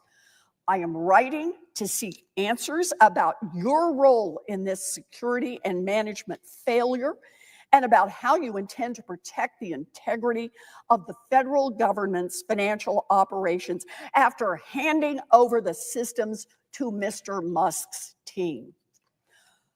According to public reports, even before President Trump's inauguration, Mr. Musk's surrogates began demanding access to sensitive payment systems that the federal government uses to disperse trillions of dollars every year. The public depends on the integrity of those systems, which control the flow of over $6 trillion in payment to American families, businesses, and other recipients each year, with millions relying on them for Social Security checks and Medicare benefits, federal salaries, government contract payments, grants, and tax refunds this filing season. In just 1 year, for example, the department's Bureau of Fiscal Service dispersed nearly 1.3 billion payments totaling $5.4 trillion. It also collected nearly $5.5 trillion in federal revenue. Given the highly sensitive nature of the information in these systems, control over them is typically limited to a small number of career officials. The Musk team's unprecedented demand for total access to the system reportedly caused serious concern at the department, particularly given that the system has historically been closely held because it included sensitive personal information on millions of Americans and sends out virtually every federal payment, including payments that are critical for the economy and national security.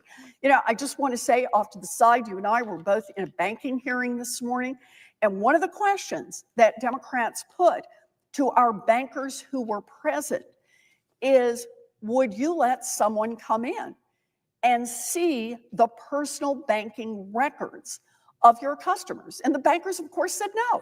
There's no way that they would permit that. And yet, the Secretary of the Treasury opened the door and said Elon Musk and his designees could come in and look at anything they wanted to look at.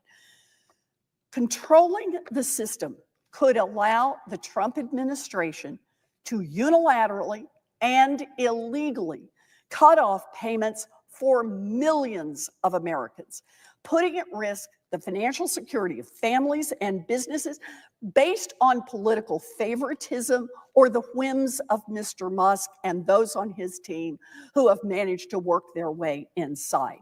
It could also give them access to millions of Americans' personal and financial information that is protected by law. We would shut down a bank that did what the Secretary of Treasury did in letting Elon Musk come in and root around in the personal financial information of Americans all across this country. The Washington Post reported that the department's top career official, David Lebrick, who served in non-political roles in the department for decades, served Republicans, served Democrats, including as fiscal assistant secretary since 2014, that he resisted political pressure to cave to the Musk surrogates. The demands of those outsiders were especially concerning because Mr. Musk and the Trump administration have tried to control spending in alarming and potentially unlawful ways, including through the chaotic announcement of a federal funding freeze last week that caused widespread harm and confusion. Mr. Musk was reportedly trying, quote, to deploy his engineers to find ways to turn off the flow of money from the Treasury Department to things that Mr. Trump wants to defund. In other words, a small group of insiders would suddenly be in a position to make decisions about whether to hold up payments to individual families or businesses with absolutely no transparency and no accountability. But rather than protecting the integrity and function of the payment system, our Secretary of the Treasury reportedly bent to pressure from the White House, suggested putting Mr. Lebrick on leave, and ultimately forced him out. This astonishing mismanagement, turning over the federal government's entire payment system and sidelining the most senior career official responsible for managing it, also puts the country at greater risk of defaulting on our debt, which could trigger a global financial crisis. The fiscal assistant secretary was, quote, the government staffer perhaps most responsible for figuring out how the United States should handle the alarming prospect of running out of money, making him a pivotal, if lesser known, player in a debt ceiling standoff. The fiscal assistant secretary is responsible for assessing when the country will exhaust its funds and ensuring that Congress has that information for, quote, coordinating and determining how much money the Treasury needs to borrow to finance the government, and for managing the extraordinary measures that the department uses to delay a default as long as possible. The fiscal assistant secretary, unlike the amateurs that the Secretary of Treasury has empowered when he forced them out, was well prepared to manage these kinds of crises. He had, quote, moved through the positions that gave him deep exposure to the plumbing of federal financing and was a, quote, scrupulously apolitical civil servant who was not angling for a political promotion. That expertise is particularly critical at this moment, when the department is already taking extraordinary measures to avoid a default that, quote, would precipitate another financial crisis and threaten jobs and savings of everyday Americans. I sent this letter to the Secretary of the Treasury, and I said, I am alarmed that as one of your first acts as secretary, you appear to have handed over a highly sensitive system responsible for millions of Americans' private data and a key function of government to an unelected billionaire and an unknown number of unqualified flunkies. The American people deserve answers about your role in this mismanagement, which threatens the privacy and economic security of every American. It is no surprise that working families are paying the price for Donald Trump and Russ Vought's reckless actions. Just look at who is running the government. Donald Trump, billionaire. Elon Musk, billionaire. Scott Bessent, billionaire. Linda McMahon, billionaire. Howard Lutnick, billionaire. Charles Kushner, billionaire. And the list goes on. The total net worth of the billionaires in the Trump administration is at least $382.2 billion. That is more than the GDP of 172 different countries.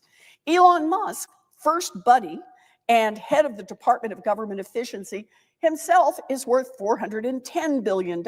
He is $115 billion richer than he was on election day. Linda McMahon, Secretary of the Department of Education, worth $3.2 billion. Howard Lutnick, nominated for the Secretary of the Department of Commerce, is worth more than $1.5 billion, but likely more. Kelly Loeffler, head of the Small Business Administration, is worth $1.1 billion.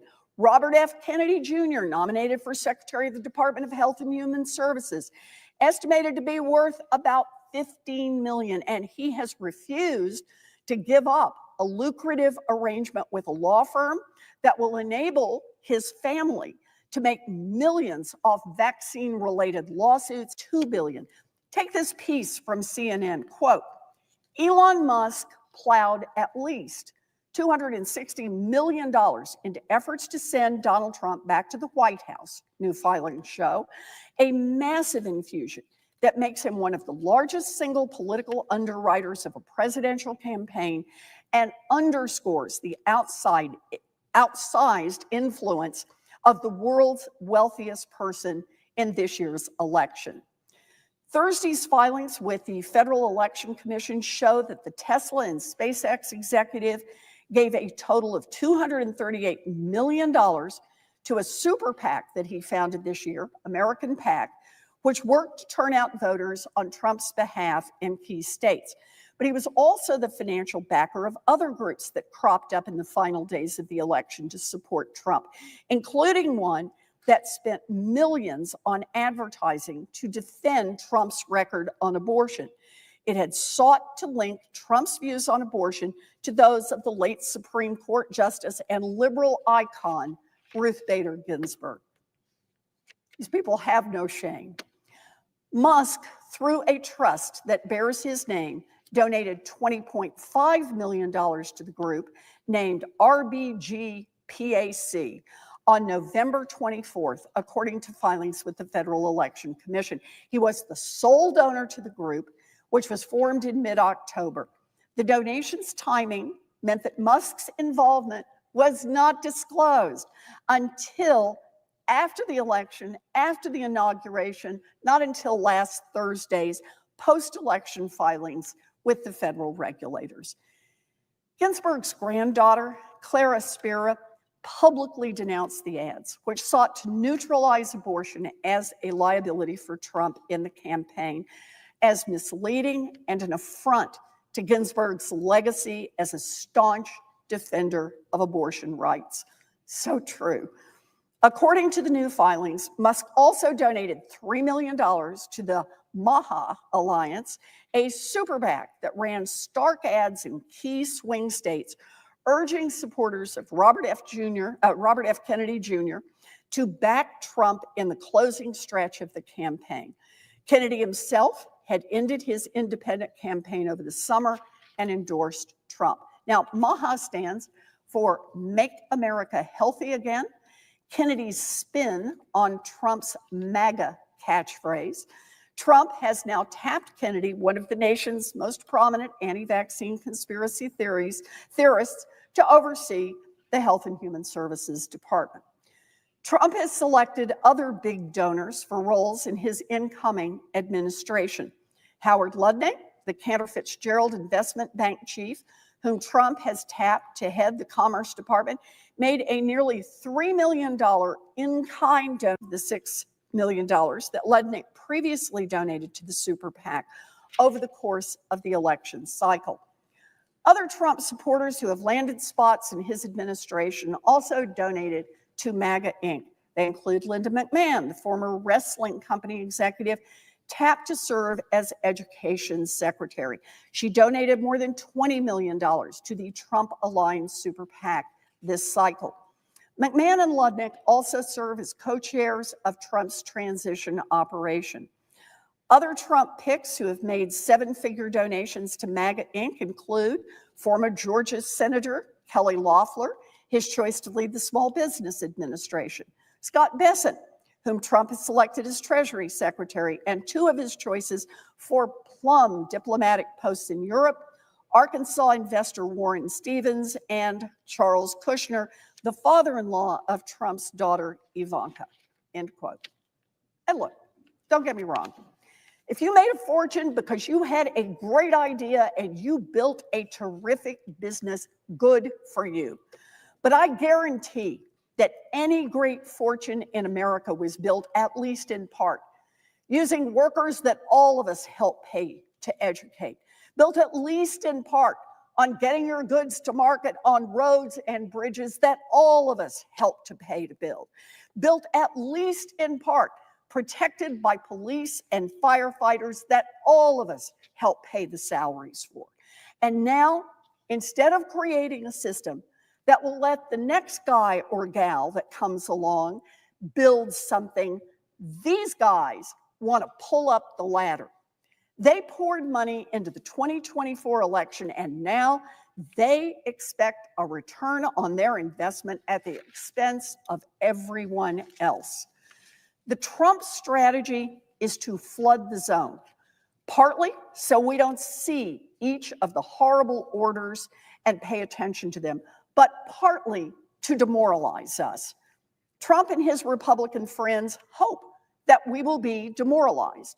They hope that we will give up, curl in a little ball, and let them do whatever they want to do. I get it. It is tough right now, but it is important that we get back up and fight And that is exactly what I am doing. I am challenging Elon Musk on his Department of Government efficiency efforts to take away help for seniors who are living in nursing homes and little kids who are hoping for their daycare. I am asking questions of every nominee and pointing out to other senators and to the public where they pose a real danger to the American people. Look at the fight of the Secretary of Defense, Pete Hegseth. He is an incredibly accused rapist who has been falling down drunk at work events, and he's run not one, but 2 nonprofits directly into the ground. Nonetheless, Republican senators stood beside him. He made it through his confirmation, but it wasn't a freebie. Some Republicans broke ranks, and everyone in the country who was paying attention got to see up close and personal just how far the Republicans were willing to go to cower in front of Donald Trump. Those are the fights we must keep fighting. We will not roll over and play dead. This is not business as usual. The number one thing people can do right now is speak out. Speak out on social media about every one of these things. Talk about the threats these people pose. Speak out about what Donald Trump is doing. In the middle of the night last Friday, Donald Trump issued a batch of executive orders turning back the clock decades on women's reproductive rights. If people talk about that, then that is how we will begin to rebuild a movement to push out the Trump vision of America, in which billionaires are on top and everyone else is left in the dirt, and women don't get to make their own health decisions. I've only got 24 hours a day, but I plan to spend as many of them as humanly possible fighting back against Trump, Musk, and the billionaires who have taken over our country to promote themselves at the expense of everyone else. It is up to us. I'm not lying down and playing dead, and I hope nobody else does either. Mr. President, I yield the floor.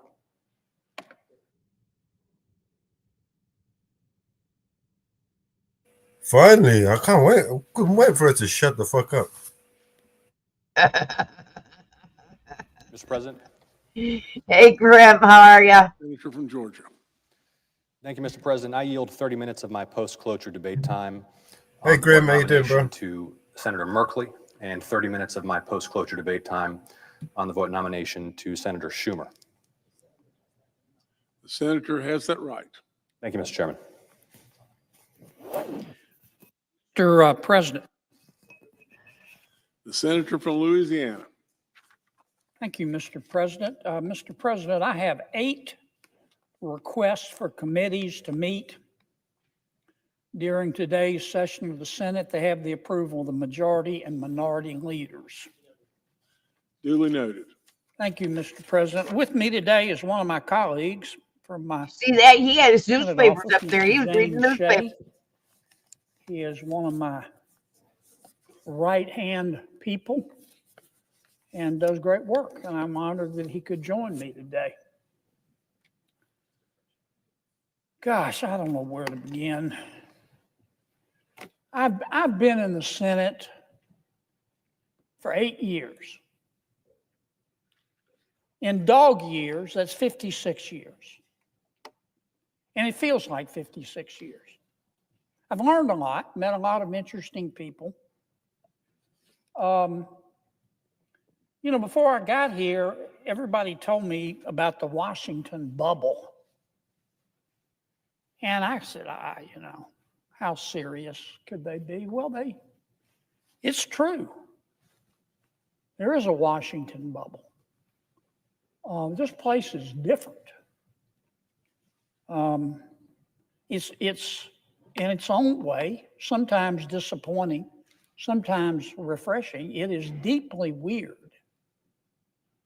For one thing, Common sense is illegal in Washington. It's illegal. For another thing, I've discovered that this is a town of very frustrated ex-class presidents.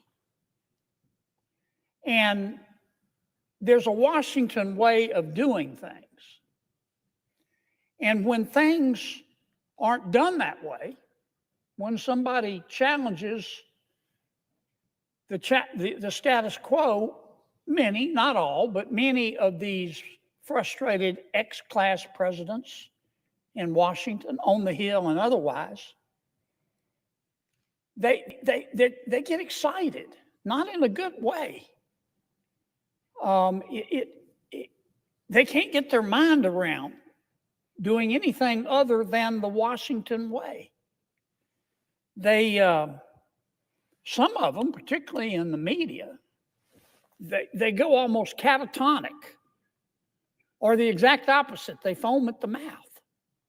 And they really get upset. They could make a Valium nervous. It's like the world, we're not doing things the way we've always done them, and the world's going to spin off its axis. I want to try to put in perspective what many of my Democratic friends have been talking about today. They're very, very, very upset at President Trump. And they're very, very, very upset at Elon Musk. President Trump ran for president on a number of issues.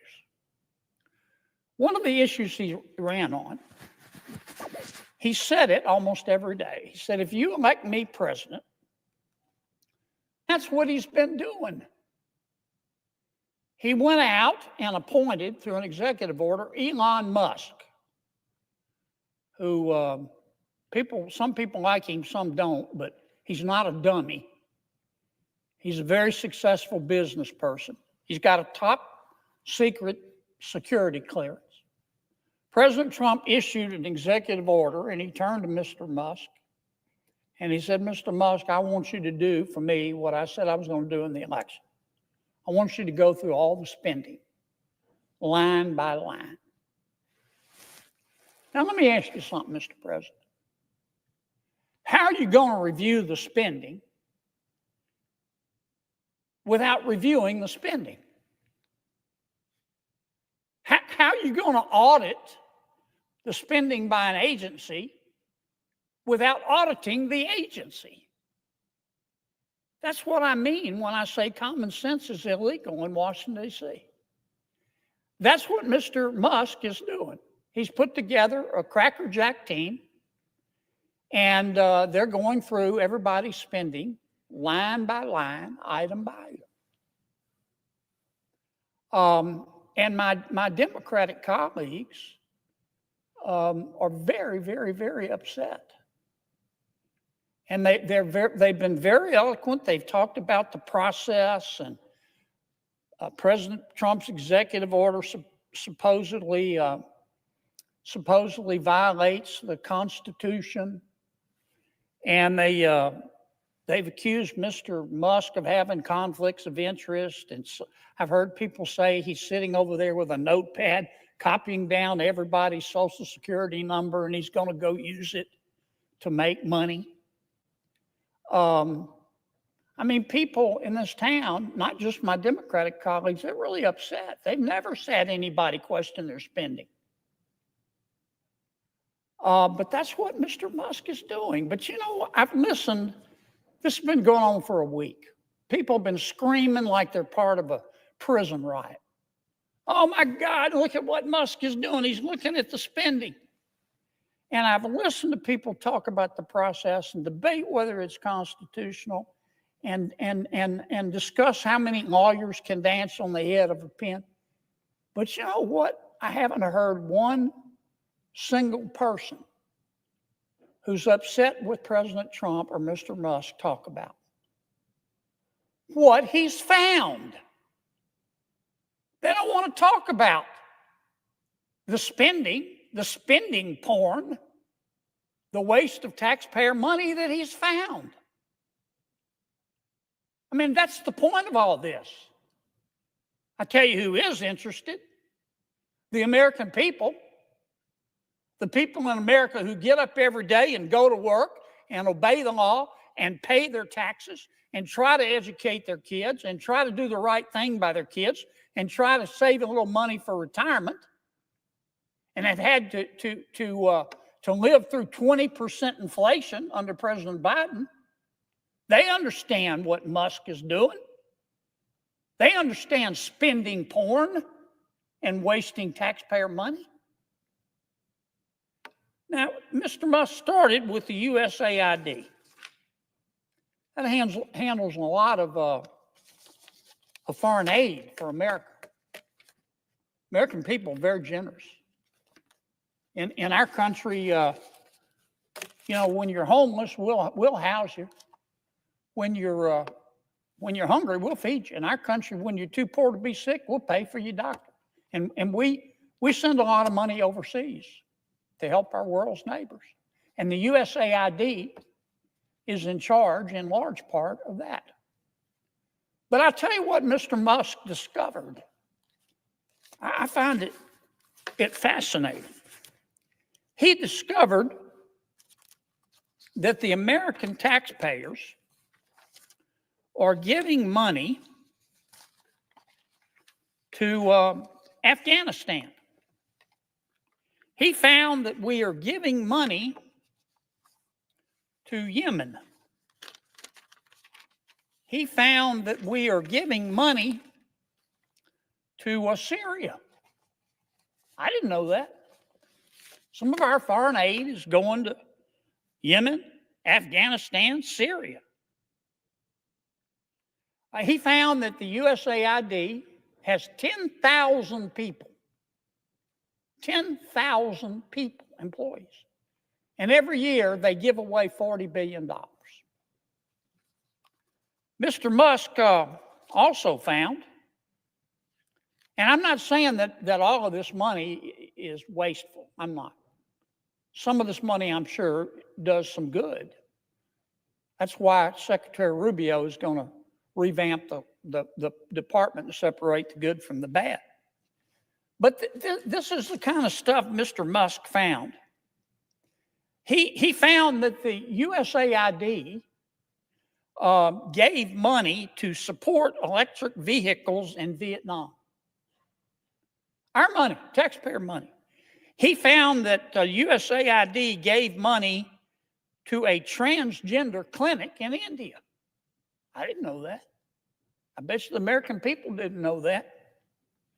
He found that the USAID gave $1.5 million to a Serbian LGBTQ group called Grupa Izladaji. I probably mispronounced that. My apologies. Anyway, they got $1.5 million to, quote, advance diversity, equity, and inclusion in Serbia's workplaces and business community. What else did Mr. Musk found that my colleagues don't want to talk about? Well, he reviewed a study and then went and checked it. The study was done by the Middle East Forum. They found that USAID spent $164 million to support radical organizations around the world. We're not talking Cub Scout troops here. We're talking about radical organizations around the world. They gave $122 million of that to groups aligned with foreign terrorist organizations. Our taxpayer money. According to this report in Mr. Musk, the USAID has given millions of dollars to, quote, organizations in Gaza, controlled by Hamas. Why aren't my colleagues talking about that? Recipients of the money, they found, have, quote, called for their lands to be cleansed from the impurity of Jews. That's who we're giving foreign aid to. What else? I'm not going to spend my whole time talking about this, but nobody else is talking about it. They're just talking about the process and Mr. Musk, and he's a mean guy, and he shouldn't be looking at our spending. Well, he is. And I kind of find what he's found out interesting. He found that we gave $2 million, USAID did, for sex changes in Guatemala. He found that we gave $20 million to produce a new Sesame Street show in Iraq. He found that we gave $4.5 million of taxpayer money to combat disinformation in Kazakhstan. He found that we gave $10 million, USAID did, of meals to an Al-Qaeda-linked terrorist group called the Nusra Front. Mr. Musk found that we gave $7.9 million of taxpayer money to a project that would teach Sri Lankan journalists to avoid binary gendered language. The USAID took $8 million and gave it to a bunch of journalists in Sri Lanka to teach them how to avoid binary gendered language. I don't know what the hell binary gendered language is. I think I do. You think most taxpayers would support that? Why aren't we talking about that? The USAID gave $1.5 million to promote LGBT advocacy in Jamaica. They gave $1.5 million to rebuild the Cuban media ecosystem. They gave $1.5 million for, quote, art for inclusion of people with disabilities in Belarus. Another $3.9 million for LGBT causes in Macedonia. $8.3 million for equity and inclusion education in Nepal. I could go all night.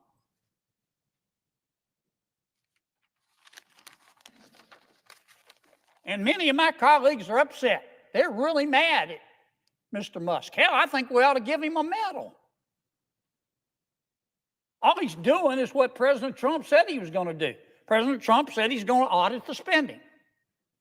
So Trump goes and hires Musk, again with the top secret security clearance. Nobody can quibble with his intelligence. You know, the guy's as smart as Einstein's cousin. He's a very successful businessman. Some say he's the richest guy in the world. And he's doing the auditing. And man, he's finding a lot of stuff. I call it spending porn. Now, I'm not saying everything that USAID does is wasted. But I'm saying a lot of it is. A hell of a lot of it is.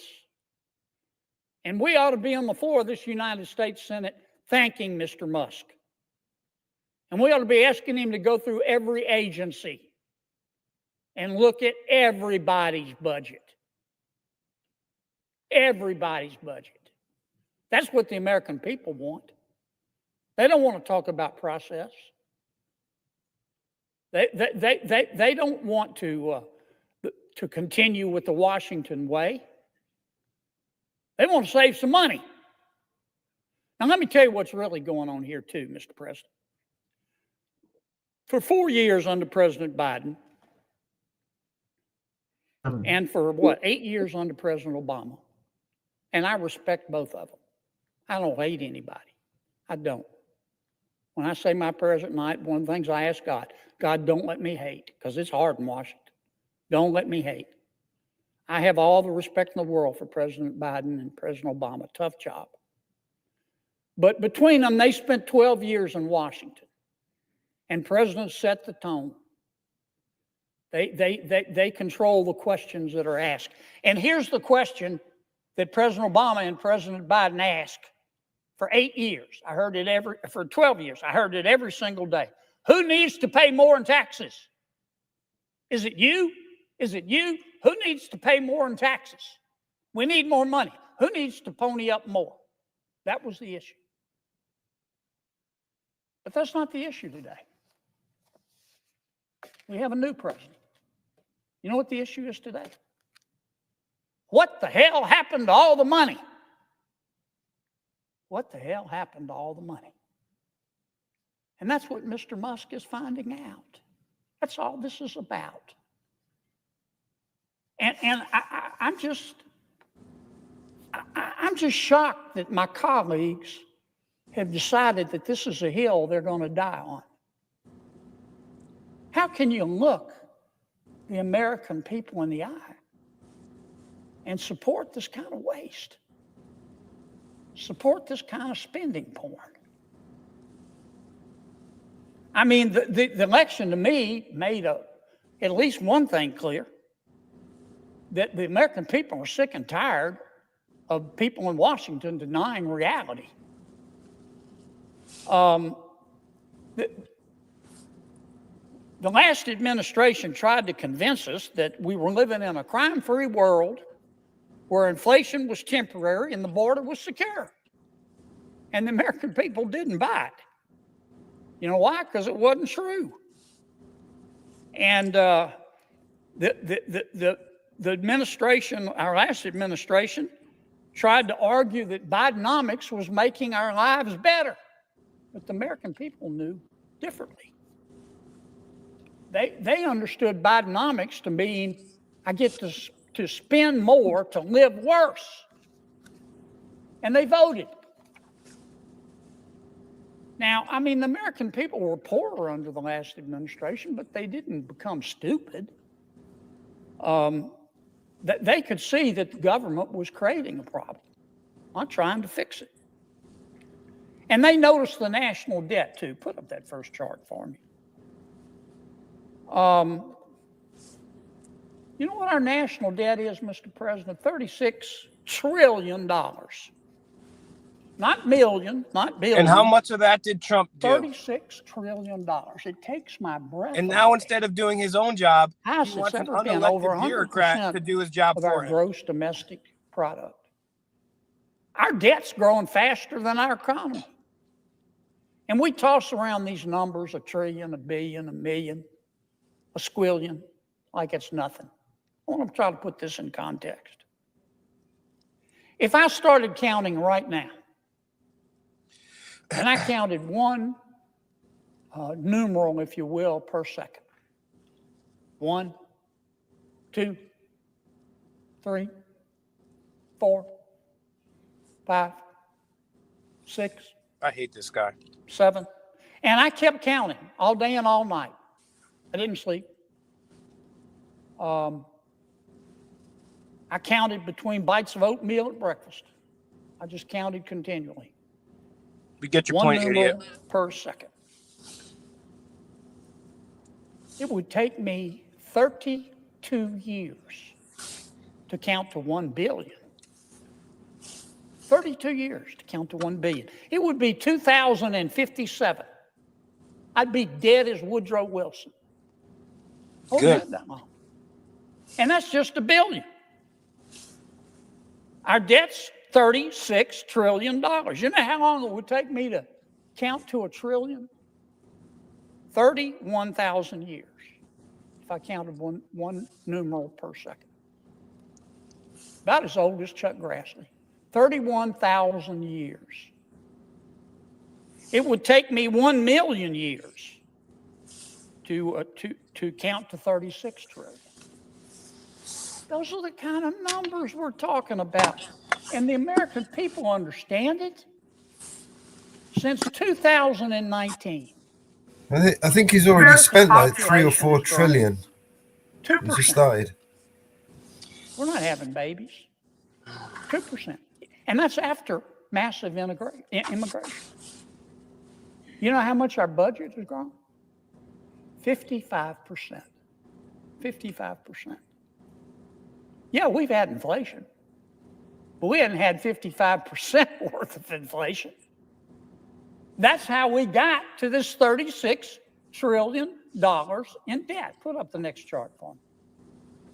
Now, some of this money we had to spend during the pandemic. He did wipe. And, To give him credit, he did wipe $2 and it trillion was a bipartisan effort off during the the pandemic. books. Republicans Who voted did? for it, Elon. and Democrats voted for it because we had no choice. Are you I was serious? there. I saw it from the inside. Yeah, Until this close to losing the he American wiped off. economy. No, he wiped off $1 billion. But And you then know they who said that helped they a were going to lot? give $1 Doesn't get billion enough to credit? Israel. They just took Jay money from Powell. somewhere else so they could give it to Israel. I'm watched it. serious. The whole world wanted to go into a cave and retreat. Back in the Great Recession, I remember all the other countries in the world who looked to us. They may hate us, but they know we're the greatest country in all of human history. They look to America. And you know what? Back in the Great Recession, all the other countries wanted they wanted treasuries, treasury notes, treasury bonds. Not this time. They were so scared. They didn't want treasuries. They wanted dollars, cash dollars. So Jay Powell, thank the Lord, he goes over to the Federal Reserve. He opens what's called a currency swap line, and he told every country, you want dollars? I'll trade your dollars for your currency. And everything calmed down. He doesn't get any credit for that. But it was a gutsy thing to do. But on top of that, to save the American economy, that wasn't helping the American economy.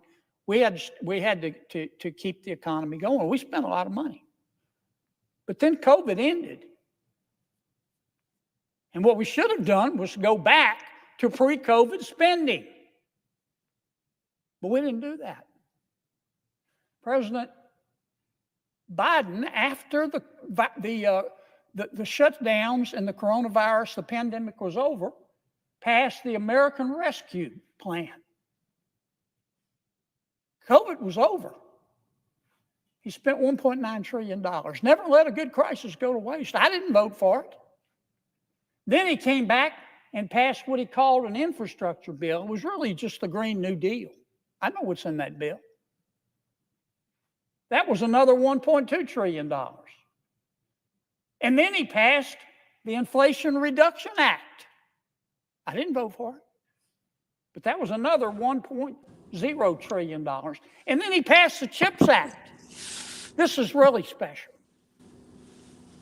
He said, big tech, the semiconductor companies need our money. They need taxpayer money. They're not making enough money. And he gave them money. He didn't give hardware stores money. President Biden didn't give the healthcare industry money. He said, I want to help big tech.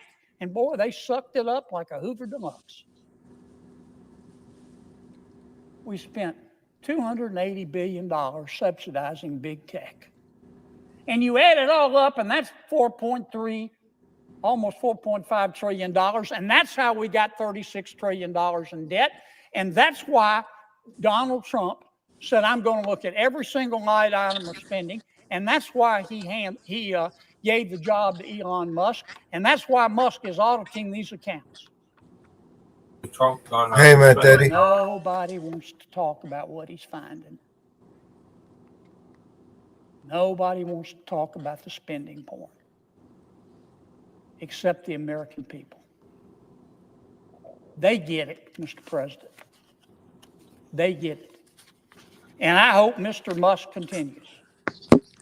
My colleague and friend, we had a little discussion in banking today. Senator Warner makes a good point. He wants Mr. Musk to come over and talk to Congress about how he's doing this. I'm all for that. I am all for that. I would love to have him come over and walk us through what he's doing and how he's discovering all this spending porn. We need all the help we can get on reducing our spending because we can't continue at this pace. Imagine this guy celebrating another I just man want to for doing spend a his few job. minutes putting all this in perspective, Mr. President. The world's not going to spin off. This guy's a really good lawyer. He can Every argue. business that I know of goes through an audit. Now we're being audited, but we're being audited by not by the usual auditors, but we're being audited by a person appointed by the President of the United States. And I'm betting you when he's through, and he's going to go to all these agencies. He's starting on the Department of Education next. I think he'll end up finding that some of our money is being well spent. But he's also going to find that some of our money is being stolen and it's being wasted. And that's an insult to every taxpayer in this country. So I'm going to end like I began. We ought to be giving Mr. Musk a medal. We ought to be thanking him. Maybe nobody else wants to hear about the spending porn, but I can't wait to read the book. I hope he finds all of it and compiles it. I hope Marco Rubio, our new Secretary of State, takes USAID and shakes them by the shoulder and lifts up the good people there and fires the bad people, the people that wasted taxpayer money like this, giving money to terrorist organizations, giving money to organizations that support Hamas. Hope he gets rid of every single one of them. And I think if we listen to Mr. Musk, we can save a lot of money. And I hope he does come over and explain what he's doing. I want to talk about one other subject real quickly. I've talked about it before. I'm not going to repeat it. This is India. This is China, which wants to run the whole world. China's already trying to take over the shipping lanes in the South China Sea. This is the Chagos Islands, right down here. Years ago, the Chagos Islands were owned by France. France ceded the Chagos Islands to our friends in Great Britain, UK. And a number of years ago, the United Kingdom and America got together and we built... He's talking about Diego Garcia. We built a military base in the Chagos Islands on one particular island called Diego Garcia. And it's a really important military base. For one thing, it's very close to the Bay of Bengal and the Indian Ocean in China, so we can watch them. For another thing, it's where it's one of the only bases where our nuclear submarines can dock. Hugely important. Well, the United Nations got mad at the United Kingdom. They said, Great Britain, you're bad people. You used to be colonialists. You acquired other countries, sometimes freely, sometimes by force. Every country I know of in the world of any strength has done that. Doesn't mean we ought to be proud of it, but it's part of our history. But the United Nations said, shame on you, UK. Shame on you. Bad, bad, bad, bad. You have to give back the Chagos Islands and the military base there. And the UN doesn't have any jurisdiction over the United Kingdom. But the UN said, not only do you have to give it back, but you don't give it back to the people of the Chagos Islands. You give it back to another group of islands way down here called Mauritius. Mauritius used to own the Chagos Islands when France ceded them to Great Britain. They were run by Mauritius. But the people of the two island groups, archipelagos, the people don't have any affinity. Now, what's Mauritius say? Of course, we'll take it. But they want to start charging the United States and the UK £9 billion for a 99-year lease. So we can lease our own military base. All because the Prime Minister of the United Kingdom feels guilty because somebody, some tofu-eating wokarati at the United Nations says they're bad people, bad colonialists. Well, and the Prime Minister of the United Kingdom, he's going along with it. But he says, I'm negotiating with Mauritius. And the people of the leader of Mauritius just issued a press release, said, yeah, he's negotiating. He's increased the price. And he's shortened the leash. Now, you know who's loving all of this? China. Because China has a close relationship with Mauritius. And you know what? It's going to get a lot closer. This is insane. This is cell deep stupid.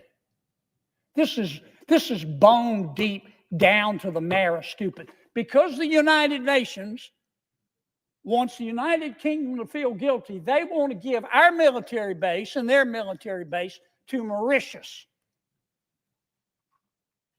Now, the Prime Minister of the United Kingdom can stop this. And Marco Rubio, our new Secretary of State, is against it.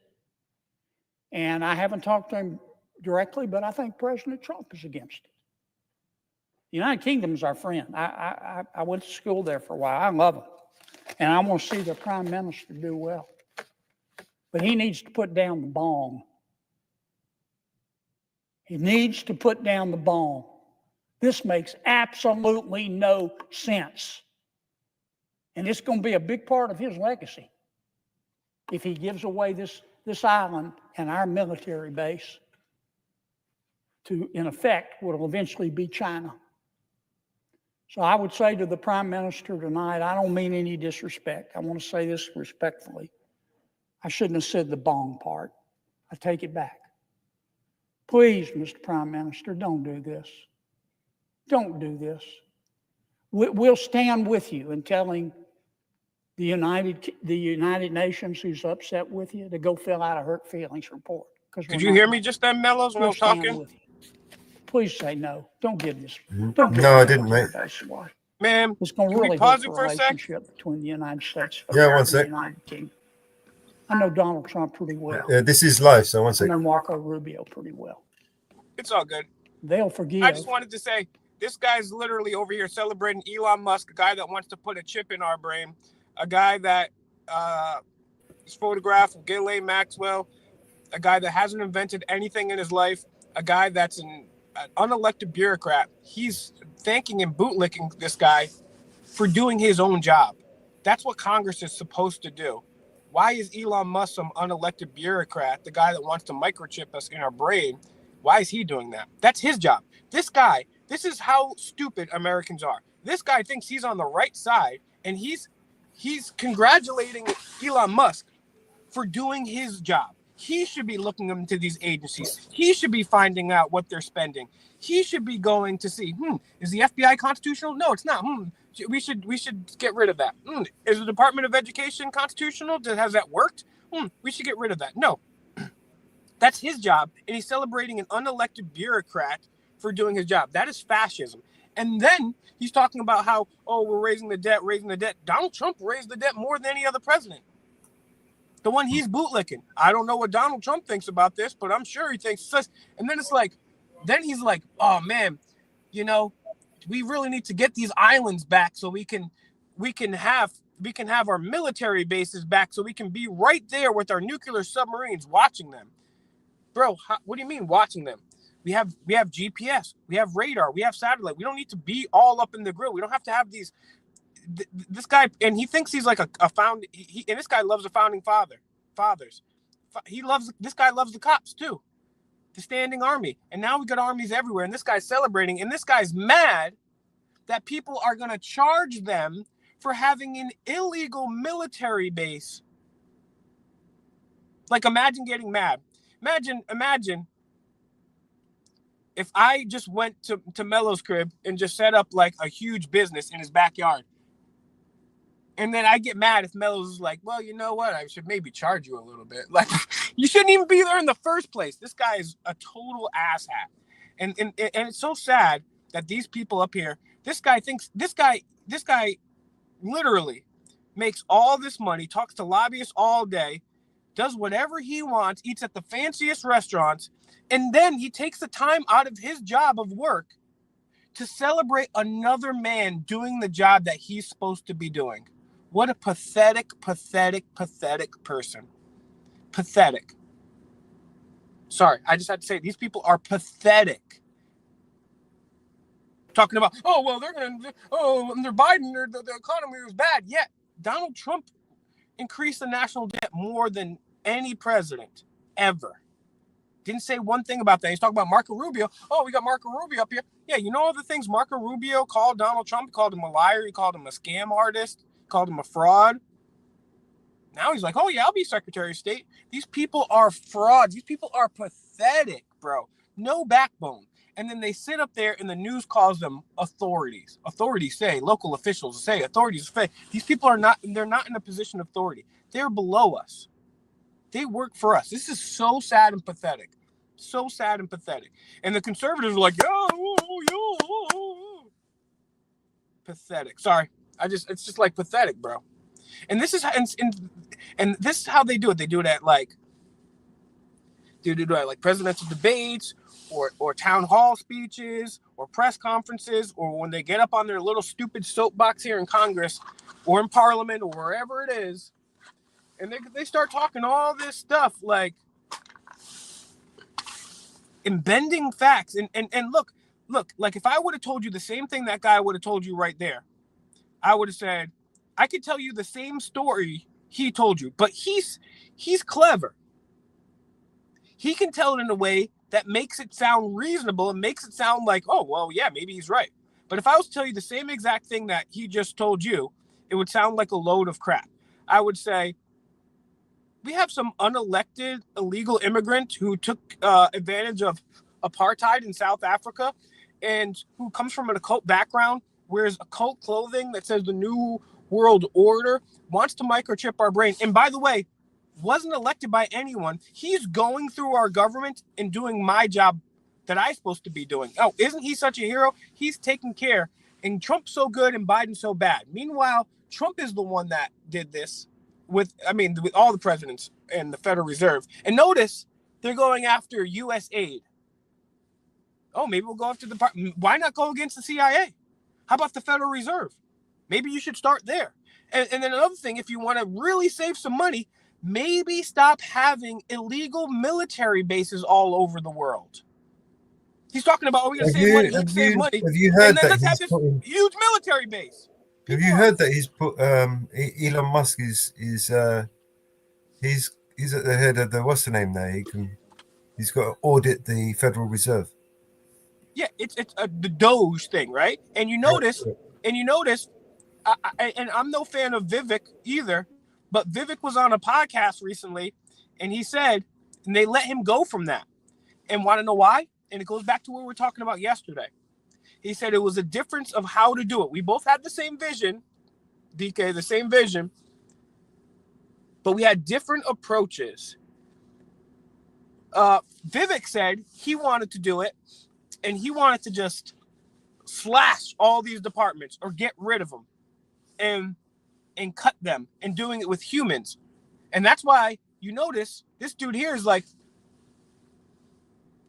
I want Elon Musk, like the other senator or congressman, I forget which one he said, to come down here and explain to us how he's doing this. Vivek said his thing was to just go through it like a human being. But you want to know how Elon wants to do it. He wants to do it with technology. He wants to do it with AI. That goes all back to Donald Trump giving all this money for all these shady people to come over here and AI Stargate. They're gonna say, look at all this waste. You know, if we all just put a Neuralink in our head, you know what? Then we wouldn't even need these big governments. Yo, this is so crazy, bro. And notice who was at Trump's inauguration. Zuckerberg, Bezos, Musk, and then Trump meets for 3 hours privately. I think it was privately. I haven't seen. I'll look that up in a sec. With Bill Gates, and then and like I said earlier, they're saving all this money now. DK, I saw a news report that said, "Oh, Doge already saved $1 billion," and then I saw another news report: Trump's gonna send $1 billion to Israel. This is crazy, bro. And the conservatives are loving it. I've been saying to conservatives online, when they make a post about Trump, I say, imagine supporting Jeffrey Epstein's best friend. And they still be like, well, even first of all, they don't believe it. And then I show them the evidence. And then some of them be like, well, shut up at that point. But some of them still be like, well, he's better than Biden. I'm like, no, he's not. And then I show them that. And they were like, well, he's the leftist. I'm tired of people talking about, the leftists, the crazy liberals, the BLM, the trans are doing so much bad stuff. If you add up every piece of property, every person hurt, unalived, or any damage, all done by BLM, Antifa, and trans people, police do more of that in one day than they have in a year, maybe years. And conservatives are like, well, we got to get the leftists out of here. Who cares if he's Jeffrey Epstein's best friend? This is insane, Mellows. Insane. Hi, Mama Bear. How you doing?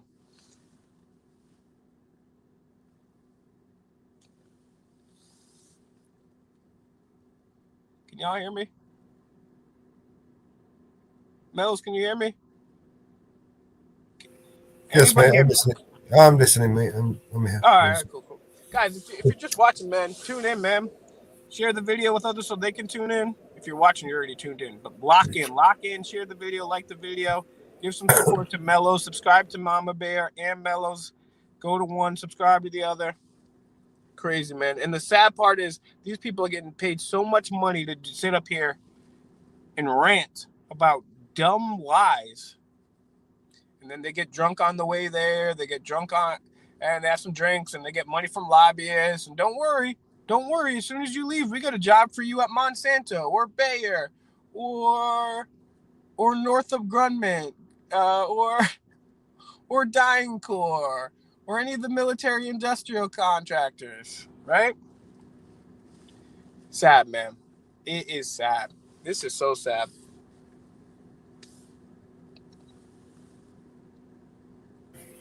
Yes. More of the left and right paradigm. And the crazy part about it now is they do things, they have certain presidents on the left do things and get away with it. So the people on the left, they actually treated people at the border worse than the right. I mean, they still keep kids in cages. There's still kids in cages there right now on the border. Terrible. It's absolutely terrible. But the Democrats actually did a worse job than the Republicans. And then the Republicans are supposed to be for gun rights, and Trump bans more gun parts than Obama. And so we need the left and the right paradigm so they can keep accomplishing their goals. And now Donald Trump says he's going to take over the Gaza Strip. Donald Trump says, I'm going to continue.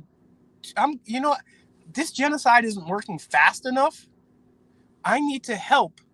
I need to steal money from the American taxpayers who are already strapped for cash and give more money than we give, I think, like $7 billion a year to Israel just because. Can you imagine? Do you know that like 21% of adults can't read at a 5th grade level? Do you know in Rochester, New York, over 90% of the kids there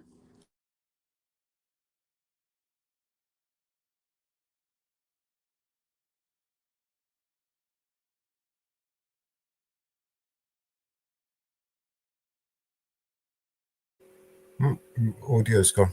I think he got a call. All right. Well, we'll carry on playing the video until he pops back. But they'll never, ever forget. Don't do it, Mr. Prime Minister. I've taken too much time. I'm sorry. I yield to my colleague from Virginia. Mr. President? Yes, sir. The senator from Virginia. Mr. President, I know my time has been squeezed a little bit and we got other colleagues, but I just want to mention one thing to my friend from Louisiana.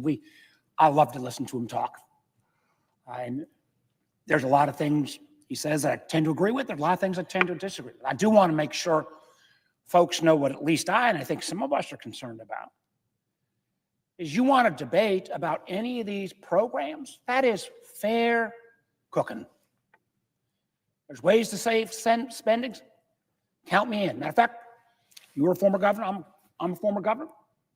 Virginia got named best managed state in the country when I was governor. And you know how we got that information about line item programs? Because about a decade.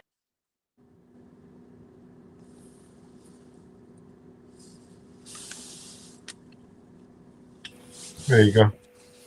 My gosh. Yeah, my bad. I kept getting freaking calls. I put it on Do Not Disturb. Oh my God, bro. Damn, bro. I mean, I don't even know how you guys can sit here and watch these people like this. I mean, it is nice that you're doing it so we can sit here and pick apart the BS that they're saying, and that it's really good actually that you're doing that. And I think it's a good idea to like do a whole show of just like pick apart the Democrats, then pick apart the Republicans, and just show how they both lie, how they're both wrong. And that's what I'm going to start doing. I'm going to start exposing the Democrats. I mean, this is something I've been doing for 20 something years, right? But I'm gonna do a video soon. Me and Mellows are overdue to do a video, and we're gonna start with. There's a few things we're gonna do. First one is one of the videos we're gonna do is gonna be Trump. I've been doing even more research because I already have research on Trump. I've been speaking out against him like it's already nailed in the coffin, but he's back and he's doing more crazy stuff, right? And so I got a list of all this terrible stuff. So I'm going to put that together, and I'm going to put a suit on. I'm going to get a nice background. Me and Mellows, we're going to put everything up on screen. I'm going to do that with Trump. And then we're going to do it with Bernie Sanders. Then I'm going to do it with Christianity. And then we're going to do a stream like this again. And it's just so sad. I mean, like, do you know how beautiful the U.S. Capitol is? Do you guys know how beautiful most state houses are across this country? The buildings of Parliament? I mean, these buildings are... I mean, just look at the background. Look at the green marble. Look at the ornate decorations on the door. I mean, these are incredibly beautiful buildings. And we let these a-holes go and work there every day. I'm not saying we should stop them from going to work, but I think we should fire them off. Like, it's so crazy that these people get to live such cushy lives. Yeah, I'll chill for a couple hours here after I'm done talking to my lobbyist. And I mean, and they sit up here like they're doing the right thing. And I wonder, Mellows, I wonder how many of these people, I know some of them for sure, but I wonder, is this guy right here, former governor of Virginia, is he stupid, or does he know what's up? Now, people like former Biden administration official, former Rhode Island governor, Gina Raimondo, we know what she's about. I've been saying that before she got all this, and anybody that's been watching for a while, there's a new news story. Gina Raimondo joins the Council on Foreign Relations. She was in all these other clubs before. Now, she's also joined the Council on Foreign Relations. So, I wonder, Mellows, how many of these people do you think know what they're doing? I mean, people like Nancy Pelosi, she knows what she's doing. But then there's people like AOC, people like, I don't know. I don't know if they know what they're doing. I think they may just... What's the question? Do they know what they're doing? Do they know that they're selling out? Do they know that they are on the wrong side of history? Is that what you're getting at? Yeah, it's tough to tell in Congress. Like, I think they absolutely know 150%. Each and every single one of them, every one of them knows that they are on the wrong side of history on this. But they're just caught up. They're caught up so much that and they're so heavily invested in it that they've got no other choice. You know, like the Nazis. Remember? What was their excuse? You know, it was my job. I was ordered to do it. I had no choice. I had to feed my kids. I had to bow down and take it up the arse for the sake of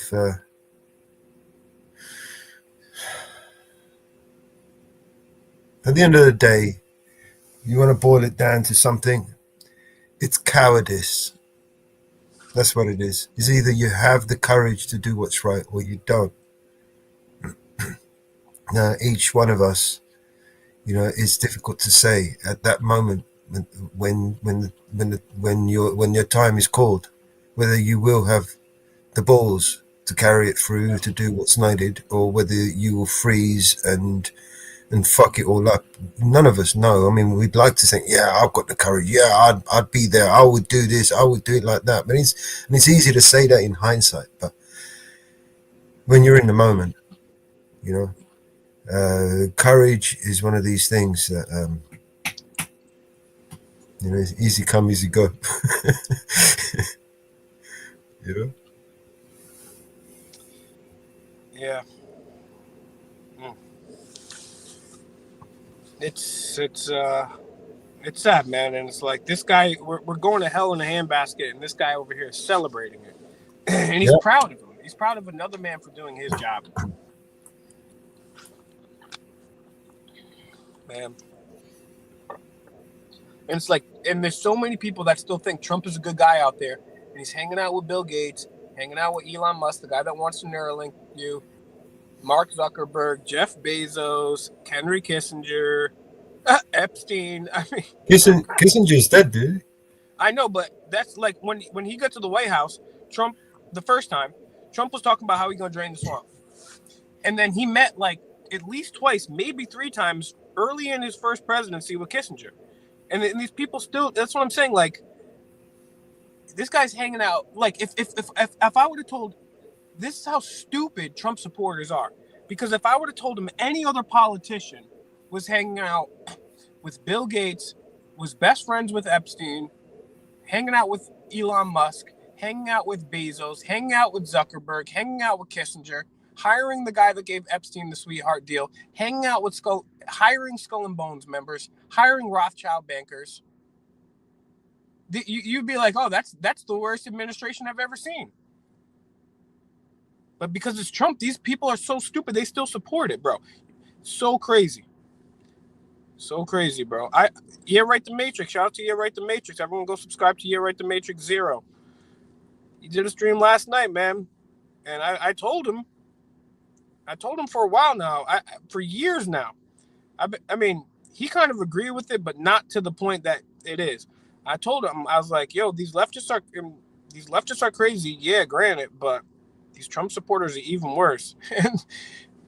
And this dude was like, yeah, man, these Trump people, they're even worse, right? They're even worse, man. They got the liberal energy times 1,000, bro.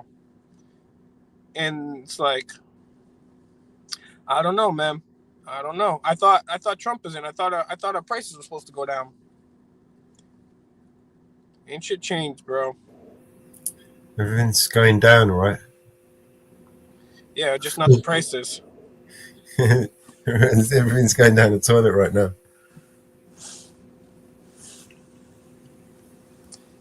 I mean, what other video did we have, Martha?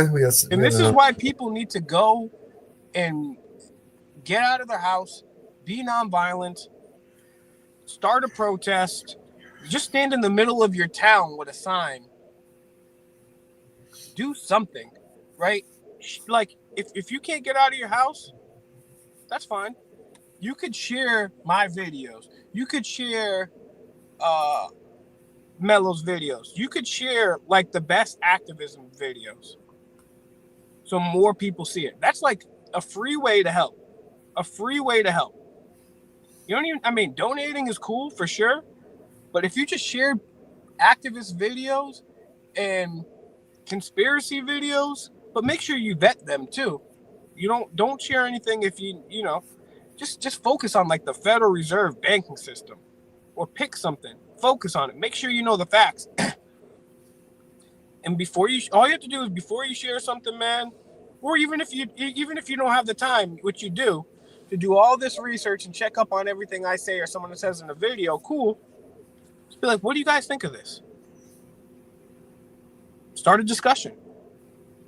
You say, I don't know if I agree with everything this guy says, or hey, I don't know if I agree with this guy at all, but what do you guys think? Because Elon Musk, Zuckerberg, all those people that run the social medias, and all those other people, bro, they're hanging out with the bad people. They are the bad people. It's tough to get our word out, man, without you guys sharing the video. So go get my playlist, The Best of Fake Mike Real News. Share that joint, man. Take my old Demand the Truth videos. Share that joint. Take the best activists. Take videos from Here's the Deal, Brian. He's amazing, bro. Go get memory holds videos on BitChute. Share them with people.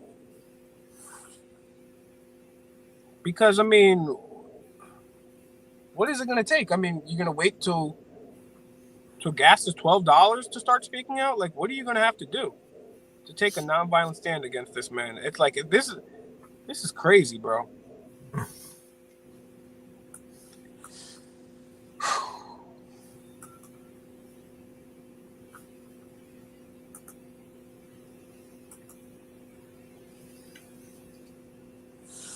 It's that big. What are the comments saying? I can't see the comments. Yeah, I think Mad Daddy agrees with you. Good. Any questions or comments? Yeah, let's get that. I can pull it up on my other phone. Let me see. Yeah, I'll pull it up. But yeah, man, get your questions or comments in there. I'm about to pull it up on my other phone. Like, share, subscribe, man. Share what Mellows is doing, man, because it's going to be a time pretty soon where might not be able to do it. You know what I'm saying? Might not be able to do it. Gavin came and moved them away. So here's what I would need to be able Videos. talk.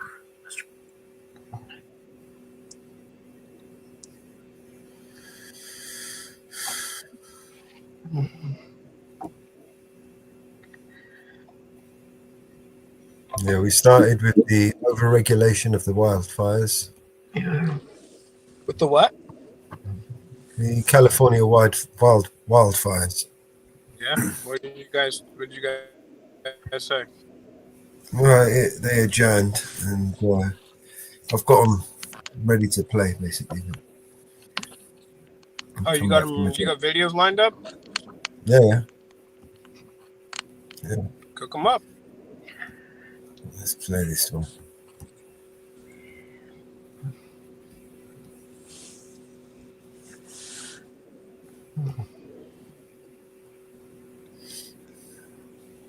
Mr. Kiley, Mr. Biggs, Mr. Liu, Mr. Swalwell, Miss This is the one we already played. and Mr. Moskowitz will be We played this one. in today's hearing for the purposes of questioning the witnesses. Hey, Mama Bear. Whoever yields Hey, their time for that purpose. we played I this now directly recognize from the myself house. for an opening statement. Earlier this year, Southern California was hit with tragedy as fires exasperated.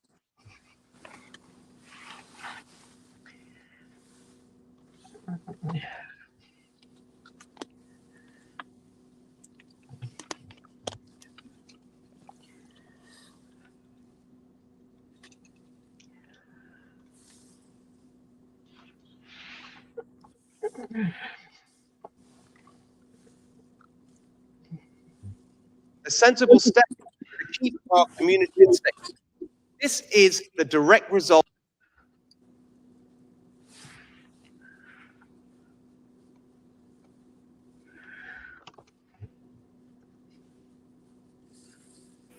I thought that was it when they came back. Hang on.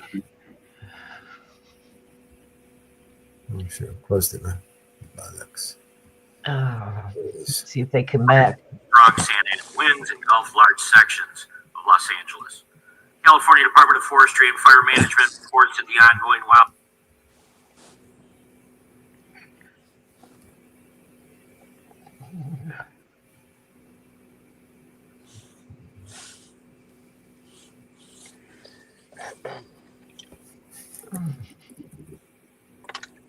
Did they come back?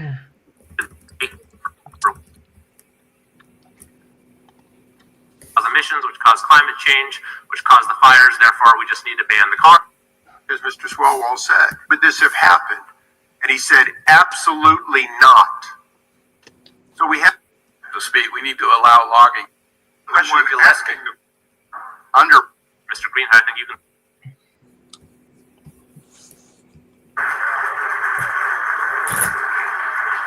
No,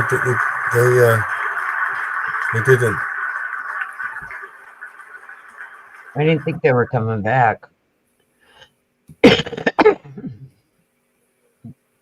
Never mind. I didn't think they were coming back. In back is 60 Minutes House Unedited, and then there's also the House of Representatives.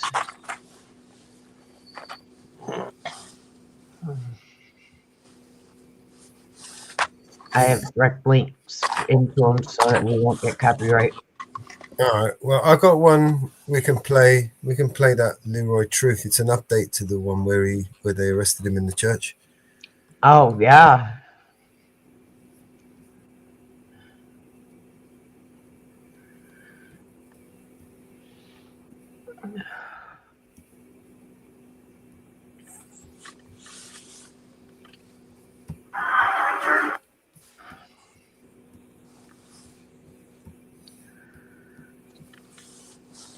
Arrested in a church. What was he arrested for? I've never heard of it before. Ever. Somebody being arrested in a church. It's for praying. Did the church kick him out? Oh, you're gonna like this one, man. Probably not. This is gonna piss you off, mate. That's what I'm saying. I don't like shit that piss me off, bro. Watch this. You know I hate that. Why are you asking? For what reason? I'm here to pray. I am here to pray and enjoy the service. There's no issue here. I understand. Did I break the law? Number one, officer, I have no issue with you. Am I understand what you're doing here? What am I doing here? If you do not exit, we will remove you. What am I doing? Why here? are they telling Wait. Why is this-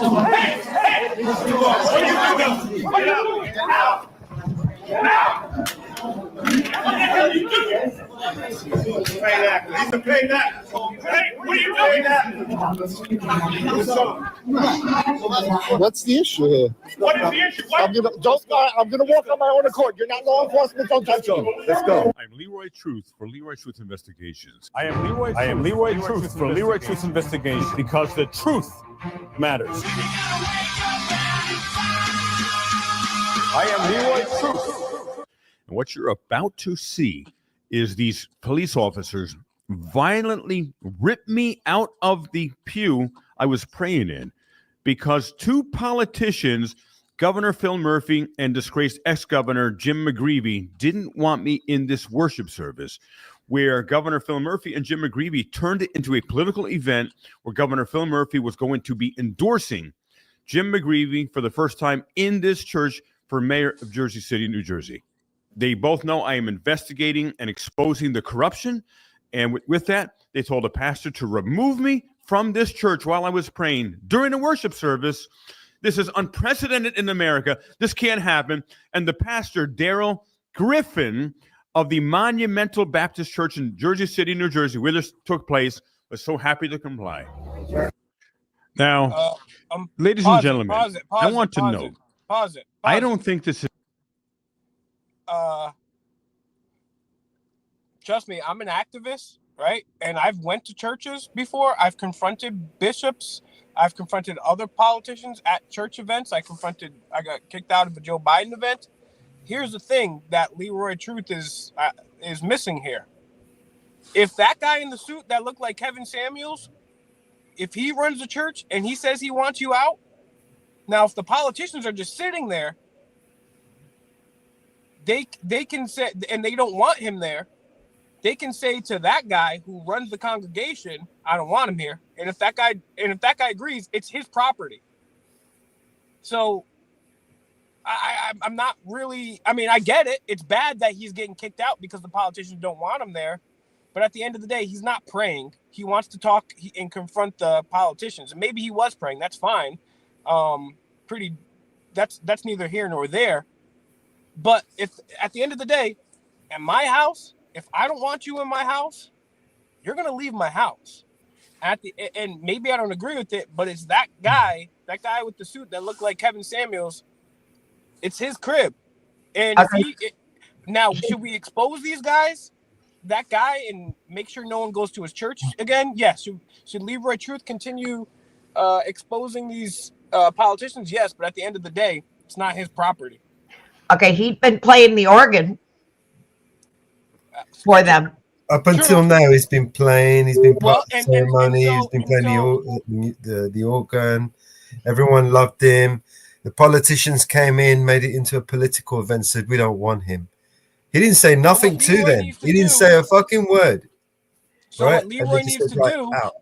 so what Leroy needs to do is he needs to then focus on exposing this church and making sure that no one goes to this church. Because at the end of the day, I don't believe there should even be a police force. But under the current standards, if I don't want you in my crib, I'm not going to call the police. I'm going to take care of it myself. I don't care if you were playing. I don't care if you were playing X. I don't even have an Xbox. I don't care if you were playing, I don't know, chess with me for 13 straight days and cleaning my house. At the end of the day, if I want you out, I want you out. Now, is the pastor absolutely a bitch? Yes. And should he be exposed by Leroy Truth? Yes. But the police aren't the ones that should take any of the heat in this. The police are just actually doing their job. That they're doing it. But at the end of the day, the number one person here that Leroy Truth and everyone should be mad at is that pastor right there, that the head of the congregation, the pastor, the preacher, whatever she's called. Hang on. This is a civil dispute, right? The police shouldn't be involved at all, other than to keep the peace. No, because if I wouldn't personally do it, but let's say let's say aggravated trespass at all. It doesn't meet the criteria of aggravated trespass. They should not have putting their hands on him is excessive force. This was a civil matter. At the end of the day, though, and so that's why I believe in private security. These people here should have big, strong members of the congregation. So if anybody comes in, because we've witnessed it's happened a number of times, but the most recent example I can think of is there was a gunman who attempted to go into a Texas church, and there was just up, and he tried to shoot place up. He got off maybe 1 or 2 shots, and somebody else with the gun just blasted him out of existence. And so if you don't want people at your thing, you should have your own private security there. But if Leroy Truth, he could have just said, hey, okay, I'm going. Okay, you don't have to put your hands on me, I'm going. But yes, did they grab him a little quickly? Yes, absolutely. But at the end of the day, if somebody doesn't want you there and you don't immediately start going, it's just like a club. You go into a club, you have too many drinks, you say the wrong thing, you touch the wrong person, bro. You expect to be kicked out by the bouncer. Let's watch the video. Up until this point, nobody had asked him to leave, and the police had been called. This has ever been done in the history of our country, where a journalist who was praying in a church, and this was right before a worship service. It was about to start in 5 minutes, and Governor Jim McGreevey and Phil Murphy, who know I am investigating and going to be exposing allegations of corruption against them, when they saw me at that church, they panicked.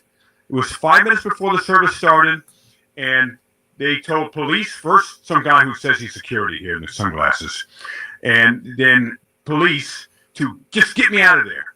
I want to know, they didn't arrest me.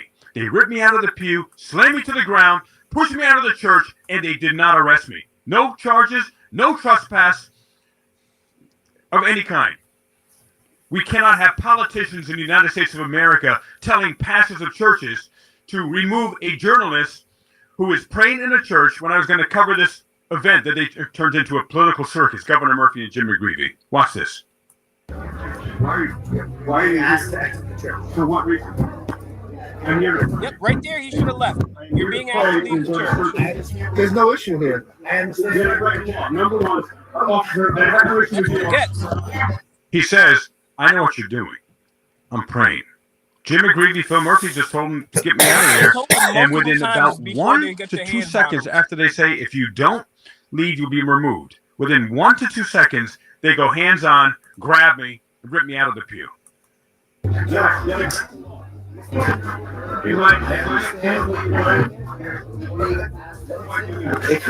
You've been asked to leave. Boom. If you do not exit, we will remove you. Boom. Goes hands on. 1 to 2 seconds. Now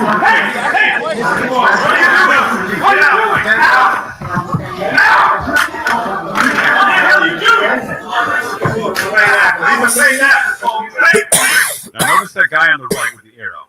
That is one of Governor Phil Murphy's private security in plain clothes, probably a state trooper. And he had whispered something into the ear to Officer Avila, who you see on the right, and then there's Officer Peralta, who went hands-on first on the left. So what did Governor Murphy's security detail say to Officer Avila on the right? What's the issue here? I'm gonna walk on my own accord. Now, that guy in the dark sunglasses, he tells Full Court Press, who was sitting next to me, both of us were doing nothing except praying and literally just in the church. And then the sunglass-looking dude, he tells Full Court to also leave. Law enforcement, don't touch him. Let's go. You got a bunch of good candidates out there. Oh, now this is crazy. Now this is after I got removed. Phil Murphy immediately comes into the church. Mayor Senator Brian Stack comes into the church, and then he starts talking a little bit into the service, and he talks about what an amazing person Jim McGreevey is. Now this, ladies and gentlemen, is a church worship service, a regularly scheduled 11 a.m. Baptist church service at the Monumental Baptist Church in Jersey City, New Jersey. However, Governor Phil Murphy decided to officially endorse ex-disgraced Governor Jim McGreevey, who is one of the most corrupt ex-governors in the history of our country. Phil Murphy decides to endorse Jim McGreevey during this worship service for mayor of Jersey City. They turned this into a political event and then have me removed because they don't want a journalist who they know is investigating and exposing them. And they had no right to have me removed. But this guy is very, very special. Let's see how special. Sex, money, power, betrayal, and ruin. I don't want to get too political, Reverend Pastor. I guess I have a little bit here, haven't I?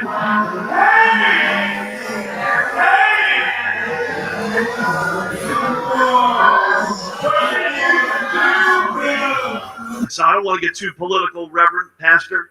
I guess I have a little bit here, haven't I? Now, I want to share this. About 20 minutes earlier, check this out. About 20 minutes earlier, I had actually asked to play the piano because I have been a professional musician. I'm a multi-Grammy award-winning pianist and composer. And I have been playing in churches, and I have been music director in churches for decades. And once in a while, if there's no one playing music, I will offer an offering, shall we say, to play a prelude or two at a worship service or before it starts. And I asked for permission from the amazing music director named Daquan McKnight. And I had played earlier, and because I was there at the church for probably about 2.5 hours before it started, because I thought it would be a whole, like hundreds of people there, the governor's coming. And when I got there was no one there. And so I played one song, and the amazing music director, Daquan McKnight, he said, "Hey, why don't you stop? Play more." I said, "Oh, no, that's good for now." A little bit later, I asked for permission again, and he gave me permission again. I played another song. But then mysteriously, this unnamed, unidentified guy tells me I can't play. I got to stop, even though I asked for permission. And you'll see this now. And I played a beautiful Christian song called "Open My Eyes, Lord," which people really enjoy.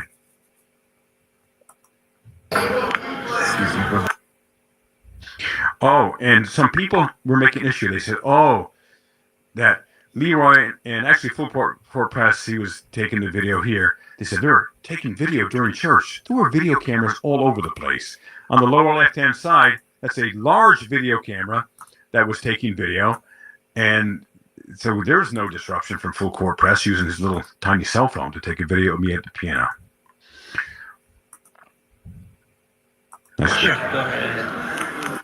Oh, now this is important here. You see the gentleman to the right? That's Daquan McKnight. Because what happens is these trolls and the Mayor Stack, Jim McGreevey, Governor Murphy people are saying, I sat down and suddenly played the organ and started destroying things. That supposedly is the 911 call that was given out maybe by Jim McGreevey himself, some people have said, the ex-disgraced governor. And whoever said this supposedly lied, said I sat down at a piano or an organ without permission and I started destroying things. The video shows the proof. And Daquan Knight, as you see, he's walking away from the piano, and I'm at the piano now. And if there was a problem, he would have told me to get off the piano. But again, I had his permission. And I'm going to see him walk away. And then Full Court Press is going to record one single piece that I'll be playing. He walks away. No one has any issue. I'm going to play a prelude for Governor Murphy, Tammy Murphy, Jim McGreevey, and for Bryce Stack.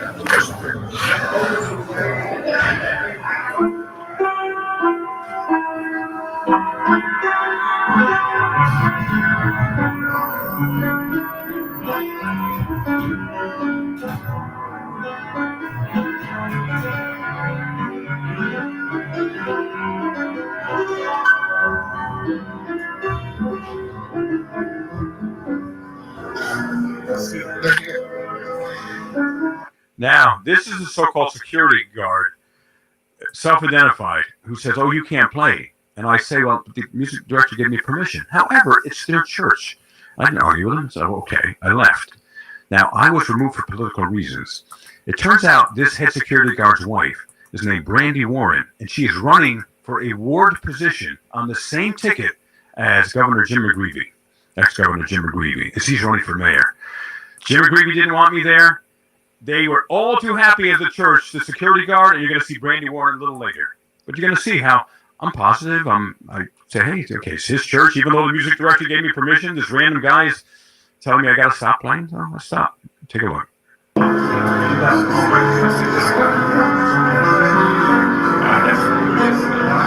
I just said I asked permission, but he says, no, you can't play.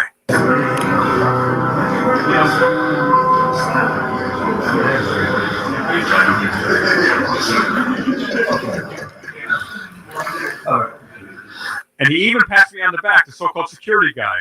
No issue. They're not throwing me out of the church. I'm not destroying things. I played the piano twice with permission. So now I'm going back to the pew. Full Court Press has the video or the cell phone he's recording with. And then he asks me, he whispers very respectfully, who did you get permission to play piano from? I said, the music director. Then Full Court goes, you're going to see him in a second. He goes and walks up to the music director, shakes that wonderful Daquan McKnight's hand, and he's awesome, very talented man. And then he says, thank you for letting me play. And then goes back to the pew. I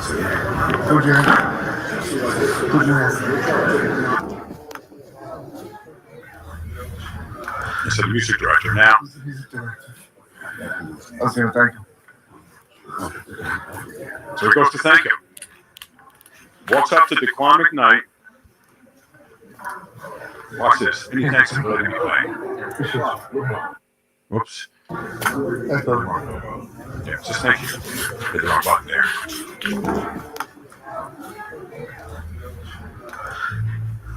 And we go back to the pews. We're sitting there quietly. Now, here's where I'll show one more time what happens. And now this gives you context. This gives you context of what was going on there. Now, about 20 minutes later is when Jim McGreevey came in. And what happened is suddenly Full Court Press had turned around, and he happened to turn around at the same time Jim McGreevey was coming in the back of the church. And Full Court Press said to me, oh, look, Jim McGreevey is here. I said, oh, okay, cool. And then within 2 minutes of ex-Governor Jim McGreevey coming into the church and Governor Phil Murphy getting outside of the church and wanting to come in is when they called security, police on me. And then the shite hits the fan here. I'm simply praying.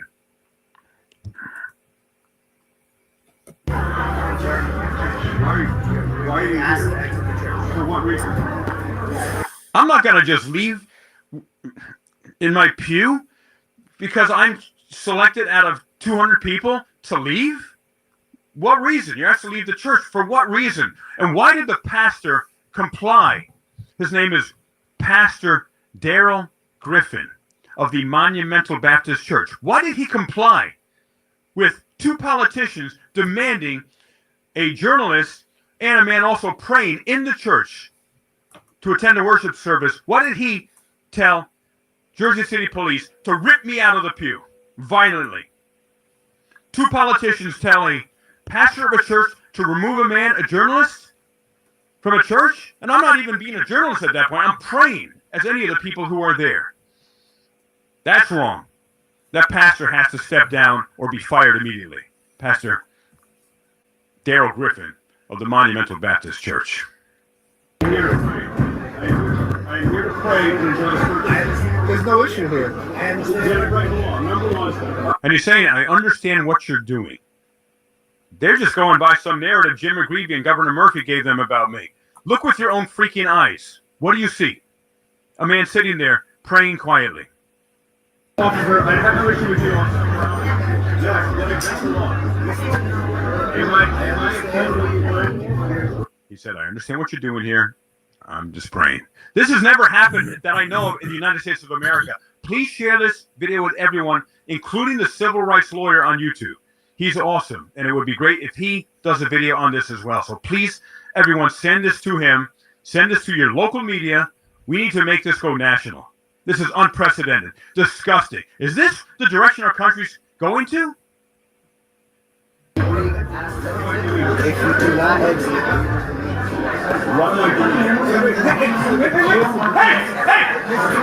within 1 to 2 seconds, he goes hands on. Now, you can't really tell as much from the video, but he grabbed my arm and dug in viciously. And you saw in the previous video here, the bruises on my arm were major there.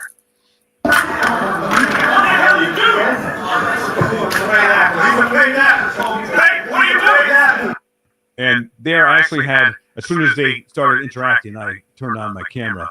And I didn't want my camera in storage for like 4 or 5 months while they kept it as evidence. So I threw it over in the pew, the full court press. So that's what I'm doing with my arm there.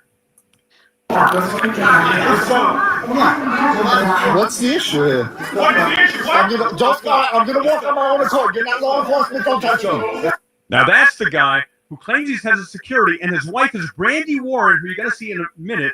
She is running for a ward position, kind of like a council person in Jersey City, on the same ticket as Jim McGreevey. They're all in it with McGreevey and with Governor Murphy. I was removed from a church for political reasons. What? Where the hell is the Constitution and the First Amendment? Not just protections of journalists, but protections against people in church praying. No disturbance was created by me or by full court. It was completely for political reasons. They removed me and him. I'm gonna walk on my own accord. You're not law enforcement. Don't touch me. Let's go. I'm gonna walk on my own accord. I gotta gather my belongings.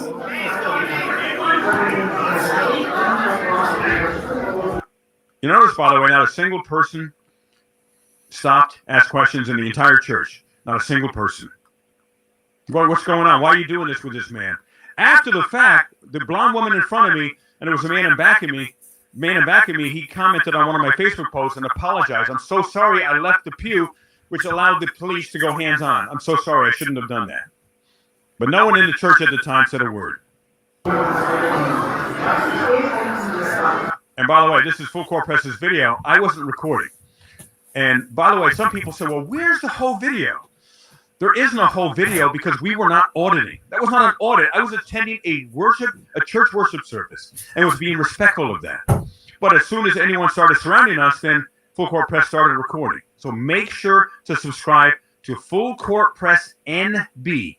That's Full Court Press Nancy Bravo on YouTube. He's awesome. This is his video.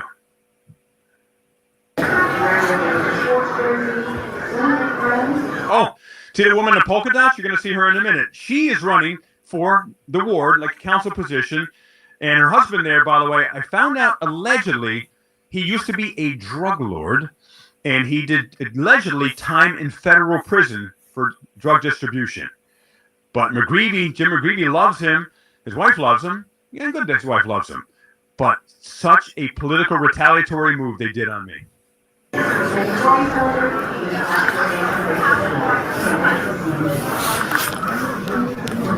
Now he's going to get out. Full court gathering all his belongings. All I did was ask you who you are when you were giving me introductions. I need to know who we are. Now this cop starts pushing him out. He goes behind him and starts pushing him out of the building. Full court is walking out of the building. Unacceptable. This is Officer Peralta, Peralta, of the Jersey City Police. And the other is Officer Avila, Avila. And most of the officers in Jersey City, they protect our rights. These two did not. They need to be fired immediately.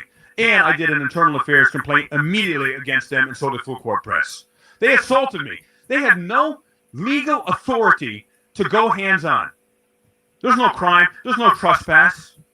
No criminal charges. They literally took me out of there like they were bouncers in a nightclub taking some guy out and throwing them on the street. That's exactly what they did here. I'm leaving. All right. So the only thing I asked them, I'm walking. I'm literally walking. So I can speak when I walk. Yes, you can. Only thing I said to the gentleman is, "What is your name?" Because he's asking me to come outside. I don't know who he is. I want to be here like anyone else. Why would they take? Yes, that's fine. Thank you, brother. This is absolutely despicable. This is supposed to be a house of worship, a house of God, a house of love. I'm walking. I can't. Can you excuse me? And he was blocking Full Court Press's way there. He couldn't get out. It's Officer Veal, I believe. Disgusting. Just don't touch me, please. Did you unlawfully remove me from this church? What cold. What crime did I commit? Sit down. What crime did I commit? I'm not going to sit down. What am I, your freaking dog? Sir, can I get your name and badge number for the record, please? Officer Avila, 3133. 3133. And your partner?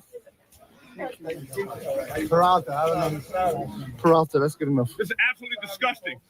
I was removed because Jim McGreevy apparently told them that he didn't want me here at this open public service. There was an invite extended to everybody. Please come join us. This was open to the public. And I was here to check out the ceremony. Chris, Jesus would not have trespassed us. Right. What would Jesus do? 100%. Hey, we're going to remove you from the building. I'll pray for you too, brother. I'll pray for you too. Yeah, evil intention. Not at all. Yeah, evil intention. Yeah, evil intention. Yeah, evil intention. He just said that we had evil intentions. Is he a discerner of minds? Is he a grand psychic? Is he Jesus Christ himself incarnate come on earth? Allegedly an ex-drug lord and ex-felon, allegedly. So I was removed and Full Court Press were removed because we had evil intentions? Apparently that's what Jim McGreevy and Governor Phil Murphy, the politicians, said. And there has to be an immediate investigation by the FBI into Governor Phil Murphy and to ex-disgraced governor and mayoral candidate of Jersey City, Jim McGreevy. And that guy who has the psychic mind. You got evil intentions. This is nuts. We thank God for it. Look, I know we have to expedite the service a bit at this stage, but I'm humbled. Yeah, they got to expedite it. And that's why they took me out so harshly and quickly and violently. Phil Murphy and Jim McGreevy said, get him out now. Get him out now. The church is starting in 5 minutes. Governor Murphy had some other event he had to attend right after this. So they were in such a rush. They didn't even go through any of the regular protocol. There was even no time for me to leave, even if I had wanted to leave before they went hands-on. I'm honored at this moment because I'm going to shift things just a bit because I know that our governor has to get to another engagement. And so I'm going to yield the floor right now to the great governor of the state of New Jersey, Governor Phil Murphy. The great corrupt governor who actually has evil intentions here, as demonstrated by what you saw. Oh, a couple things. Look at this. Governor Phil Murphy, some of the things he signs. Check this out. Watch this. So this is New Jersey Governor Phil Murphy signs a deeply controversial public records overhaul. This is his record. He decimated the Freedom of Information Act, which is called the it's called OPRA, Open Public Records Act in New Jersey, to make it way harder for the public to get public records. And they can even sue us if in their mind we ask for too many public records. They can put lawsuits against us. Scumbag, Governor Phil Murphy. Check this out. False advertising. New Jersey governor signs pro-corruption law that voters didn't ask for, making believe it is a anti-corruption law. And now it will be easier for corrupt special interests to influence elections and harder to hold them accountable. Insane. Here's more. Murphy pretends to fight homophobia while promoting corruption. And here's more. A Fairleigh Dickinson University poll. Jersey residents say politicians are corrupt, even the ones who represent them. People know. Stop voting these people in. And I'm committed to exposing them, getting them indicted, so we can get people who actually represent we the people. Well, here's good old Jim McGreevey from an article, Sex, Money, Power, Betrayal, and Ruin, after he resigned as mayor back in 2004. I mean, as governor, as 2004.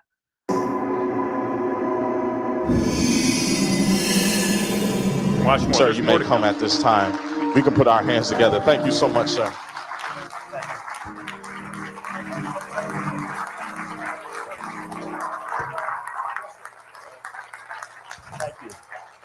Thank you. The most important thing I have to say is I want to give glory and honor to God. I want to give glory and honor to God. I want to give glory and honor to God. Thank you. The most important thing I have to say is I want to give glory and honor to God. Everything else is trivial compared to that. Everything else trivial compared to this. And by the way, I can't imagine a more important Sunday to be in a house of worship. And I think monumental under the pastor and first lady's leadership will play an incredibly instrumental role in our lives over the next number of years, as will other houses of worship, whether they be Baptist or regardless of denomination. I think both in the sanctuary and in the roots into which you have extended into the community, houses of worship, and this is as good an example of any at 125 years young. That's a good example as any. A journalist and a person praying gets removed from the service because two politicians don't want him there. And there is definitely a huge lawsuit against Jersey City Police Department, Monumental Baptist Church coming, the Mayor Jim McGreevey campaign, Governor Phil Murphy, and others to be announced. This is disgraceful. Now, this is a personal message that I shared on my Facebook the other day, and this is just a small portion of it that I gave to the Monumental Baptist Church pastor, Daryl Griffin. I have a spelling error there. I see Froome, Leroy Truth. Why did you let Governor Murphy and Governor McGreevey remove me from your church? And I called him 4 days in a row, left messages asking to meet with him to find out who told him to get rid of me and why did he comply. And he wouldn't. He blocked me from his the Monumental Church Facebook. He blocked other people who have commented about the egregious, disgraceful, violent actions taken against me while I was praying in his church. He wouldn't call me back. And then I made this message for him, recorded this message for him on Facebook. He wouldn't get back to me. And they're deleting all comments and blocking people who say anything about this extraordinary, egregious, violent act against me. Pastor Daryl Griffin of the Monumental Baptist Church in Jersey City, New Jersey. Who told you to violently remove me from the Monumental Baptist Church while I was praying? What reason did they give you? Why did you believe them? It was your church. It was not Governor Murphy's church. It was not Jim McGreevey's church. They had no right to tell you to remove me. However, you could have absolutely, and you should have said no. We would not be able to achieve what we do as a society and certainly as a state without houses of worship and leaders like you, gentlemen. And you wouldn't have a journalist and a man praying getting removed from church if not for churches like this. Into this extraordinary. By the way, there isn't an empty seat in this church right now. There is an empty seat where journalist Leroy Truth was ripped out of this pews. Before I sneak out, and again, I apologize for that. I'm here not only to worship. I'm incredibly humbled that you'd accept me today, but I'm here for Jim McGreevey. Who is Jim McGreevey really? Deals with the devils to get the party aligned. This is from CNN, by the way. They did a recent expose on the most corrupt mayors in the history of our country, and Jim McGreevey was featured in this video here. Nomination. And McGreevey, from my vantage point, was more than willing to do it. When it came to McGreevey's rise in Jersey, there were whispers that the devil in question was that McGreevey had hired unqualified friends for key administration roles. There were allegations of corruption, extortion, and nepotism in his administration. Rumors of favor trading, backroom deals, and a campaign finance fraud investigation from U.S. Attorney Chris Christie were all swirling around McGreevey. See, by the way, Jim McGreevey, when he resigned, the cover story was that he was having sex with another man, and he was married, actually has a beautiful family, but he was having sex with another man, which he had been doing for a number of years. He also had 3 ways sex with his wife and some other men, allegedly as well, which I think he even put in his book. He wrote a book about it. And that each to their own. That doesn't matter to me. But the cover story was he resigned in 2004 because it was discovered he was having sex with a man. That was the cover story. What was actually going to happen is Chris Christie was going to indict him on all kinds of corruption charges. But they let him get away with resigning with the cover story. It's because, he had an affair with a guy. Not true. He is one of the most corrupt politicians in the history of New Jersey and possibly our entire country. He's a dear friend. We've known each other for 25 years, Jim. It's hard to believe. Jim is just an outstanding leader, and I'm incredibly honored to endorse his candidacy for mayor of Jersey City. He's doing that in a worship service at an 11 a.m. regularly scheduled worship service. Whatever happened to separation of church and state, ladies and gentlemen? This is nuts.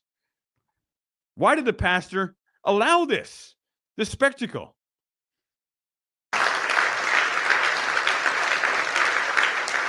Jim is also, I'll come back to Jim in a moment. Jim is also here with his slate of running mates, and I want to acknowledge them.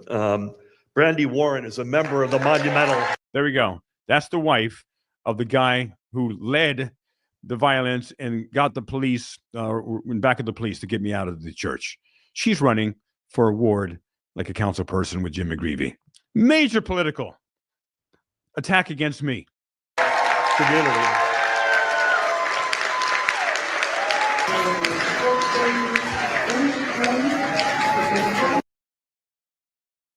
There she is. She's running for Councilwoman Ward A. There's Jim McGreevey on the right, looking pretty weak and pale and weak. You got a bunch of good candidates out there, but this guy is very, very special. And so I don't want to get too political. Is this a Dave Chappelle comedy special? Come on. No, it's real life. It's New Jersey politics. Pathetic, disgusting, despicable, corrupt. Pastor, I guess I have a little bit here, haven't I?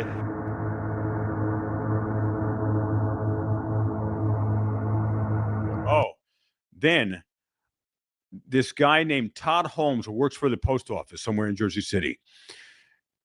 Full court press starts talking with him, and he just asked him some questions. We're on the public sidewalk after we got removed from the church. We're on the public sidewalk, and full court press asked him and another man there. They thought they were security. They looked like the other guy with security, sunglasses on. Todd Holmes didn't like full court press asking him questions.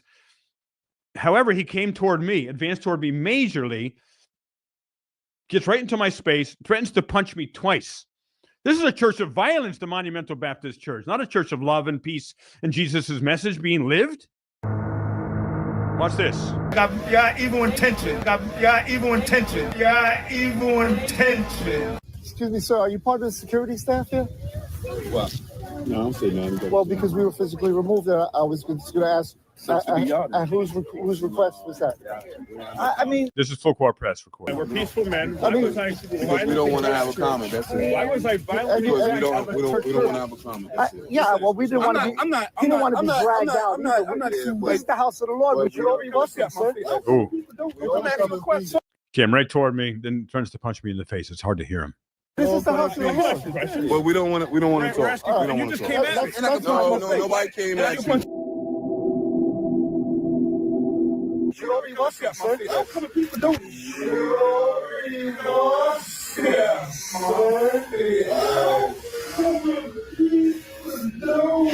No. Wow, that's really Christian attitude, brother. Come on. He just came from a church service. And I respect it. Exactly. Sir.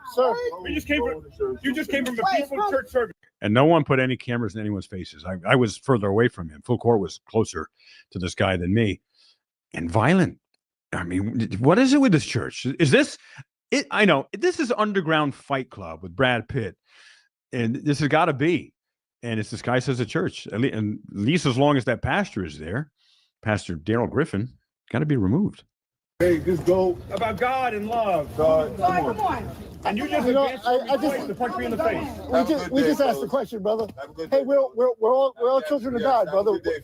It's not political. It's not political, sir. I wish you would open your heart. I wish you would open your heart. What's his name? All right. Yo, God bless you, man. God wouldn't threaten to punch me in the face. That was ridiculous. So God wouldn't threaten to punch me in the face. That's not a house of God. That's a house of evil. That's a house of violence. That's a house of politics. Where else in America can two politicians, a governor and an ex-governor of New Jersey, tell a pastor of a church, Pastor Dale Griffin, to remove a man while he is praying? And then they make up lies. And there was an entire article in the HUD Post. If you look at the HUDPOST.com, entire lies and distortions of the truth in that article, where they said, oh, I went in there and I sat down playing without permission, and that I never won any Grammys when I am, in fact, a multi-Grammy award winner musician, not with the name Leroy Truth. That's the name I use for my investigative journalist work. And this is so wrong. Get this message, get this video to everyone. And please get it to the civil rights lawyer as well. He's incredible. Get this to every local and regional and national media. This cannot go unpunished. No one should ever be removed from a church while they are praying, regardless of whether I'm a journalist or not, just because I'm investigating those two corrupt politicians. And a pastor should never, ever comply with politicians to remove a peaceful man. Stay tuned for much more. Please subscribe to my very good friend and colleague and fellow journalist, Full Court Press NB. You find him at Full Court Press NB, Nancy Bravo. And please subscribe to me as well, Leroy Truth Investigations. God bless you all. And there's so much more to come. We're just getting started exposing this corruption. God bless you all. Keep the door closed. Roll the window down. Roll the window.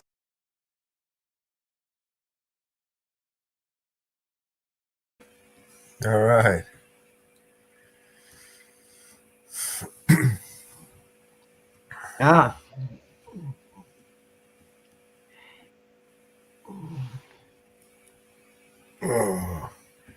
What we got, Mama Bear?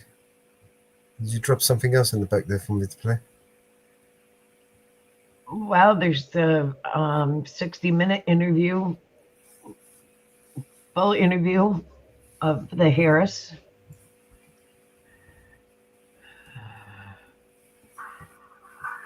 I see the House is back. I don't know what's happening in the Senate.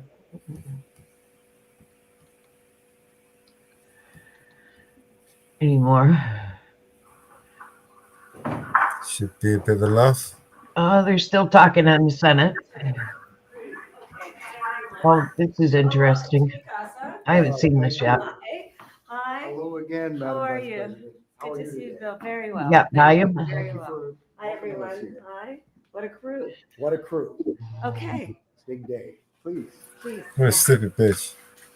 You got some beautiful artwork here. I would love to. You haven't been here. We got volume now. Christmas. Except the crit, right? I have to. I've so little known. Maybe part of my background is I attended a fine art school for a period of time, and even just growing up, we would go to the California Academy of Arts on weekends. Anyway, I love art, and so when I came in as vice president, I partnered with FAPE, which is a nonprofit that helps supply art around the world for embassies. And I sat down with the curator and gave them an idea, and including with the Baltimore Museum, gave them an idea of what I'd like. And so, normally in this house, it's a lot of art, which is like scenes of pastures with sheep. Instead, I brought like Carrie Mae Weems. Are you familiar with her? Indeed. And then, do you know Fred Wilson? I don't know Fred Wilson. Okay. So That's a beautiful chandelier, piece. I begged him. He does big installations. And I've had many a world leader in this dining room. And they'll walk by it and they'll say, "Oh, is that Venetian?" And I tell them, Lost sound again. Harlem. Maybe So it's Fred maybe me. Wilson, Hold on.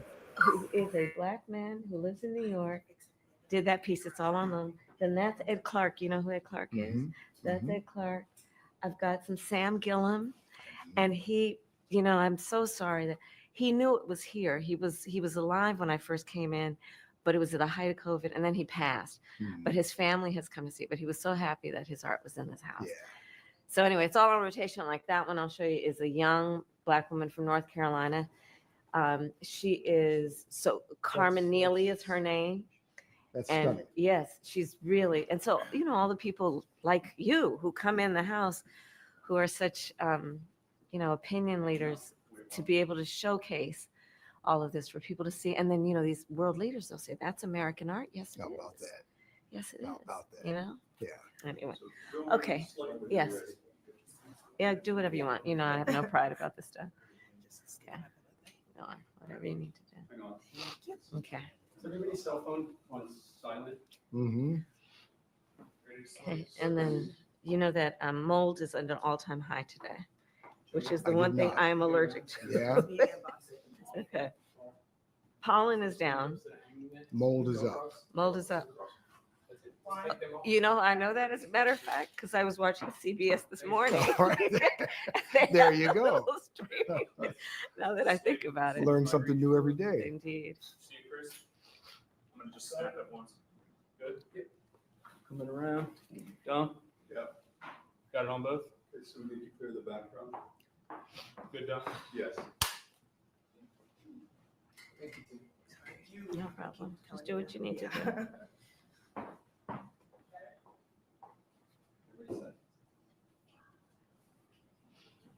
We're all perfectly happy? Everybody happy? Oh, you're supposed to work. You good? I'm good. All right. Well, Madam Vice President, one, thank you for doing this. Of course. And thank you for inviting us into your home. Of course. We're going to be running this on the anniversary of the Hamas attack on Israel. October 7th. So let's just start with Hang on Israel. 1 second, Bill. Yeah. Sorry, we had someone in the background. I'm afraid you're gonna have to re-ask that. Okay, whoever's in the dining room. Okay. So yeah, just to start with Israel. Okay. The events of the past few weeks have pushed us to the brink, if not into, an all-out regional war in the Middle East. What can the U.S. do at this point to stop this from spinning out of control? Well, let's start with October 7th, because obviously what we do now must be in the context of what has happened. And as I Why have we got the reflect back on of her head? Where's the rest of it? a year ago, and that 12 It'll get people better. were massacred, young people at a festival, at a music festival. 250 hostages were taken, including Americans. Women were brutally raped. And as I said then, I maintain Israel has a right to defend itself. We would, and how it does so matters. And as we fast forward into what we have seen in the ensuing weeks and months, far too many innocent Palestinians have been killed. And we know that, and I think most agree, this war has to end. And that has to be our number one imperative. And that has been our number one imperative. How can we get this war to end? Well, critical elements of that are we have got to get a hostage deal and a ceasefire deal done. We have to get aid in. We have to lay the path toward a two-state solution I do believe that we must maintain that as an objective, no matter how out of reach it seems at the moment. And the work that we have to do is also pay attention to what is happening every day in the region and put U.S. resources into everything we can do diplomatically and otherwise to de-escalate what is happening in the region. We supply Israel with billions of dollars in military aid. And yet, Prime Minister Netanyahu seems to be charting his own course. The Biden-Harris administration, has pressed him to agree to a ceasefire. He's resisted. You urged him not to go into Lebanon. Is he putting words into his ears? Is there a question? To make Iran Not pay sure for yet. the missile attack, and that has the potential of expanding the war. Does the U.S. have no sway over Prime Minister Netanyahu? Well, let's start with this. On this subject, the aid that we have given Israel allowed Israel to defend itself against 200 ballistic missiles that were just meant to attack the Israelis and the people of Israel. And I think that is the most recent example of why what we do to assist in their defense around military aid is important. And when we think about the threat that Hamas, Hezbollah presents, Iran, I think that it is without any question our imperative to do what we can to allow Israel to defend itself against those kinds of attacks. Now, the work that we do diplomatically with the leadership of Israel is an ongoing pursuit around making clear our principles, which include the need for humanitarian aid, the need for this war to end, the need for a deal to be done, which would release the hostages and create a ceasefire. And we're not going to stop in terms of putting that pressure on Israel and in the region, including with other leaders in the region, including Arab leaders. But it seems that Prime Minister Netanyahu is not listening. The Wall Street Journal said that that your administration has repeatedly been blindsided by Netanyahu. And in fact, he has rebuffed just about all of your administration's entreaties. Well, Bill, the work that we have done has resulted in a number of movements in that region by Israel that were very much prompted by or a result of many things, including our advocacy for what needs to happen in the region. And we're not going to stop doing that. We're not going to stop pursuing what is necessary for the United States to be clear about where we stand on the need for this war to end. Just one last, do we have a real close ally in Prime Minister Netanyahu? I think, with all due respect, the better question is, do we have an important alliance between the American people and the Israeli people? And the answer to that question is yes. And we are going to do what is important to support whatever leadership is in Israel that is defending the security of the state of Israel. Let's shift gears here. Most basic of questions. Why do you want to be president of the United States? There are many reasons, but probably first and foremost, I truly believe in the promise of America. I do. And I love the American people. You know, we are a people who have ambition and aspirations and dreams and optimism and hope. If you look at the character of who we are and how we have achieved the strength that we have achieved, I believe in large part it is because of our character and our belief in the promise of America. And I'm running for president because I want to do everything that is possible to create an opportunity for people to achieve those goals, those ambitions, and those dreams. And that is why you will hear me talk about my plan for an opportunity economy, to invest in what we can do, not only to bring the cost of living and prices down for folks, because even though we've achieved a lot of success, prices are still too high. You know it, I know it. But what we can do to invest in the innovation that is happening in startups and our small businesses, what we can do to invest in the industries of the future, what we can do to maintain America's strength in the global context. But that's why you want to run. That's why you want to be. That's why I'm president. running. That and some other reasons. But you're asking the American people to make you the most powerful person on the planet. Why do you deserve the American people's votes?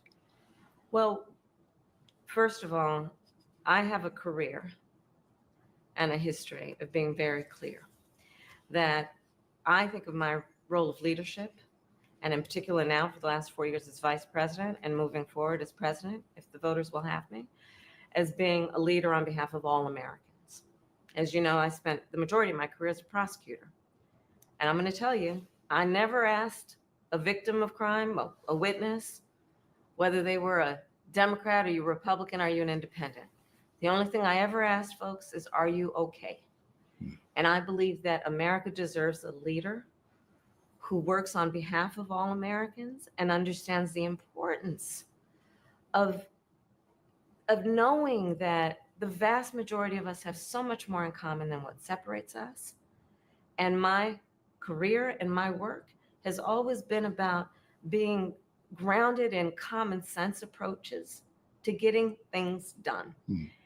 And when it comes to what we need to do as it relates to national security, we just had that conversation. That includes understanding and respecting the power and the strength of the United States of America and our then responsibility to be a global leader, to nurture and strengthen our alliances around the world, to respect the U.S. military and its most noble mission, to do the work of appreciating alliances, be it NATO or others, to do the work of pursuing diplomacy when it is in the best interest of our national security and prosperity. And my experiences tell me not only that those must be priorities of the United States of America and the President of the United States of America and the Commander-in-Chief of the United States of America, but also all of those experiences tell me that the American people in this election have a clear choice. Because on the other side of the equation, we are looking at the former president, Donald Trump, who has shown himself to be, when he was a commander-in-chief, someone who gave away America's standing in terms of our principles of standing up to dictators and autocrats. You see how he compliments Putin even today. Someone who was prepared to walk away from our alliances. NATO is the strongest military alliance the world has ever known. We have seen someone in Donald Trump who openly criticizes the United States military, men and women who are prepared to, at great sacrifice, serve our country. Such a coward. Why not show your face? We were founded. He calls them suckers and losers. But Madam Vice President, a quarter of registered voters still say they don't know you. They don't know what makes you tick. And why do you think that is? I mean, you have been vice president for almost 4 years. You've been on the national scene for longer. What's the disconnect? It's an election, Bill. And I take it seriously that I have to earn everyone's vote. And that's why I'm traveling our country. I've seen you in a few states in the last couple of days. I am talking with folks where they live. I am listening to folks and working to earn the vote of every American. This is an election for president of the United States. No one should be able to take for granted that they can just declare themselves a candidate and automatically receive support. You have to earn it. And that's what I intend to do. Let me tell you what your critics and the columnists say. I suppose they did it like this so that they could edit it after. Is that you have changed. Bingo! Because this is the unedited version that FCC made them put out. You supported looser immigration policies. Now you're tightening them up. You were for Medicare for all. Now you're not. So many that people don't. Do we see her face? Her lying, bitchy face. And I know you've heard. Not the unedited. I just skipped through it. First of all, a lot of the positions that you were talking about have been discussed and dispensed with in 2020, 4 years ago. But let me be clear on something. In the last 4 years, I have been vice president of the United States. Oh, come on, this is going to be pathetic. The most pathetic interview I've ever seen. Not coming from a particular You might as well show us your ass, Vice President girl. of the United States. I mean, fuck. And I have been It traveling. could be anyone there. It could be fucking Miss Piggy. And seeking what is possible in terms of common ground, common sense solutions, building consensus. And that is why I have taken the positions that I take. What's that? 69? Not Fucking lying dispensing bitch. with my values, but understanding we have to. All right, enough of this. Oh, man, I've had my fill of politicians lying to me today. I don't know about you, Mama Bear. I am full. They have been quite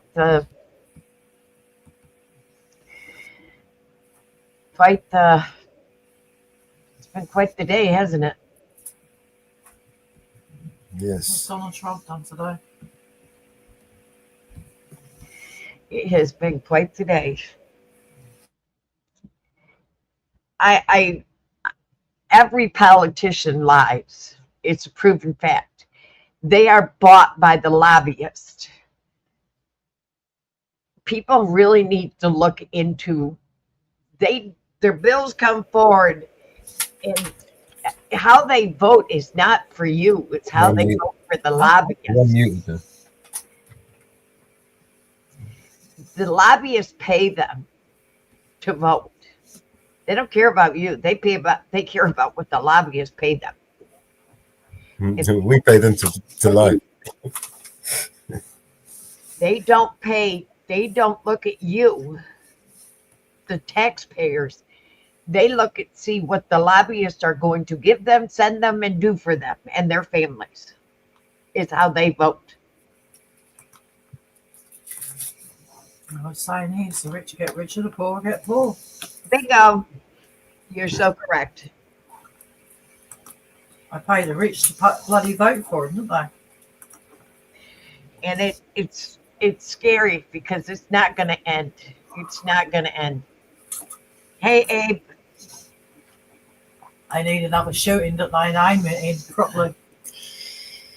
You know, and they're still arguing in the House. They're still arguing in the Senate. You know,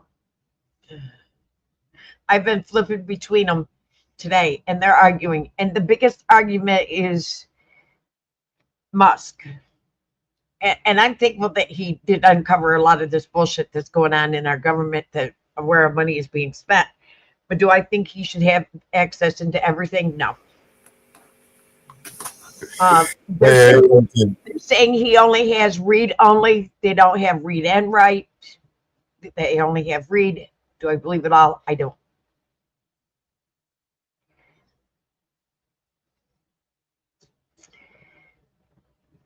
So it scares me.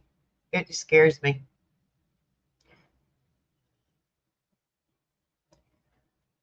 So, you know,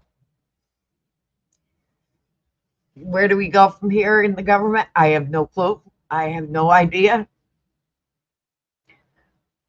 But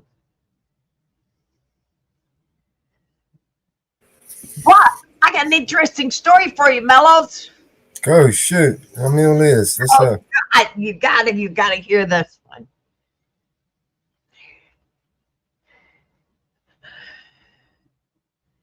Oh, you got to hear about this one. There is an egg caper. Okay. A what? An egg caper. And what is that? Just about bring it up. Let me bring it up. As in a heist. Yes, there has been a Egg heist. Police still can't crack who stole 100,000 eggs in Pennsylvania. Wow. The egg hunt begins. Yes. Who stole the eggs? Who stole the eggs?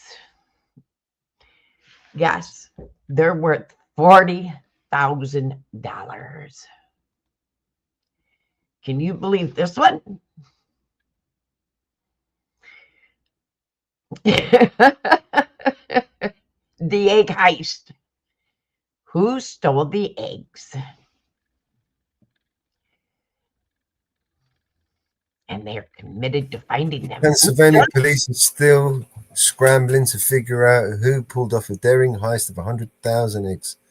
At a time when egg prices are soaring and nationwide shortages, the theft was reported Saturday night of 100,000 organic eggs worth more than $40,000 from a distribution trailer in south central Pennsylvania.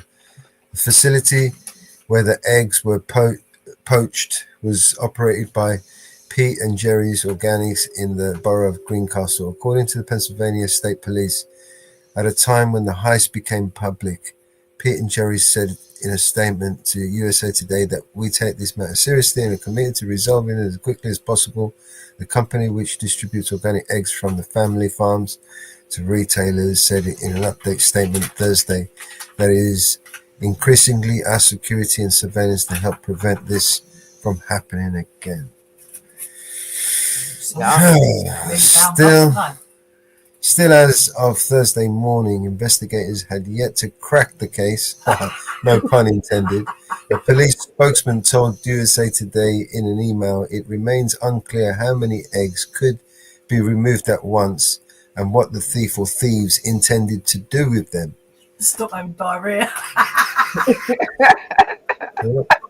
Making some omelets, obviously. Okay. Who stole the eggs? I know. Jenny, were you here in the U.S.? Oh, fuck.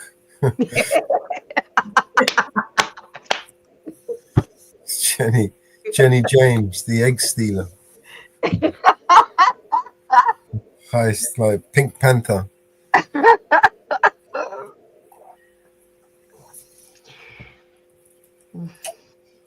Maybe they're going to feed the poor with them. She stole the Easter cake. She stole eggs at Easter. It's almost Easter again. She stole the eggs again. Oh, wow. I thought you would have a fun one with that one, Mellows. Can you believe that? All those eggs. The great Easter egg heist. Who stole the Easter eggs? So how long is it going to be before they try to impeach him again? They already started. Have they? Oh, of course they have. Of course they have. Democrats are filing impeachment proceedings against him.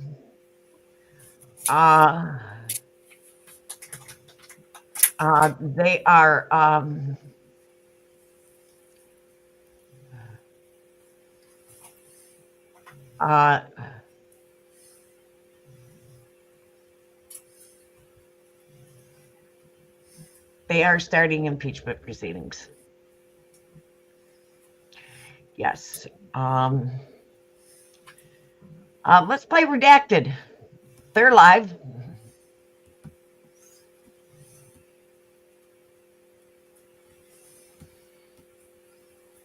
Trafficked children not interested, and they continue to get elected. So who's voting for AGs like that, Clayton? Who? I don't know. It's amazing to me because, as you pointed out when your interview with Nancy Mace earlier, I mean, back when A good one, Abe.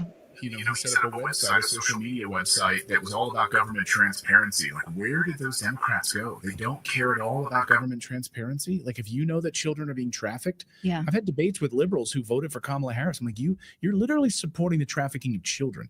This administration facilitated the importation, distribution, sex trafficking of children. How can you get up in the middle of the morning? How can you wake up in the morning and feel confident about you voted for these people? It's disgusting. Well, and another thing that really irritates me is you see this narrative of like, oh my gosh, Elon Musk has access to our personal information. Think of all the people that you don't even know that have that, like right in these offices. Oh, the NSA. Yeah. I mean, all of it being shared around and spied on Americans right now. So, yeah, disgusting. Well, hey, we should mention we have a store. I'll mention it again. Check it out. If you want to go to redactedstore.com and support independent journalism, you can do that. And you and the few sponsors just we have finished. here on the show, we are not supporting.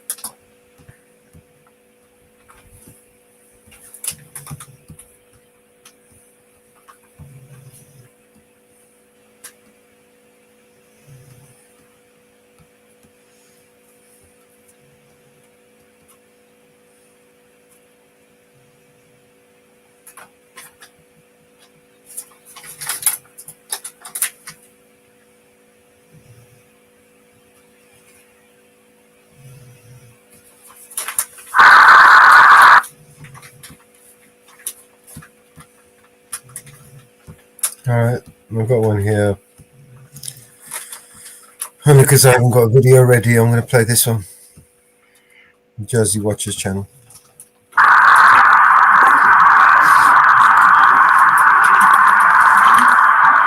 How you doing, bro? Good doing. How are you? The dog friendly? Oh yeah, Yeah, he's friendly. His name's Buddha.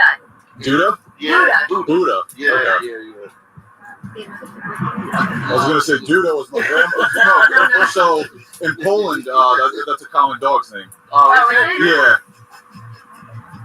Take it down, dog. Thank you. How old? Oh, a year and a half. Year and a half? A little bit over. Okay. I think this is the right one. Okay. Here you go. Where you guys come from tonight? Just riding. Went around the block. My Dunkin' Donuts came back. The motel turned around. Just riding. Okay. I really came to show this front the dog. What's that? I really came to show this front the dog. Oh, where at? Tony passed the motel and back around and stuff. That's all. Okay. Do you have a valid insurance card? Yeah. Oh, that's not the one?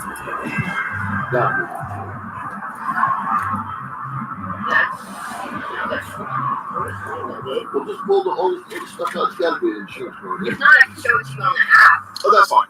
Yeah. You can show it to me on the app. That's fine.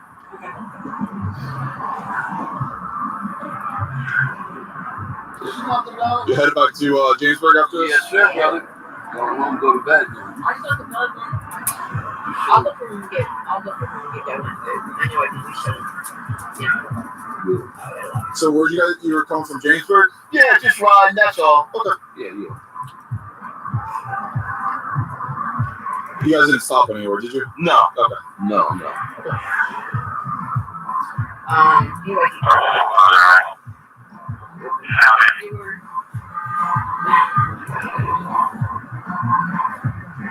There we go. Okay. Car's registered to you, sir? Yes, sir. Okay. Okay. And who is this to you? That's my woman. I've been with her for years. Okay. Yeah, I'm just asking because she pulled up the insurance on her phone. Oh, yeah. Okay. Things in my name, sir. Okay. So the reason for the stop is one of your license plate lights is out. Oh, yeah, you know what? Let me just show you that. Let me show you real quick. You know what it's out? Oh, sorry, sir. Sure, you know what? Because if you look at this right now, it says something rusty. I broke this one and that one in it. The screw's so rusty, that's why, you know what I'm saying? I got you. Yeah. So man, tomorrow, since you stopped me, bro, I'm gonna break that goddamn light and that shit out. Listen, I had the same issue. I had the strip screws with mine. Yeah, and they're real thin, you know what I'm saying? Yeah. Yeah. Okay. How's your license? Let's run them. Okay. No points, something like that? Maybe two. Maybe two. For what? I don't know. I was in North Brunswick or South Brunswick. A careless driving ticket, I think it was. Okay. For going too fast. Excuse me. Okay. Yeah. You ever been arrested or anything like that? Long time ago, yeah. For what? I don't know. For just, I don't know. Drunk driving. Drunk driving. No drugs, nothing like that? No. Okay. All right, you can have a seat in your car. I'm just going to check your license out. We'll get you on the road in a minute.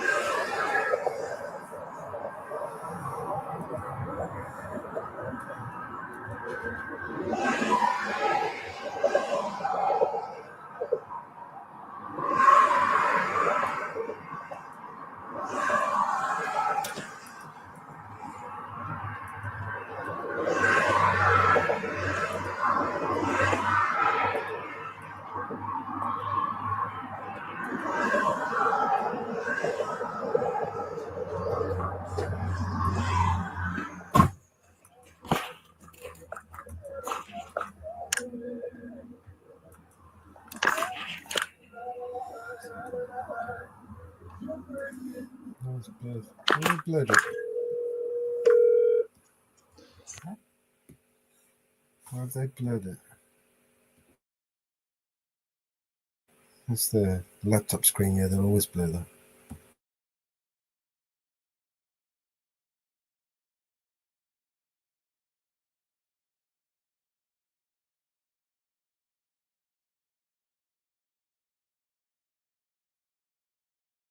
So muted the audio as well.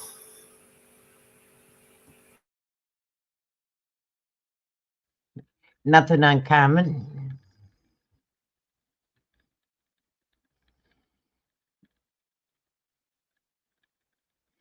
Because he made a personal phone call instead of putting it on the teleprompter. He made it by phone call. In the middle of a stop? Yep.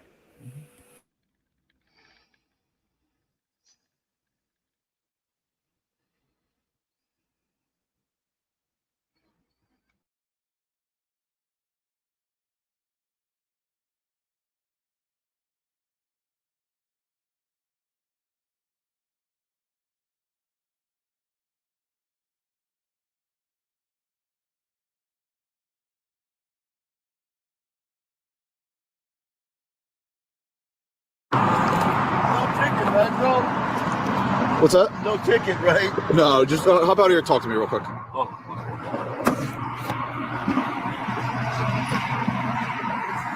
Just talk back here. Okay. So, where we're at right now, you said you guys were just driving around, you went to Dunkin' Donuts and Went past Dunkin' Donuts, right? And then made that U-turn right there. Yeah. Okay. So, I observed you guys leaving the area of the motor launch, okay? Yeah, right there, yeah. Yeah. So, I saw somebody walk up to your car. That hotel is known to us for drugs and prostitution. I'm sorry. Oh, no, she's not a prostitute. No, I'm not getting at that at all. Oh, okay. Yeah. With my training and experience, it almost looked like you guys did a hand-to-hand transaction. Oh, no, sir. So Okay. where we're at right now is I'm going to ask you for consent to search your car. Okay? Oh, come on. Go ahead. You can search my car. Okay. There's nothing going to be on her, nothing on you? Nothing on us, no, sir. Okay. What were you guys doing at the hotel? Nothing. You know, Tony, you probably wouldn't know him. He's got a brown dog just like mine.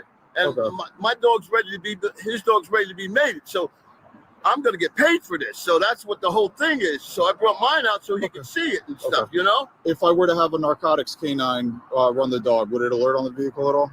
On my dog? No, on your car on the car? for drugs. No, I'm pretty sure it would no, sir. You're pretty sure? I'm pretty sure, no, Are you the only one that drives this car? Yes, sir. Okay. I smoke pot. Well, the dogs aren't imprinted with pot anymore. Oh, yeah. Marijuana, so we could even smoke marijuana. Oh, if we wanted to. Okay. Yeah. And you've never been arrested?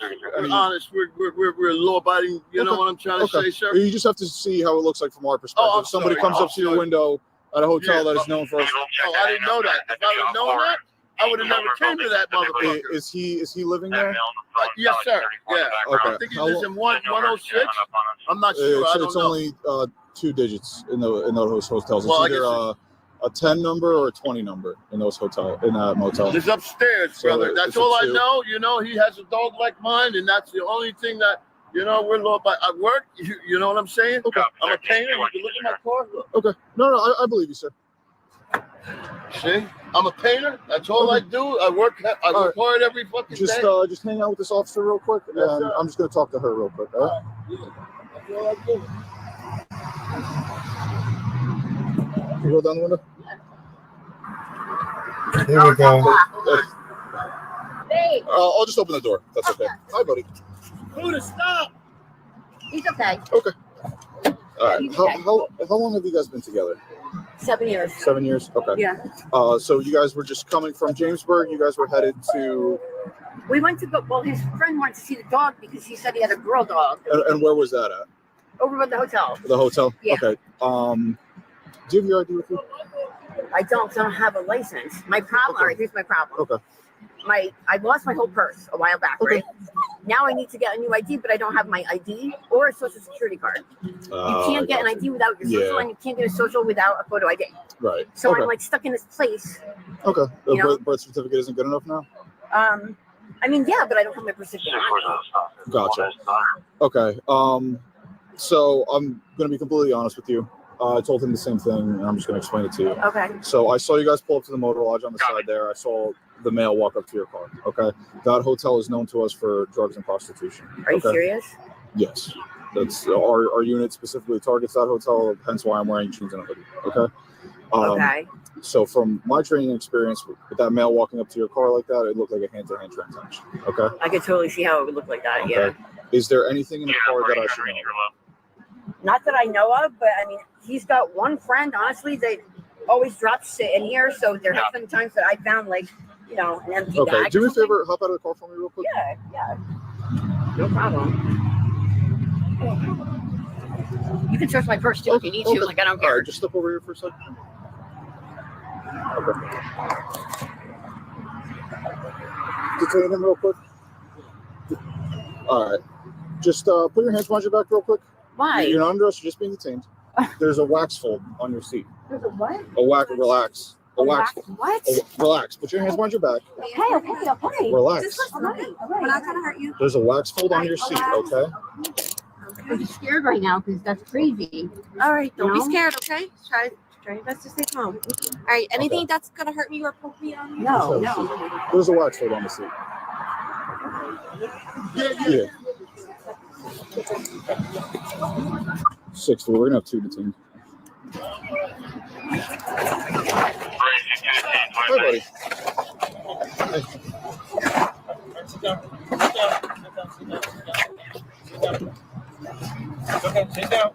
I might have him uncuff him and just handle. I don't know if I want to do that.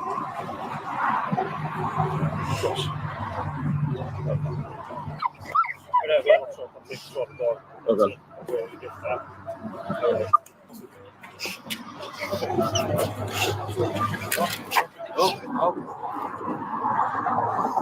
All right, sir. So here's where we're at. She has a wax fold. She had a wax fold of heroin right in between her legs where she was sitting. Okay. So I'm going to search the car. Oh, go ahead. Go ahead. It's no probable cause. Is it yours or hers? What? The heroin. The heroin? There's no heroin, is it?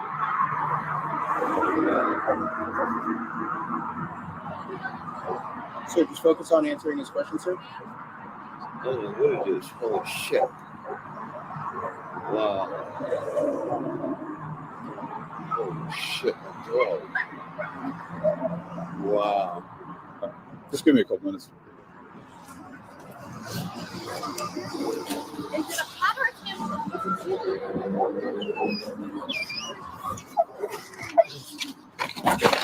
Hey. Stop.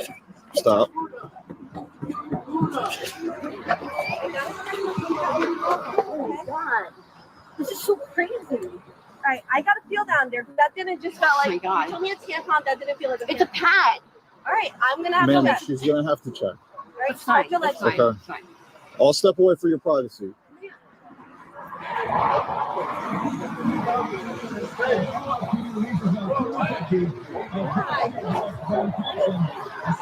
I can't believe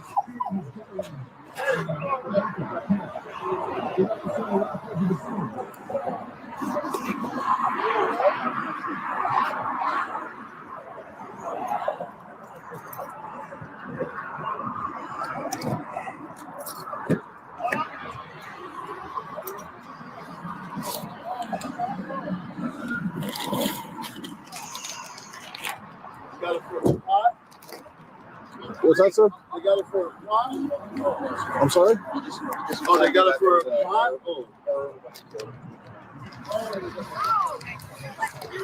why are you oh can you sit up? Ma'am, listen. Oh, you just hurt me. Listen to me. What? If we go inside and we find the drugs inside, it's a separate charge. What do you mean? So It might not be. Yo, can you just sit up? Oh my god, you just hurt my bag. all right, Do you sit need up. an ambulance? Yeah. You get an ambulance? Oh, you're hurting me. You want to sit in the car? Yeah. Okay. She's gonna have to search you before you go in my car, though. She's fine. She's fine. That's fine. Ow. All right. Yeah. We're gonna walk to that car right there. Oh.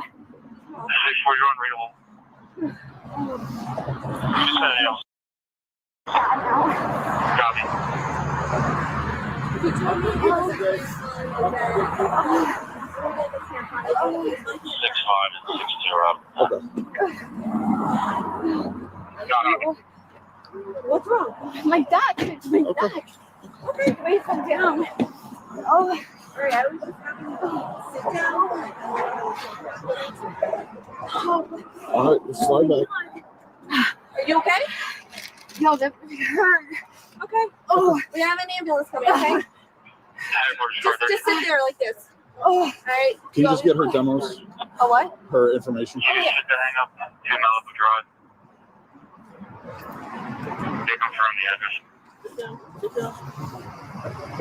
She probably has a tough note then. 30, go down to 6'6", maybe 27 impersonation. Nigeria Sierra 28 uniform. Alpha Echo. Blue Accord, in and out. I'm on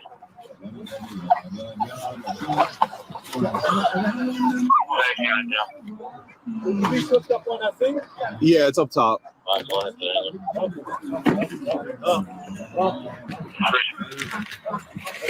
Headquarters, turn on the Eastern Street. What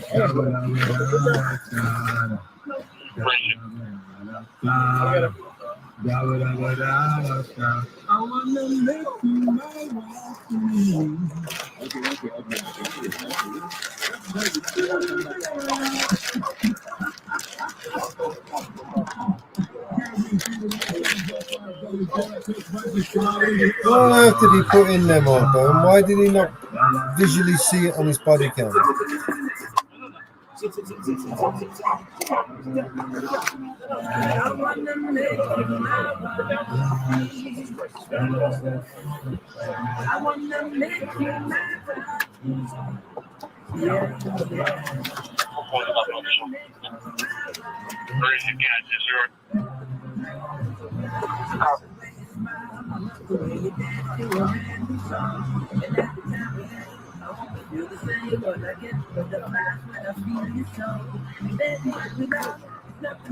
Yeah.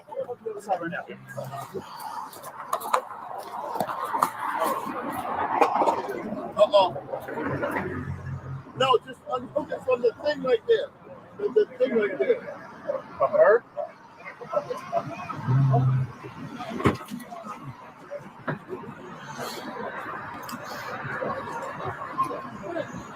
Jeez. Was he like jumping on you? I was trying to, I don't want to choke.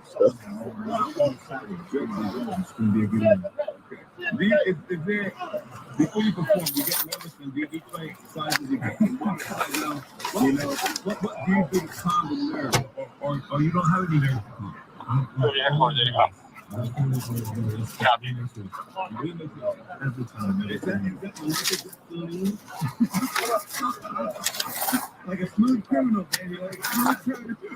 You even know the neighborhood. You knew the neighborhood. Wow. Okay, here's Evie. Someone's gold. It's out. Available on all platforms. We got the music video on YouTube, the stages, even the platforms that are not flat. Exactly. Come on, Evie. White thing, let's go. Forming line.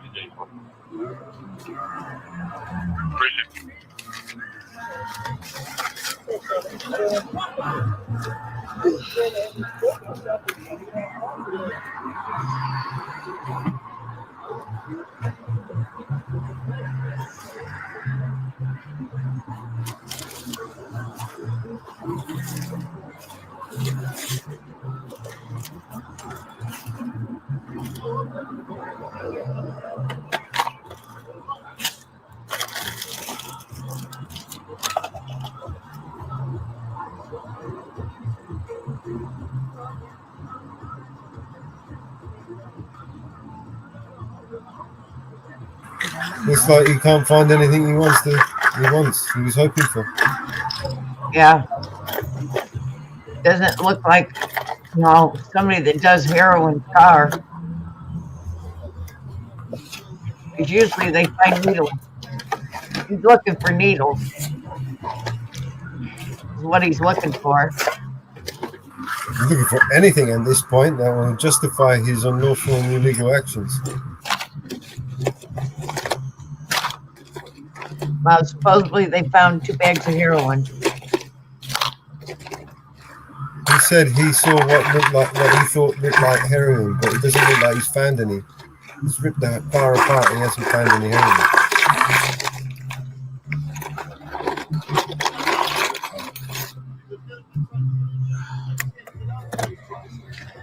Like I said, heroin, there would have been caps for needles and stuff.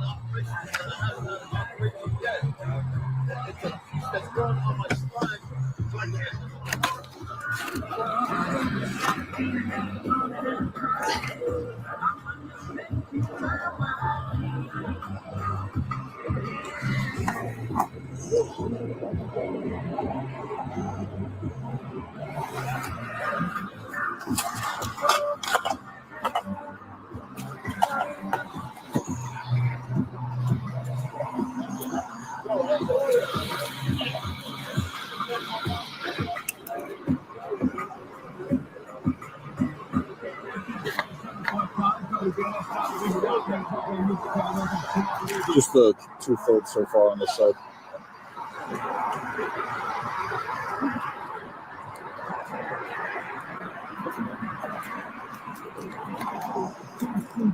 You can't seem to get around it. You can't seem to get over it, get under it.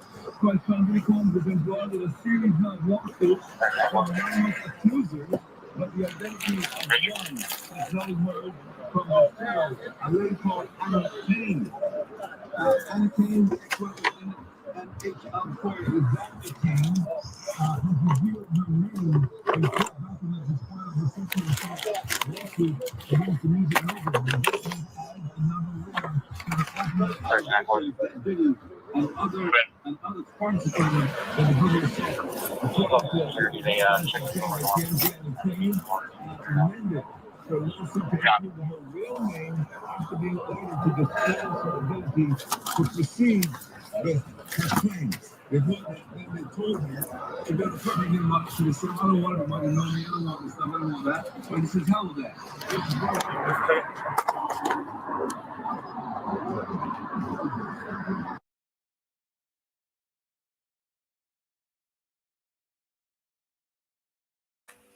Mutes again while he's colluding with his colleague. That is violation of policy.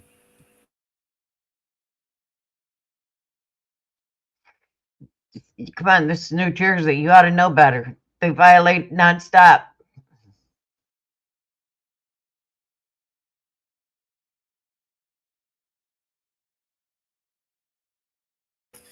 Otherwise known as deprivation of rights under the color of law, and conspiracy to deprive someone of their rights. USC 242 and 241. Am I right? 18 USC 241 and 242. I believe so.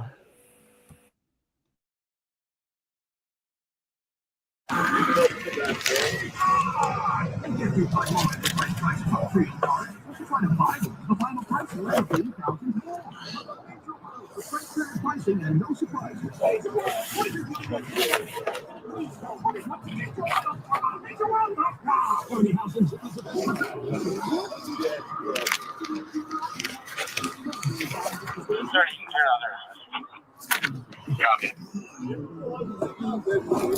I'm just not trying to destroy your car. I don't care, bro. Really? Not good. What the hell do you think he's doing?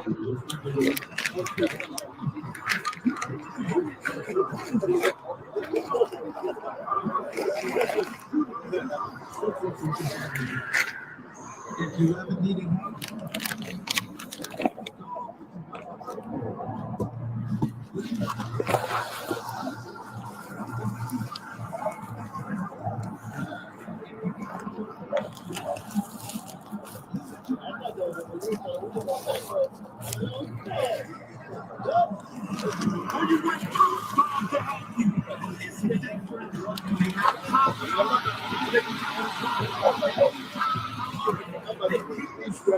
help, I won't go nowhere.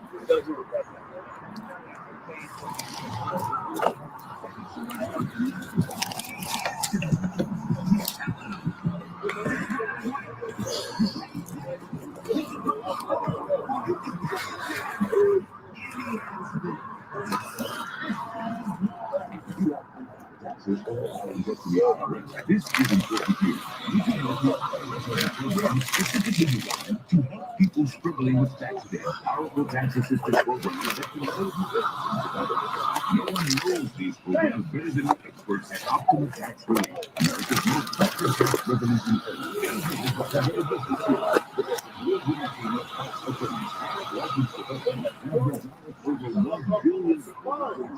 You sit on my nerve in this. And if I don't have it cut out, I'll have to, you know what I mean? I'll go paralyzed and shit. Yeah. He had nothing on him. Well, You searching? what do you want to take me out? No, okay. No, check me out. Shit, go ahead. Fuck it, go. Go ahead. I think it's so I'm gonna see if she claims it. Because I don't want to do both of them for twofold. But I'll take okay.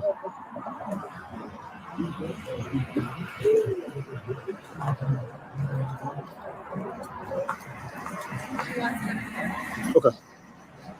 Yes, she is. She wants.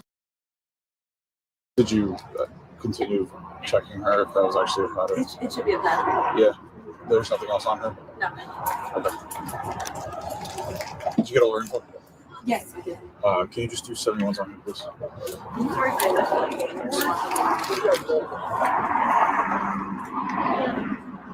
I didn't realize you were. I was gonna have that way to go anywhere.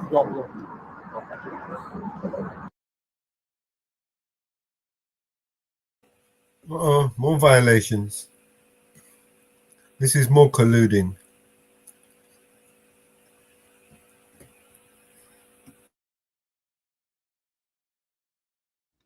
They don't care.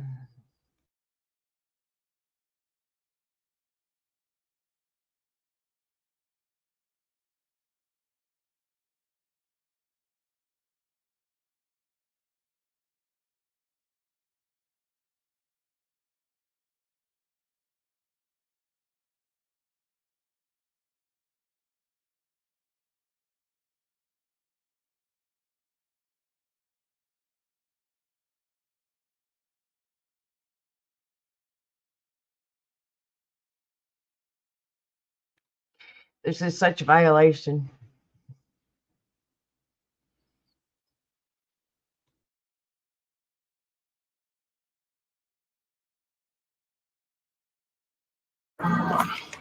You have the right to remain silent. Anything you say can and will be used against you in the court of law. You have the right to talk to a lawyer. What's he arresting him for? Him or her present with you while you're being questioned. If you cannot afford to hire a lawyer, one will be appointed to represent you before any questioning if you wish. You can decide at any time to exercise these rights and not answer any of my questions or make any statements. Do you understand these rights? Yeah. Okay. Do you wish to speak to me? Yeah. Okay. So where we're at right now, you're under arrest for the heroin. Okay. What hair? So My legs. yeah. When I pulled you out of the car, it was on the white towel right in between. Nah, man. Then it must have been on the seat before that. Okay. Seriously. I'm not even seriously. Okay. All right. So just hear me out. Okay. All right. Just send me on it. If you're saying it's not yours, he's saying it's not his. Okay. If you claim that it's a ticket at the end of the day. You're gonna go to the hospital. Well, why should I get a ticket for something? Because you're in possession of heroin. It is what it is. Okay. So. No, it's crazy because I tell him this shit all the time. Okay. All the time. I tell him to clean out his fucking truck. Okay. You know, I told you he has one friend. And it's a guy that works with him, and I know he does the shit because I found it in the truck before. Okay. So you're getting charged with it regardless. Okay. So if you claim that it's yours, then I could release him and the dog. Okay. If you say it's not yours, then I have to take both of you in, and I'm gonna have to bring the dog to animal control. I have to take credit for something that's not mine. I'm not telling you to do that at all. But where it was in between your legs on the seat. Okay. So then wouldn't I have something else on me? Like, you could check my purse? I already did. I'm going to do a more thorough search, okay, if that's the case. Okay. Is there anything else that's on you anymore? No. Okay. Great. So is the heroin yours or no? Like I said, it's just going to be a ticket. These guys are going to go with you to the hospital. I'm going to go inside, type it up real quick, and you'll get your court date.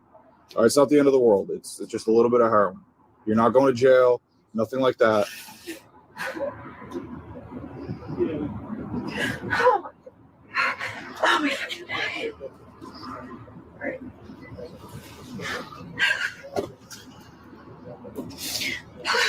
All right. She's 7'4", right? Yeah. All right, then do you guys mind like just stepping out to see how this Okay. in her pants? Okay. Oh fuck! All right, you guys step out. She's just gonna check her one more time. She's gonna think on it. She's gonna think on it. She's gonna check her real good right now. Okay. And then that'll tell me. Because as soon as she went like.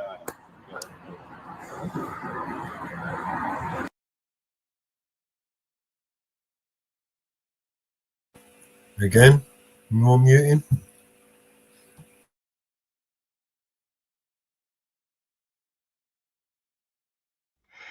Yep.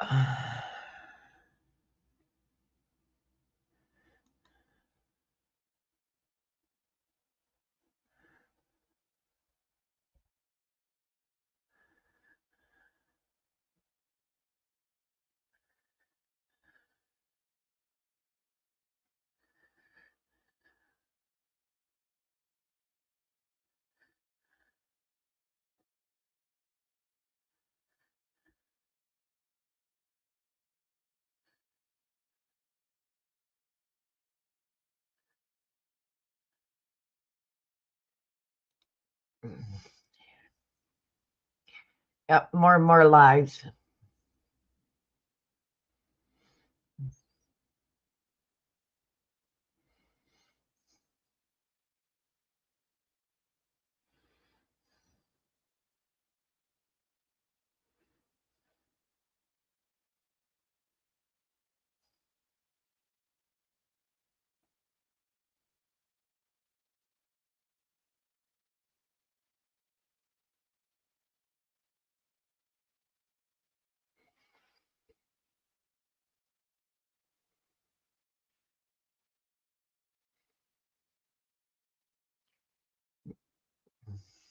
You ought to see the report.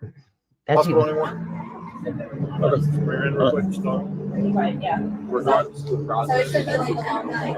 Yeah, and then if you want to go to the hospital after, we'll call you another ambulance. And if you start feeling shitty, just let us know, and you'll be right on the corner, okay? So please put on your shoes.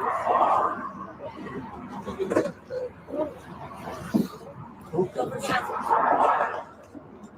On sheet two? I don't know where. It was really on my sheet. Yeah, please put on your shoes, just work with us. Does she have a 7-hour? Yes,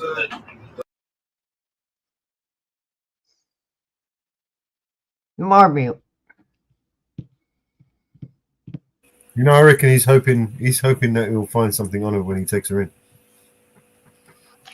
On the channel, you can look underneath it on more and read the police report when we're done. I'm going to send it.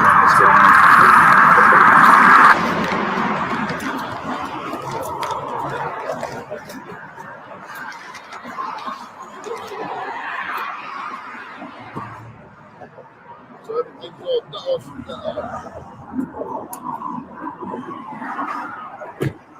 Oh my lord! Did you see All what right, he so just here's what we're did? gonna do. You've been super respectful with me. The drugs were literally on her. Okay, He I'm just not gonna put it charge in you his with it. I car could and charge didn't both of you. secure I'm not it. gonna do that tonight.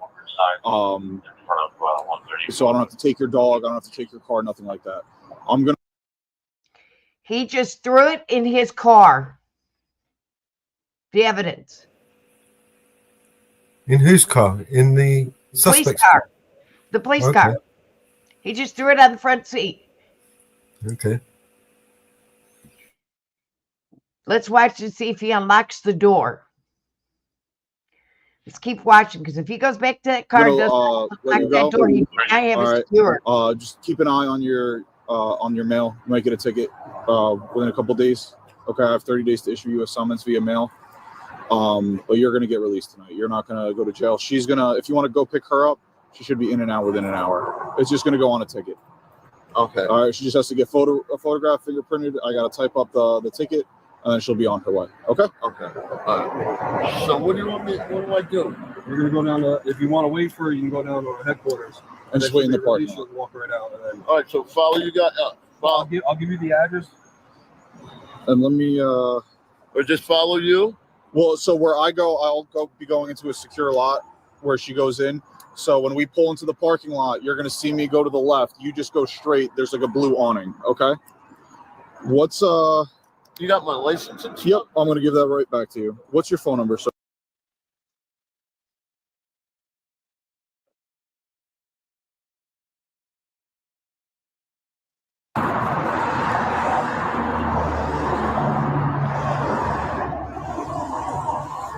All right, sir. Here you go. All right. We'll get you your dog in 2 seconds, and then, like I said, it shouldn't take more than an hour. Okay. I'm gonna get your dog. Okay. We gotta hook him back up the way it was. How is it set up though? You'll show me. Yeah. Where's whose car? Where's the dog? Oh, in his car. Ah, there it is. There it is. His car was never secure. He's just gonna follow us and pick her up. Yeah, they get the dog over there too. Yep. They're gonna get it now. Okay, sure. We're good. I don't recommend. We're good. Yeah, thank you. We're going back to the car.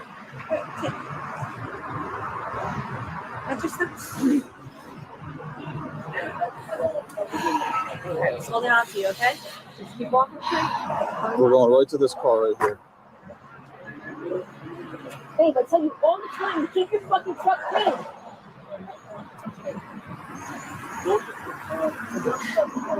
All the time, babe. I tell you to check your fucking truck all the time, don't I?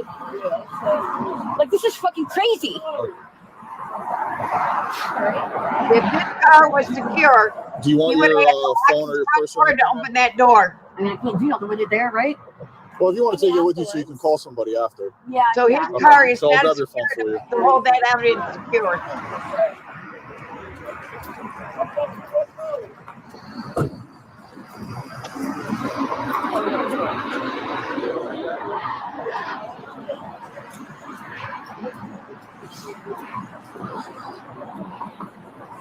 This is your phone, correct? Yeah. Okay. All right. Just lean back. I'm gonna put this through. Do you want me to follow you in, or? Yes. Email. And can you just send me her info? So, yeah, all good. Just send me her info. All right. Appreciate it. All right. And he's gonna get out of here. Yeah, I'll have Steve knock off. He's okay. Okay. Yeah, it won't take long. It'll take 2 seconds. Yeah. Yeah.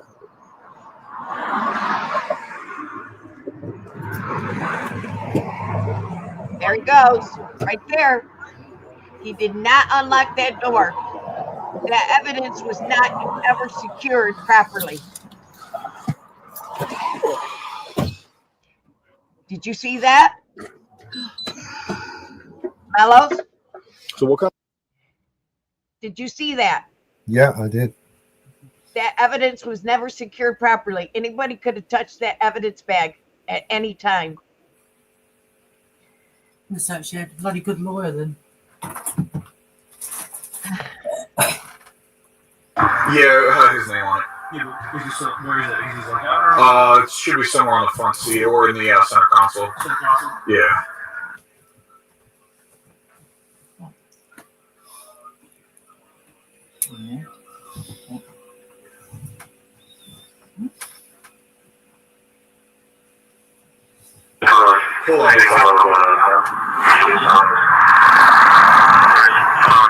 Did you find it?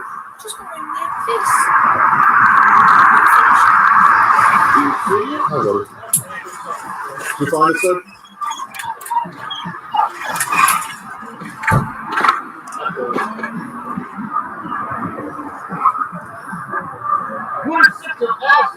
He's alright, he's fine.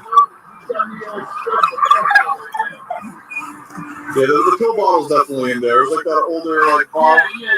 Oh, here it is. Yep, there you go. Alright, sir, take care.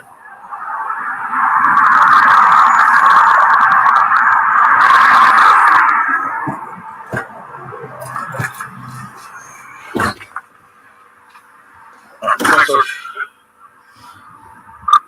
6 airports. 7475 adult female starting 61409.9. Can you just print out the DL for the female that Cannon 4 provided you and fax down a watch commander over the CCH, please? Yes, ma'am. Oh, really? I was too nervous. I wasn't even thinking about it. So that's crazy how the DMV won't even. No, you can't. Trust me, I went even up to front, like to the main office. Yeah. And was totally just turned down. She said, I can't do it for you because you have well, to get a photo ID, like I said, you need a social. If you don't have your social security card, the only way you can get it replaced is if you have a photo ID.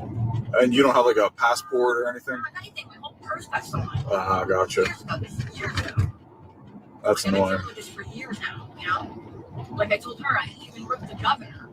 Yeah, I mean. I can't be the only person in this world who's lost everything.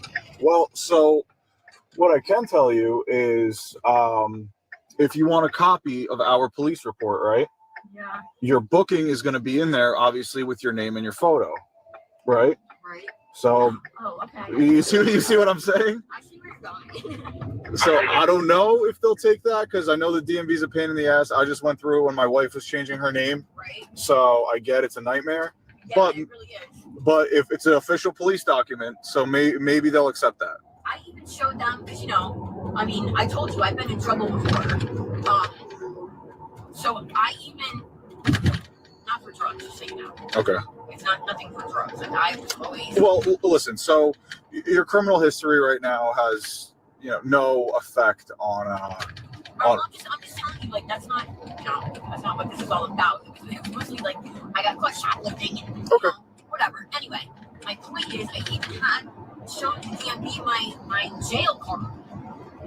And they wouldn't take that? They wouldn't take that either. Does that have your photo or no? Yeah, it's got the photo. Huh. Then maybe they won't take it. But it's worth a shot. So, like I said, I've just been stuck in this place where I don't even know what to do. Trust me, my mother died. I'm sorry to hear that. And I couldn't even get like the hospital paperwork to find out what happened to her because I can't prove who I am. I gotcha. So going back to what you were saying, you were in.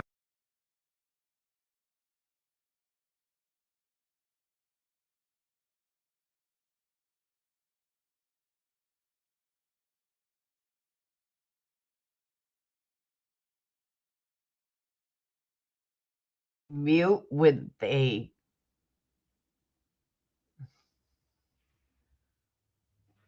wow.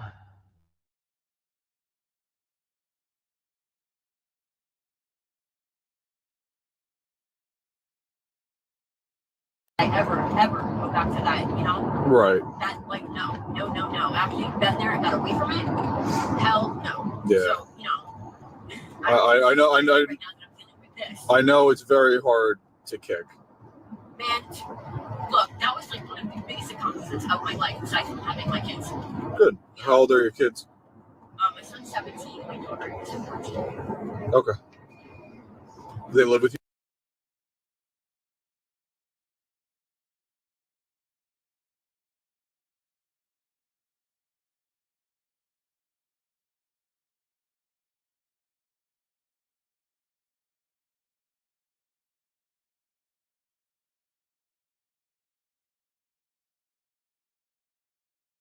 You're muted again. A little bit more inside.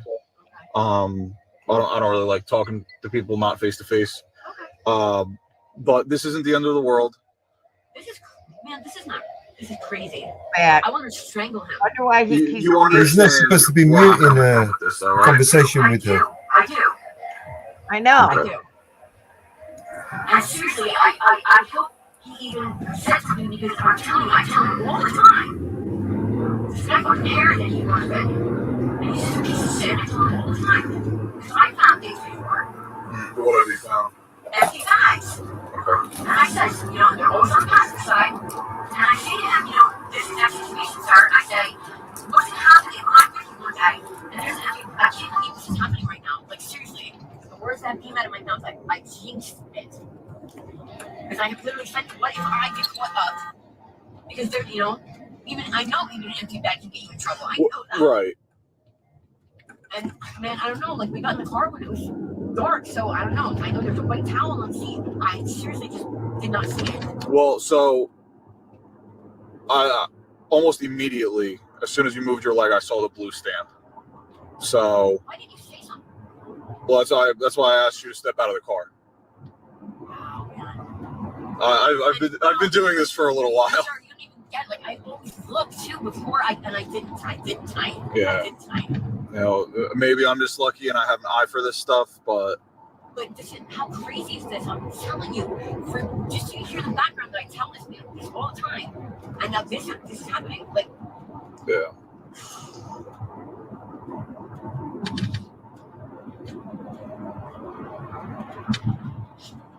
I feel like sometimes in my life I talk things. Yeah, talk things into existence. Talk things into.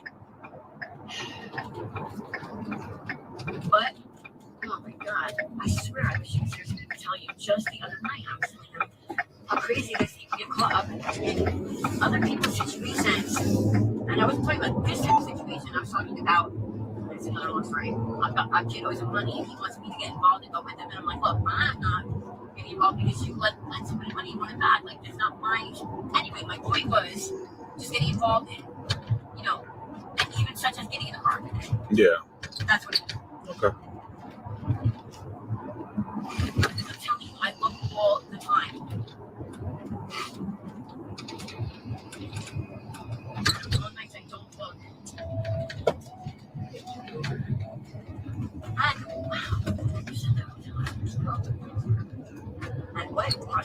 Yeah.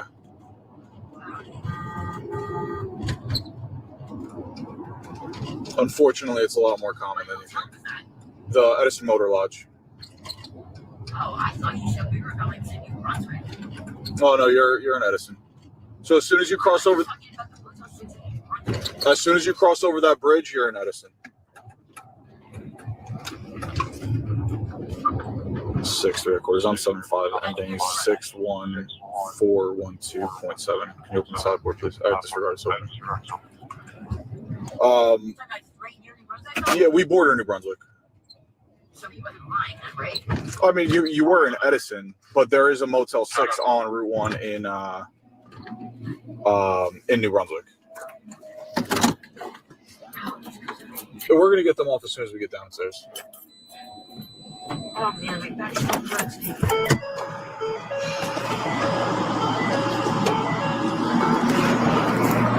We go south.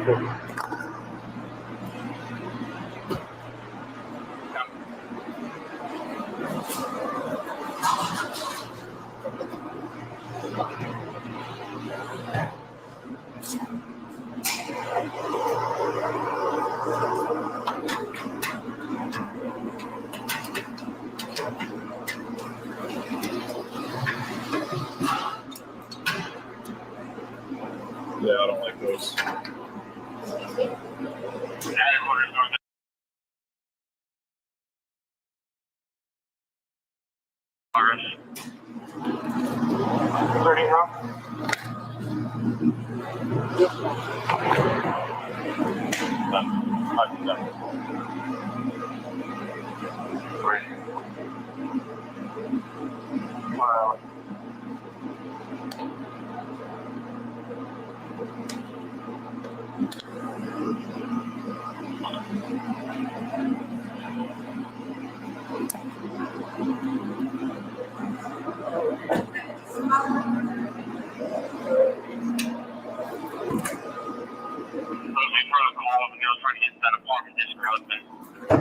And they're right as you walked away. Just trying to get eyes back on them. One step at a time. Right there. What's he wearing? One more short little staircase after this, and then it's straight and we'll sit on the bench, okay?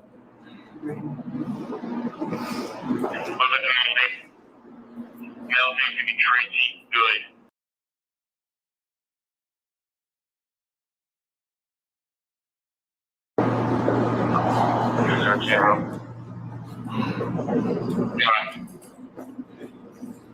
You get it over here? Yeah.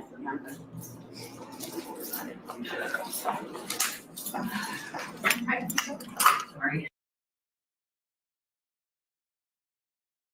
Off as soon as we get inside. That's right. That makes all right. Alright, so as you're responding, we got number 2 male, brown shirt, brown pants. Officers had. Wow.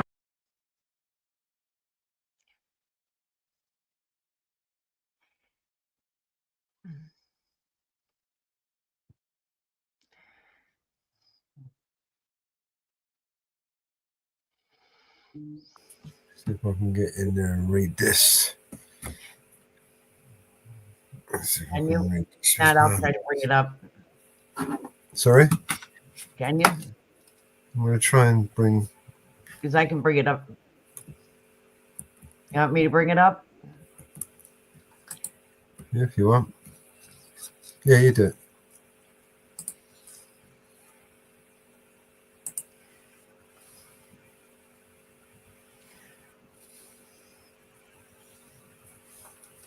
Hold on. Here we Read go. Yeah. On 12th of August 24, Petrolman M. Pukatz was working in plain clothes assigned to the Edison Police Department Street Crimes Unit under the Patrol Division, which includes responding to calls for service proactive. Patrol and quality of life issues. I was wearing an exterior ballistic carrier with clear police markings, utilizing unmarked vehicle PD63 Ford Explorer equipped with emergency lights and siren. I was patrolling the area of US 1 when I observed a gold in-color Toyota Highlander parked next to the Edison Motor Lodge. I observed an unknown male walk up to the vehicle from the Motor Lodge and converse with the occupants by leaning into the passenger side window for a short period of time, approximately 3 to 5 minutes, before returning to the motel. The vehicle then turned onto US 1 northbound and took the jug handle to go to US 1 south. I observed the vehicle to be in violation of 39361K and decided to conduct a motor vehicle stop for the same. I eventually stopped the vehicle in front of Edison Diner in a safe location. I made contact with the driver of the vehicle, Robert Clayton, PTL, Contreras on scene. Clayton explained that they are just going for a drive and turned around at the Dunkin' Donuts. I requested Clayton step out of the vehicle, to which he complied. I then again confirmed his story, at which point I requested to search his vehicle, to which he gave me verbal consent. Sergeant Kohat and PTO, what's that? Dong on the scene. I then began to speak with the passenger of the vehicle, Amber Leonard, to advise her of what was going on. I requested Leonard lower her window, which she was unable to do so. She opened the door, and as she moved her, can you scroll up a little bit? As she moved her legs, I observed a wax fold under her right leg and ordered her out of the vehicle. I detained Leonard as PTL Contreras detained Clayton. A PC search of the vehicle was conducted, which yielded 2 folds of heroin stamped with something. PTL Suzuela and PTL Montenegro on scene. Leonard was placed under arrest and searched by PTL Dong on scene. Scroll up a bit.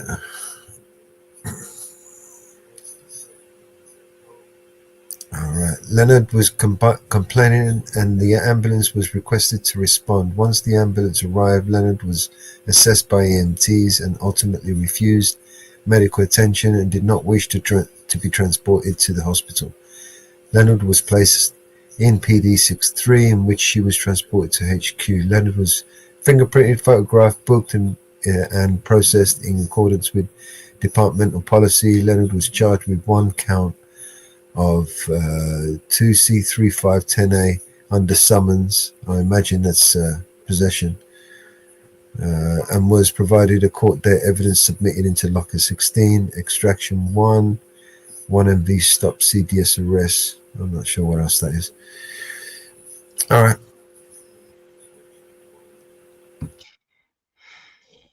Wow, that's an interesting case.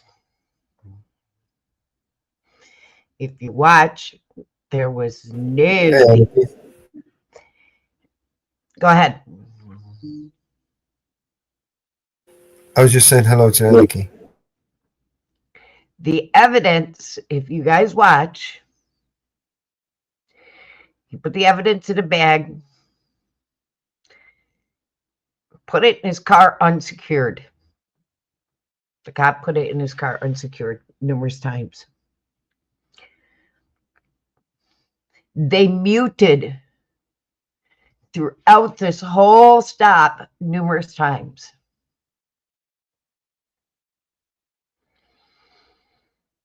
They violated rights so much it wasn't funny.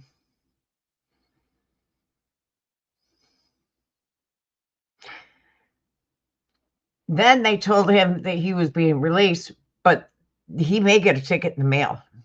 He still may be arrested for the same charge.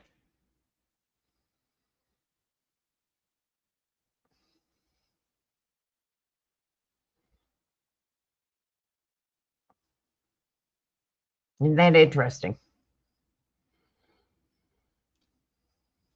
but that's not in the report.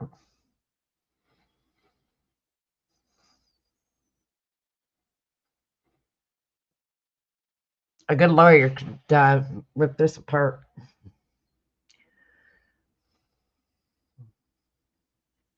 But it's Edison, New Jersey, guys. Edison, New Jersey.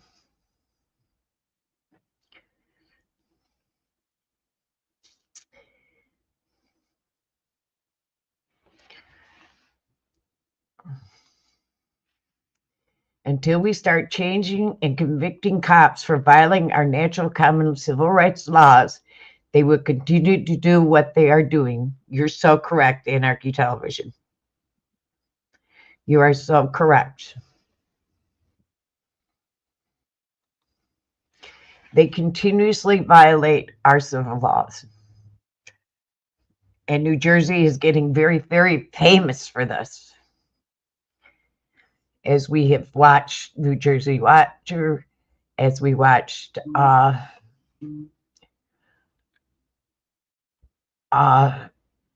Leroy Truth today.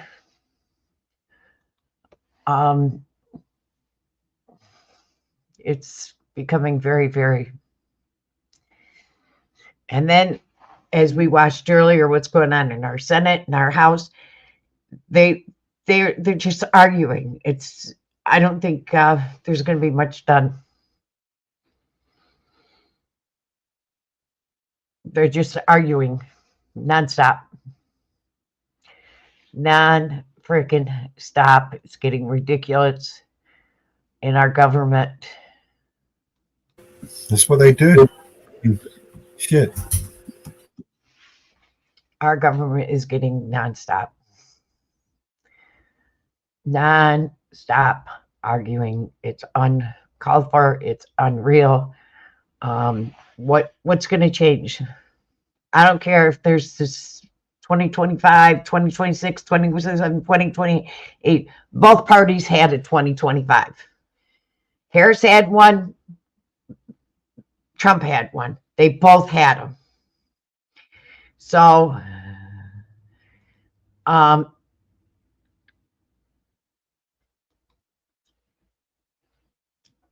they both had them. So, you know, just one was made famous more than the other one, but they both had them. And some people just don't want to look at it. Everybody has their agendas.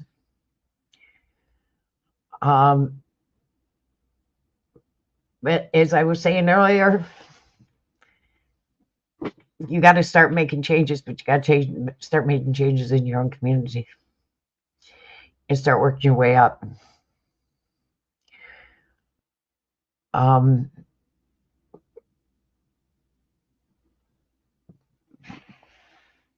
But what we're going to do, I have no clue. No clue.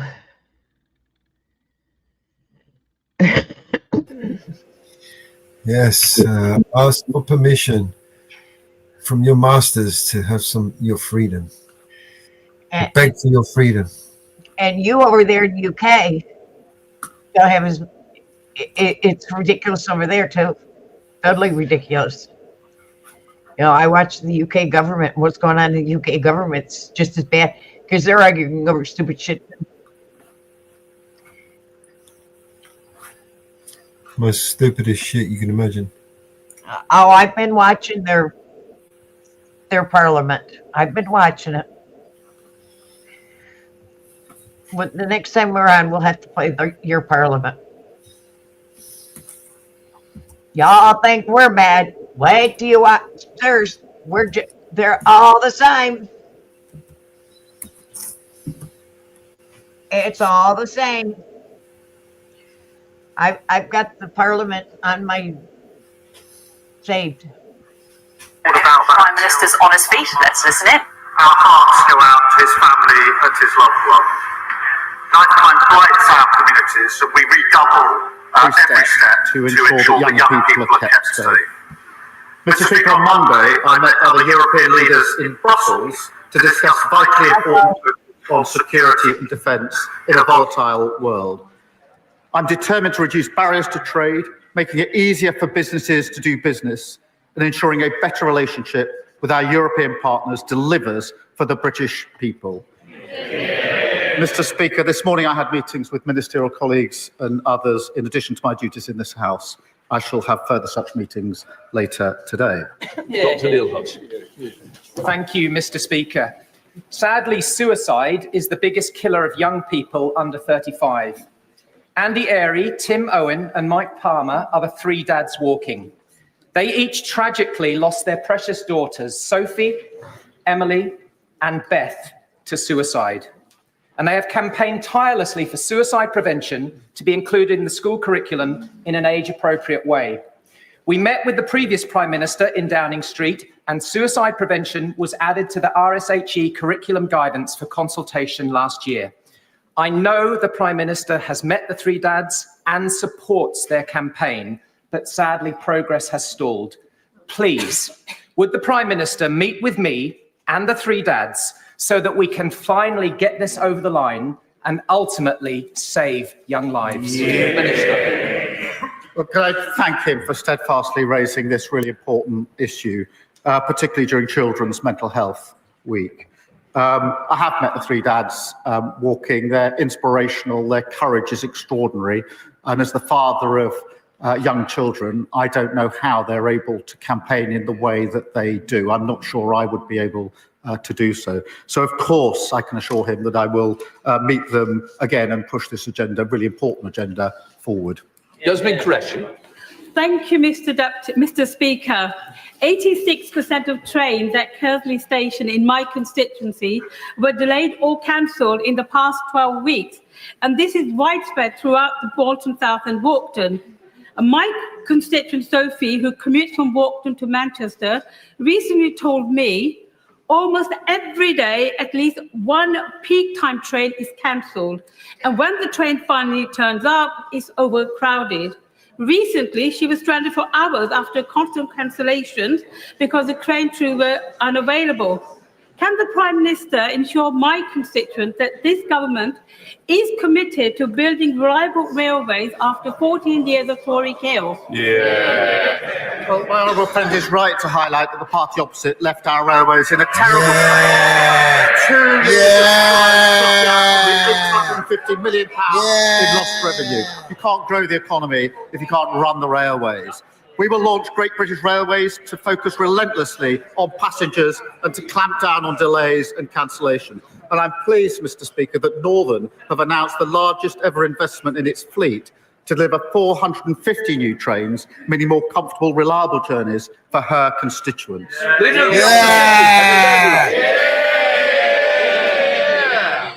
Mr. Speaker, when Labour negotiates, our country loses. Yesterday, we heard the government offered £18 billion for Mauritius to take our territory in the Chagos Islands. This is money that belongs to our children and their children. This is an immoral surrender, so North London lawyers can boast at their dinner parties. Mr. Speaker, when Labour negotiates, we all lose. Sometimes they don't even bother. Why did the Energy Secretary withdraw government lawyers from defending the case against the eco-nutters who want to obstruct Rosebank's oil and gas fields? Mr. Speaker, let me deal with the serious issue she raises in relation to the Chagos case. This is a military base Diego Garcia. that is vital to our national security and to national security. A number of years ago, the legal certainty of that base was thrown into doubt. And let me, Mr. Speaker, let me be clear, and I'll pick my words carefully. Without legal certainty, the base cannot operate in practical terms as it should. That is bad for our national security, and it's a gift to our adversaries. Now, some within the party opposite know exactly what I'm talking about. That is why, Mr. Speaker, that is why the last government started negotiations about sovereignty and about securing the long-term use of the base. Mr. Speaker, they were right to do so. That's why the last government conducted 11 of the 13 rounds of those negotiations. And Mr. Speaker, they were right to do so. That is why this government has completed that process, and we were right to do so. Mr. Speaker, I will set out the details when they're finalised, and it will, of course, be presented to Parliament. But if the Leader of the Opposition is properly briefed on the national security implications when she's asking these questions, which she's perfectly entitled to do, then she knows exactly what I'm talking about in terms of national security and legal certainty. If, on the other hand, she's not properly briefed on the national security implications, she's not doing her job, she's not concerned about national security, and she's not fit to be Prime Minister. Mr. Speaker, how can anyone believe that this man is defending UK interests when he bends the knee to anyone who asks him? His answer was so weak and so waffly, it is no wonder he needs a voice coach. But he didn't answer the question I asked him, why the Energy Secretary was not defending our country. The Energy and Environment Secretaries received nearly £400,000 worth of donations from Lisbeth Rousing. It's her money behind the court case that will stop an £8 billion investment, threaten thousands of jobs, and endanger energy security for all of us. Did the Energy Secretary refuse to defend UK interests because he's funded by billionaire eco-zealots? Prime Minister. Well, Mr. Speaker, I'll come to that very issue, but I noticed she didn't say she was briefed about the Chagos issue. This is important.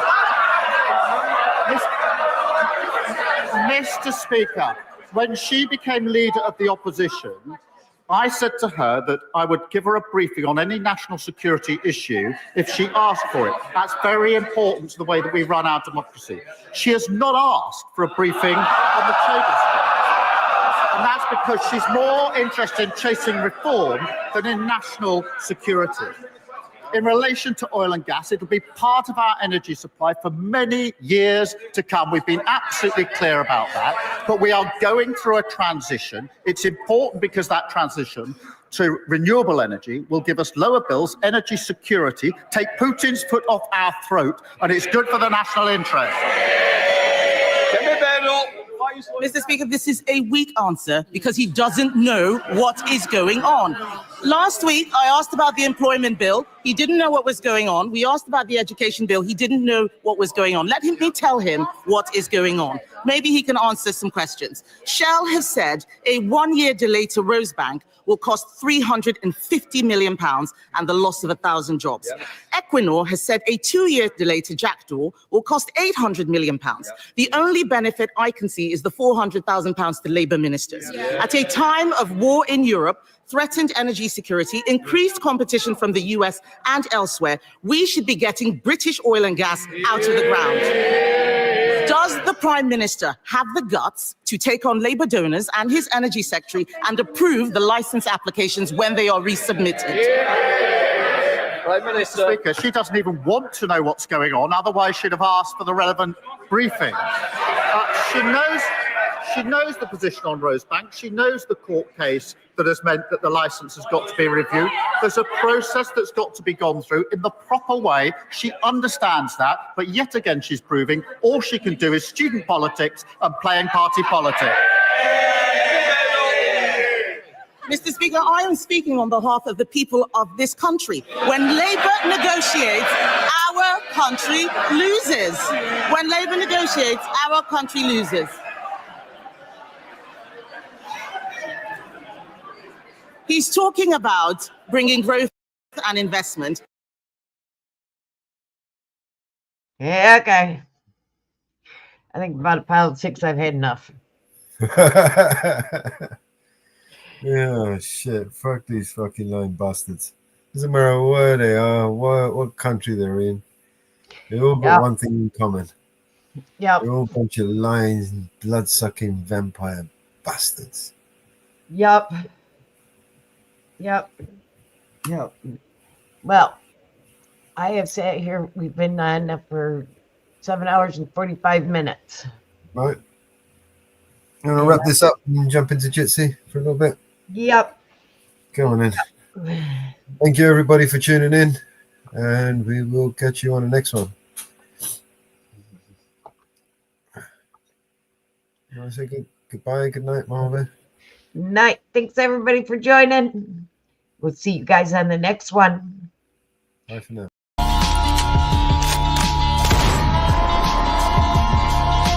This is your emergency broadcast system. All civil unrest has gone global. All Capitol buildings and cities are under siege by the United States government to quell the domestic terrorist threat. All residents of urban neighborhoods and cities are being ordered to stay in their homes until the threats are eliminated. If you disobey orders, you could be shot on sight by rogue agents, federal forces, and domestic terrorist militias. This is your emergency broadcast system. This is a national alert. Imminent threat is nationwide.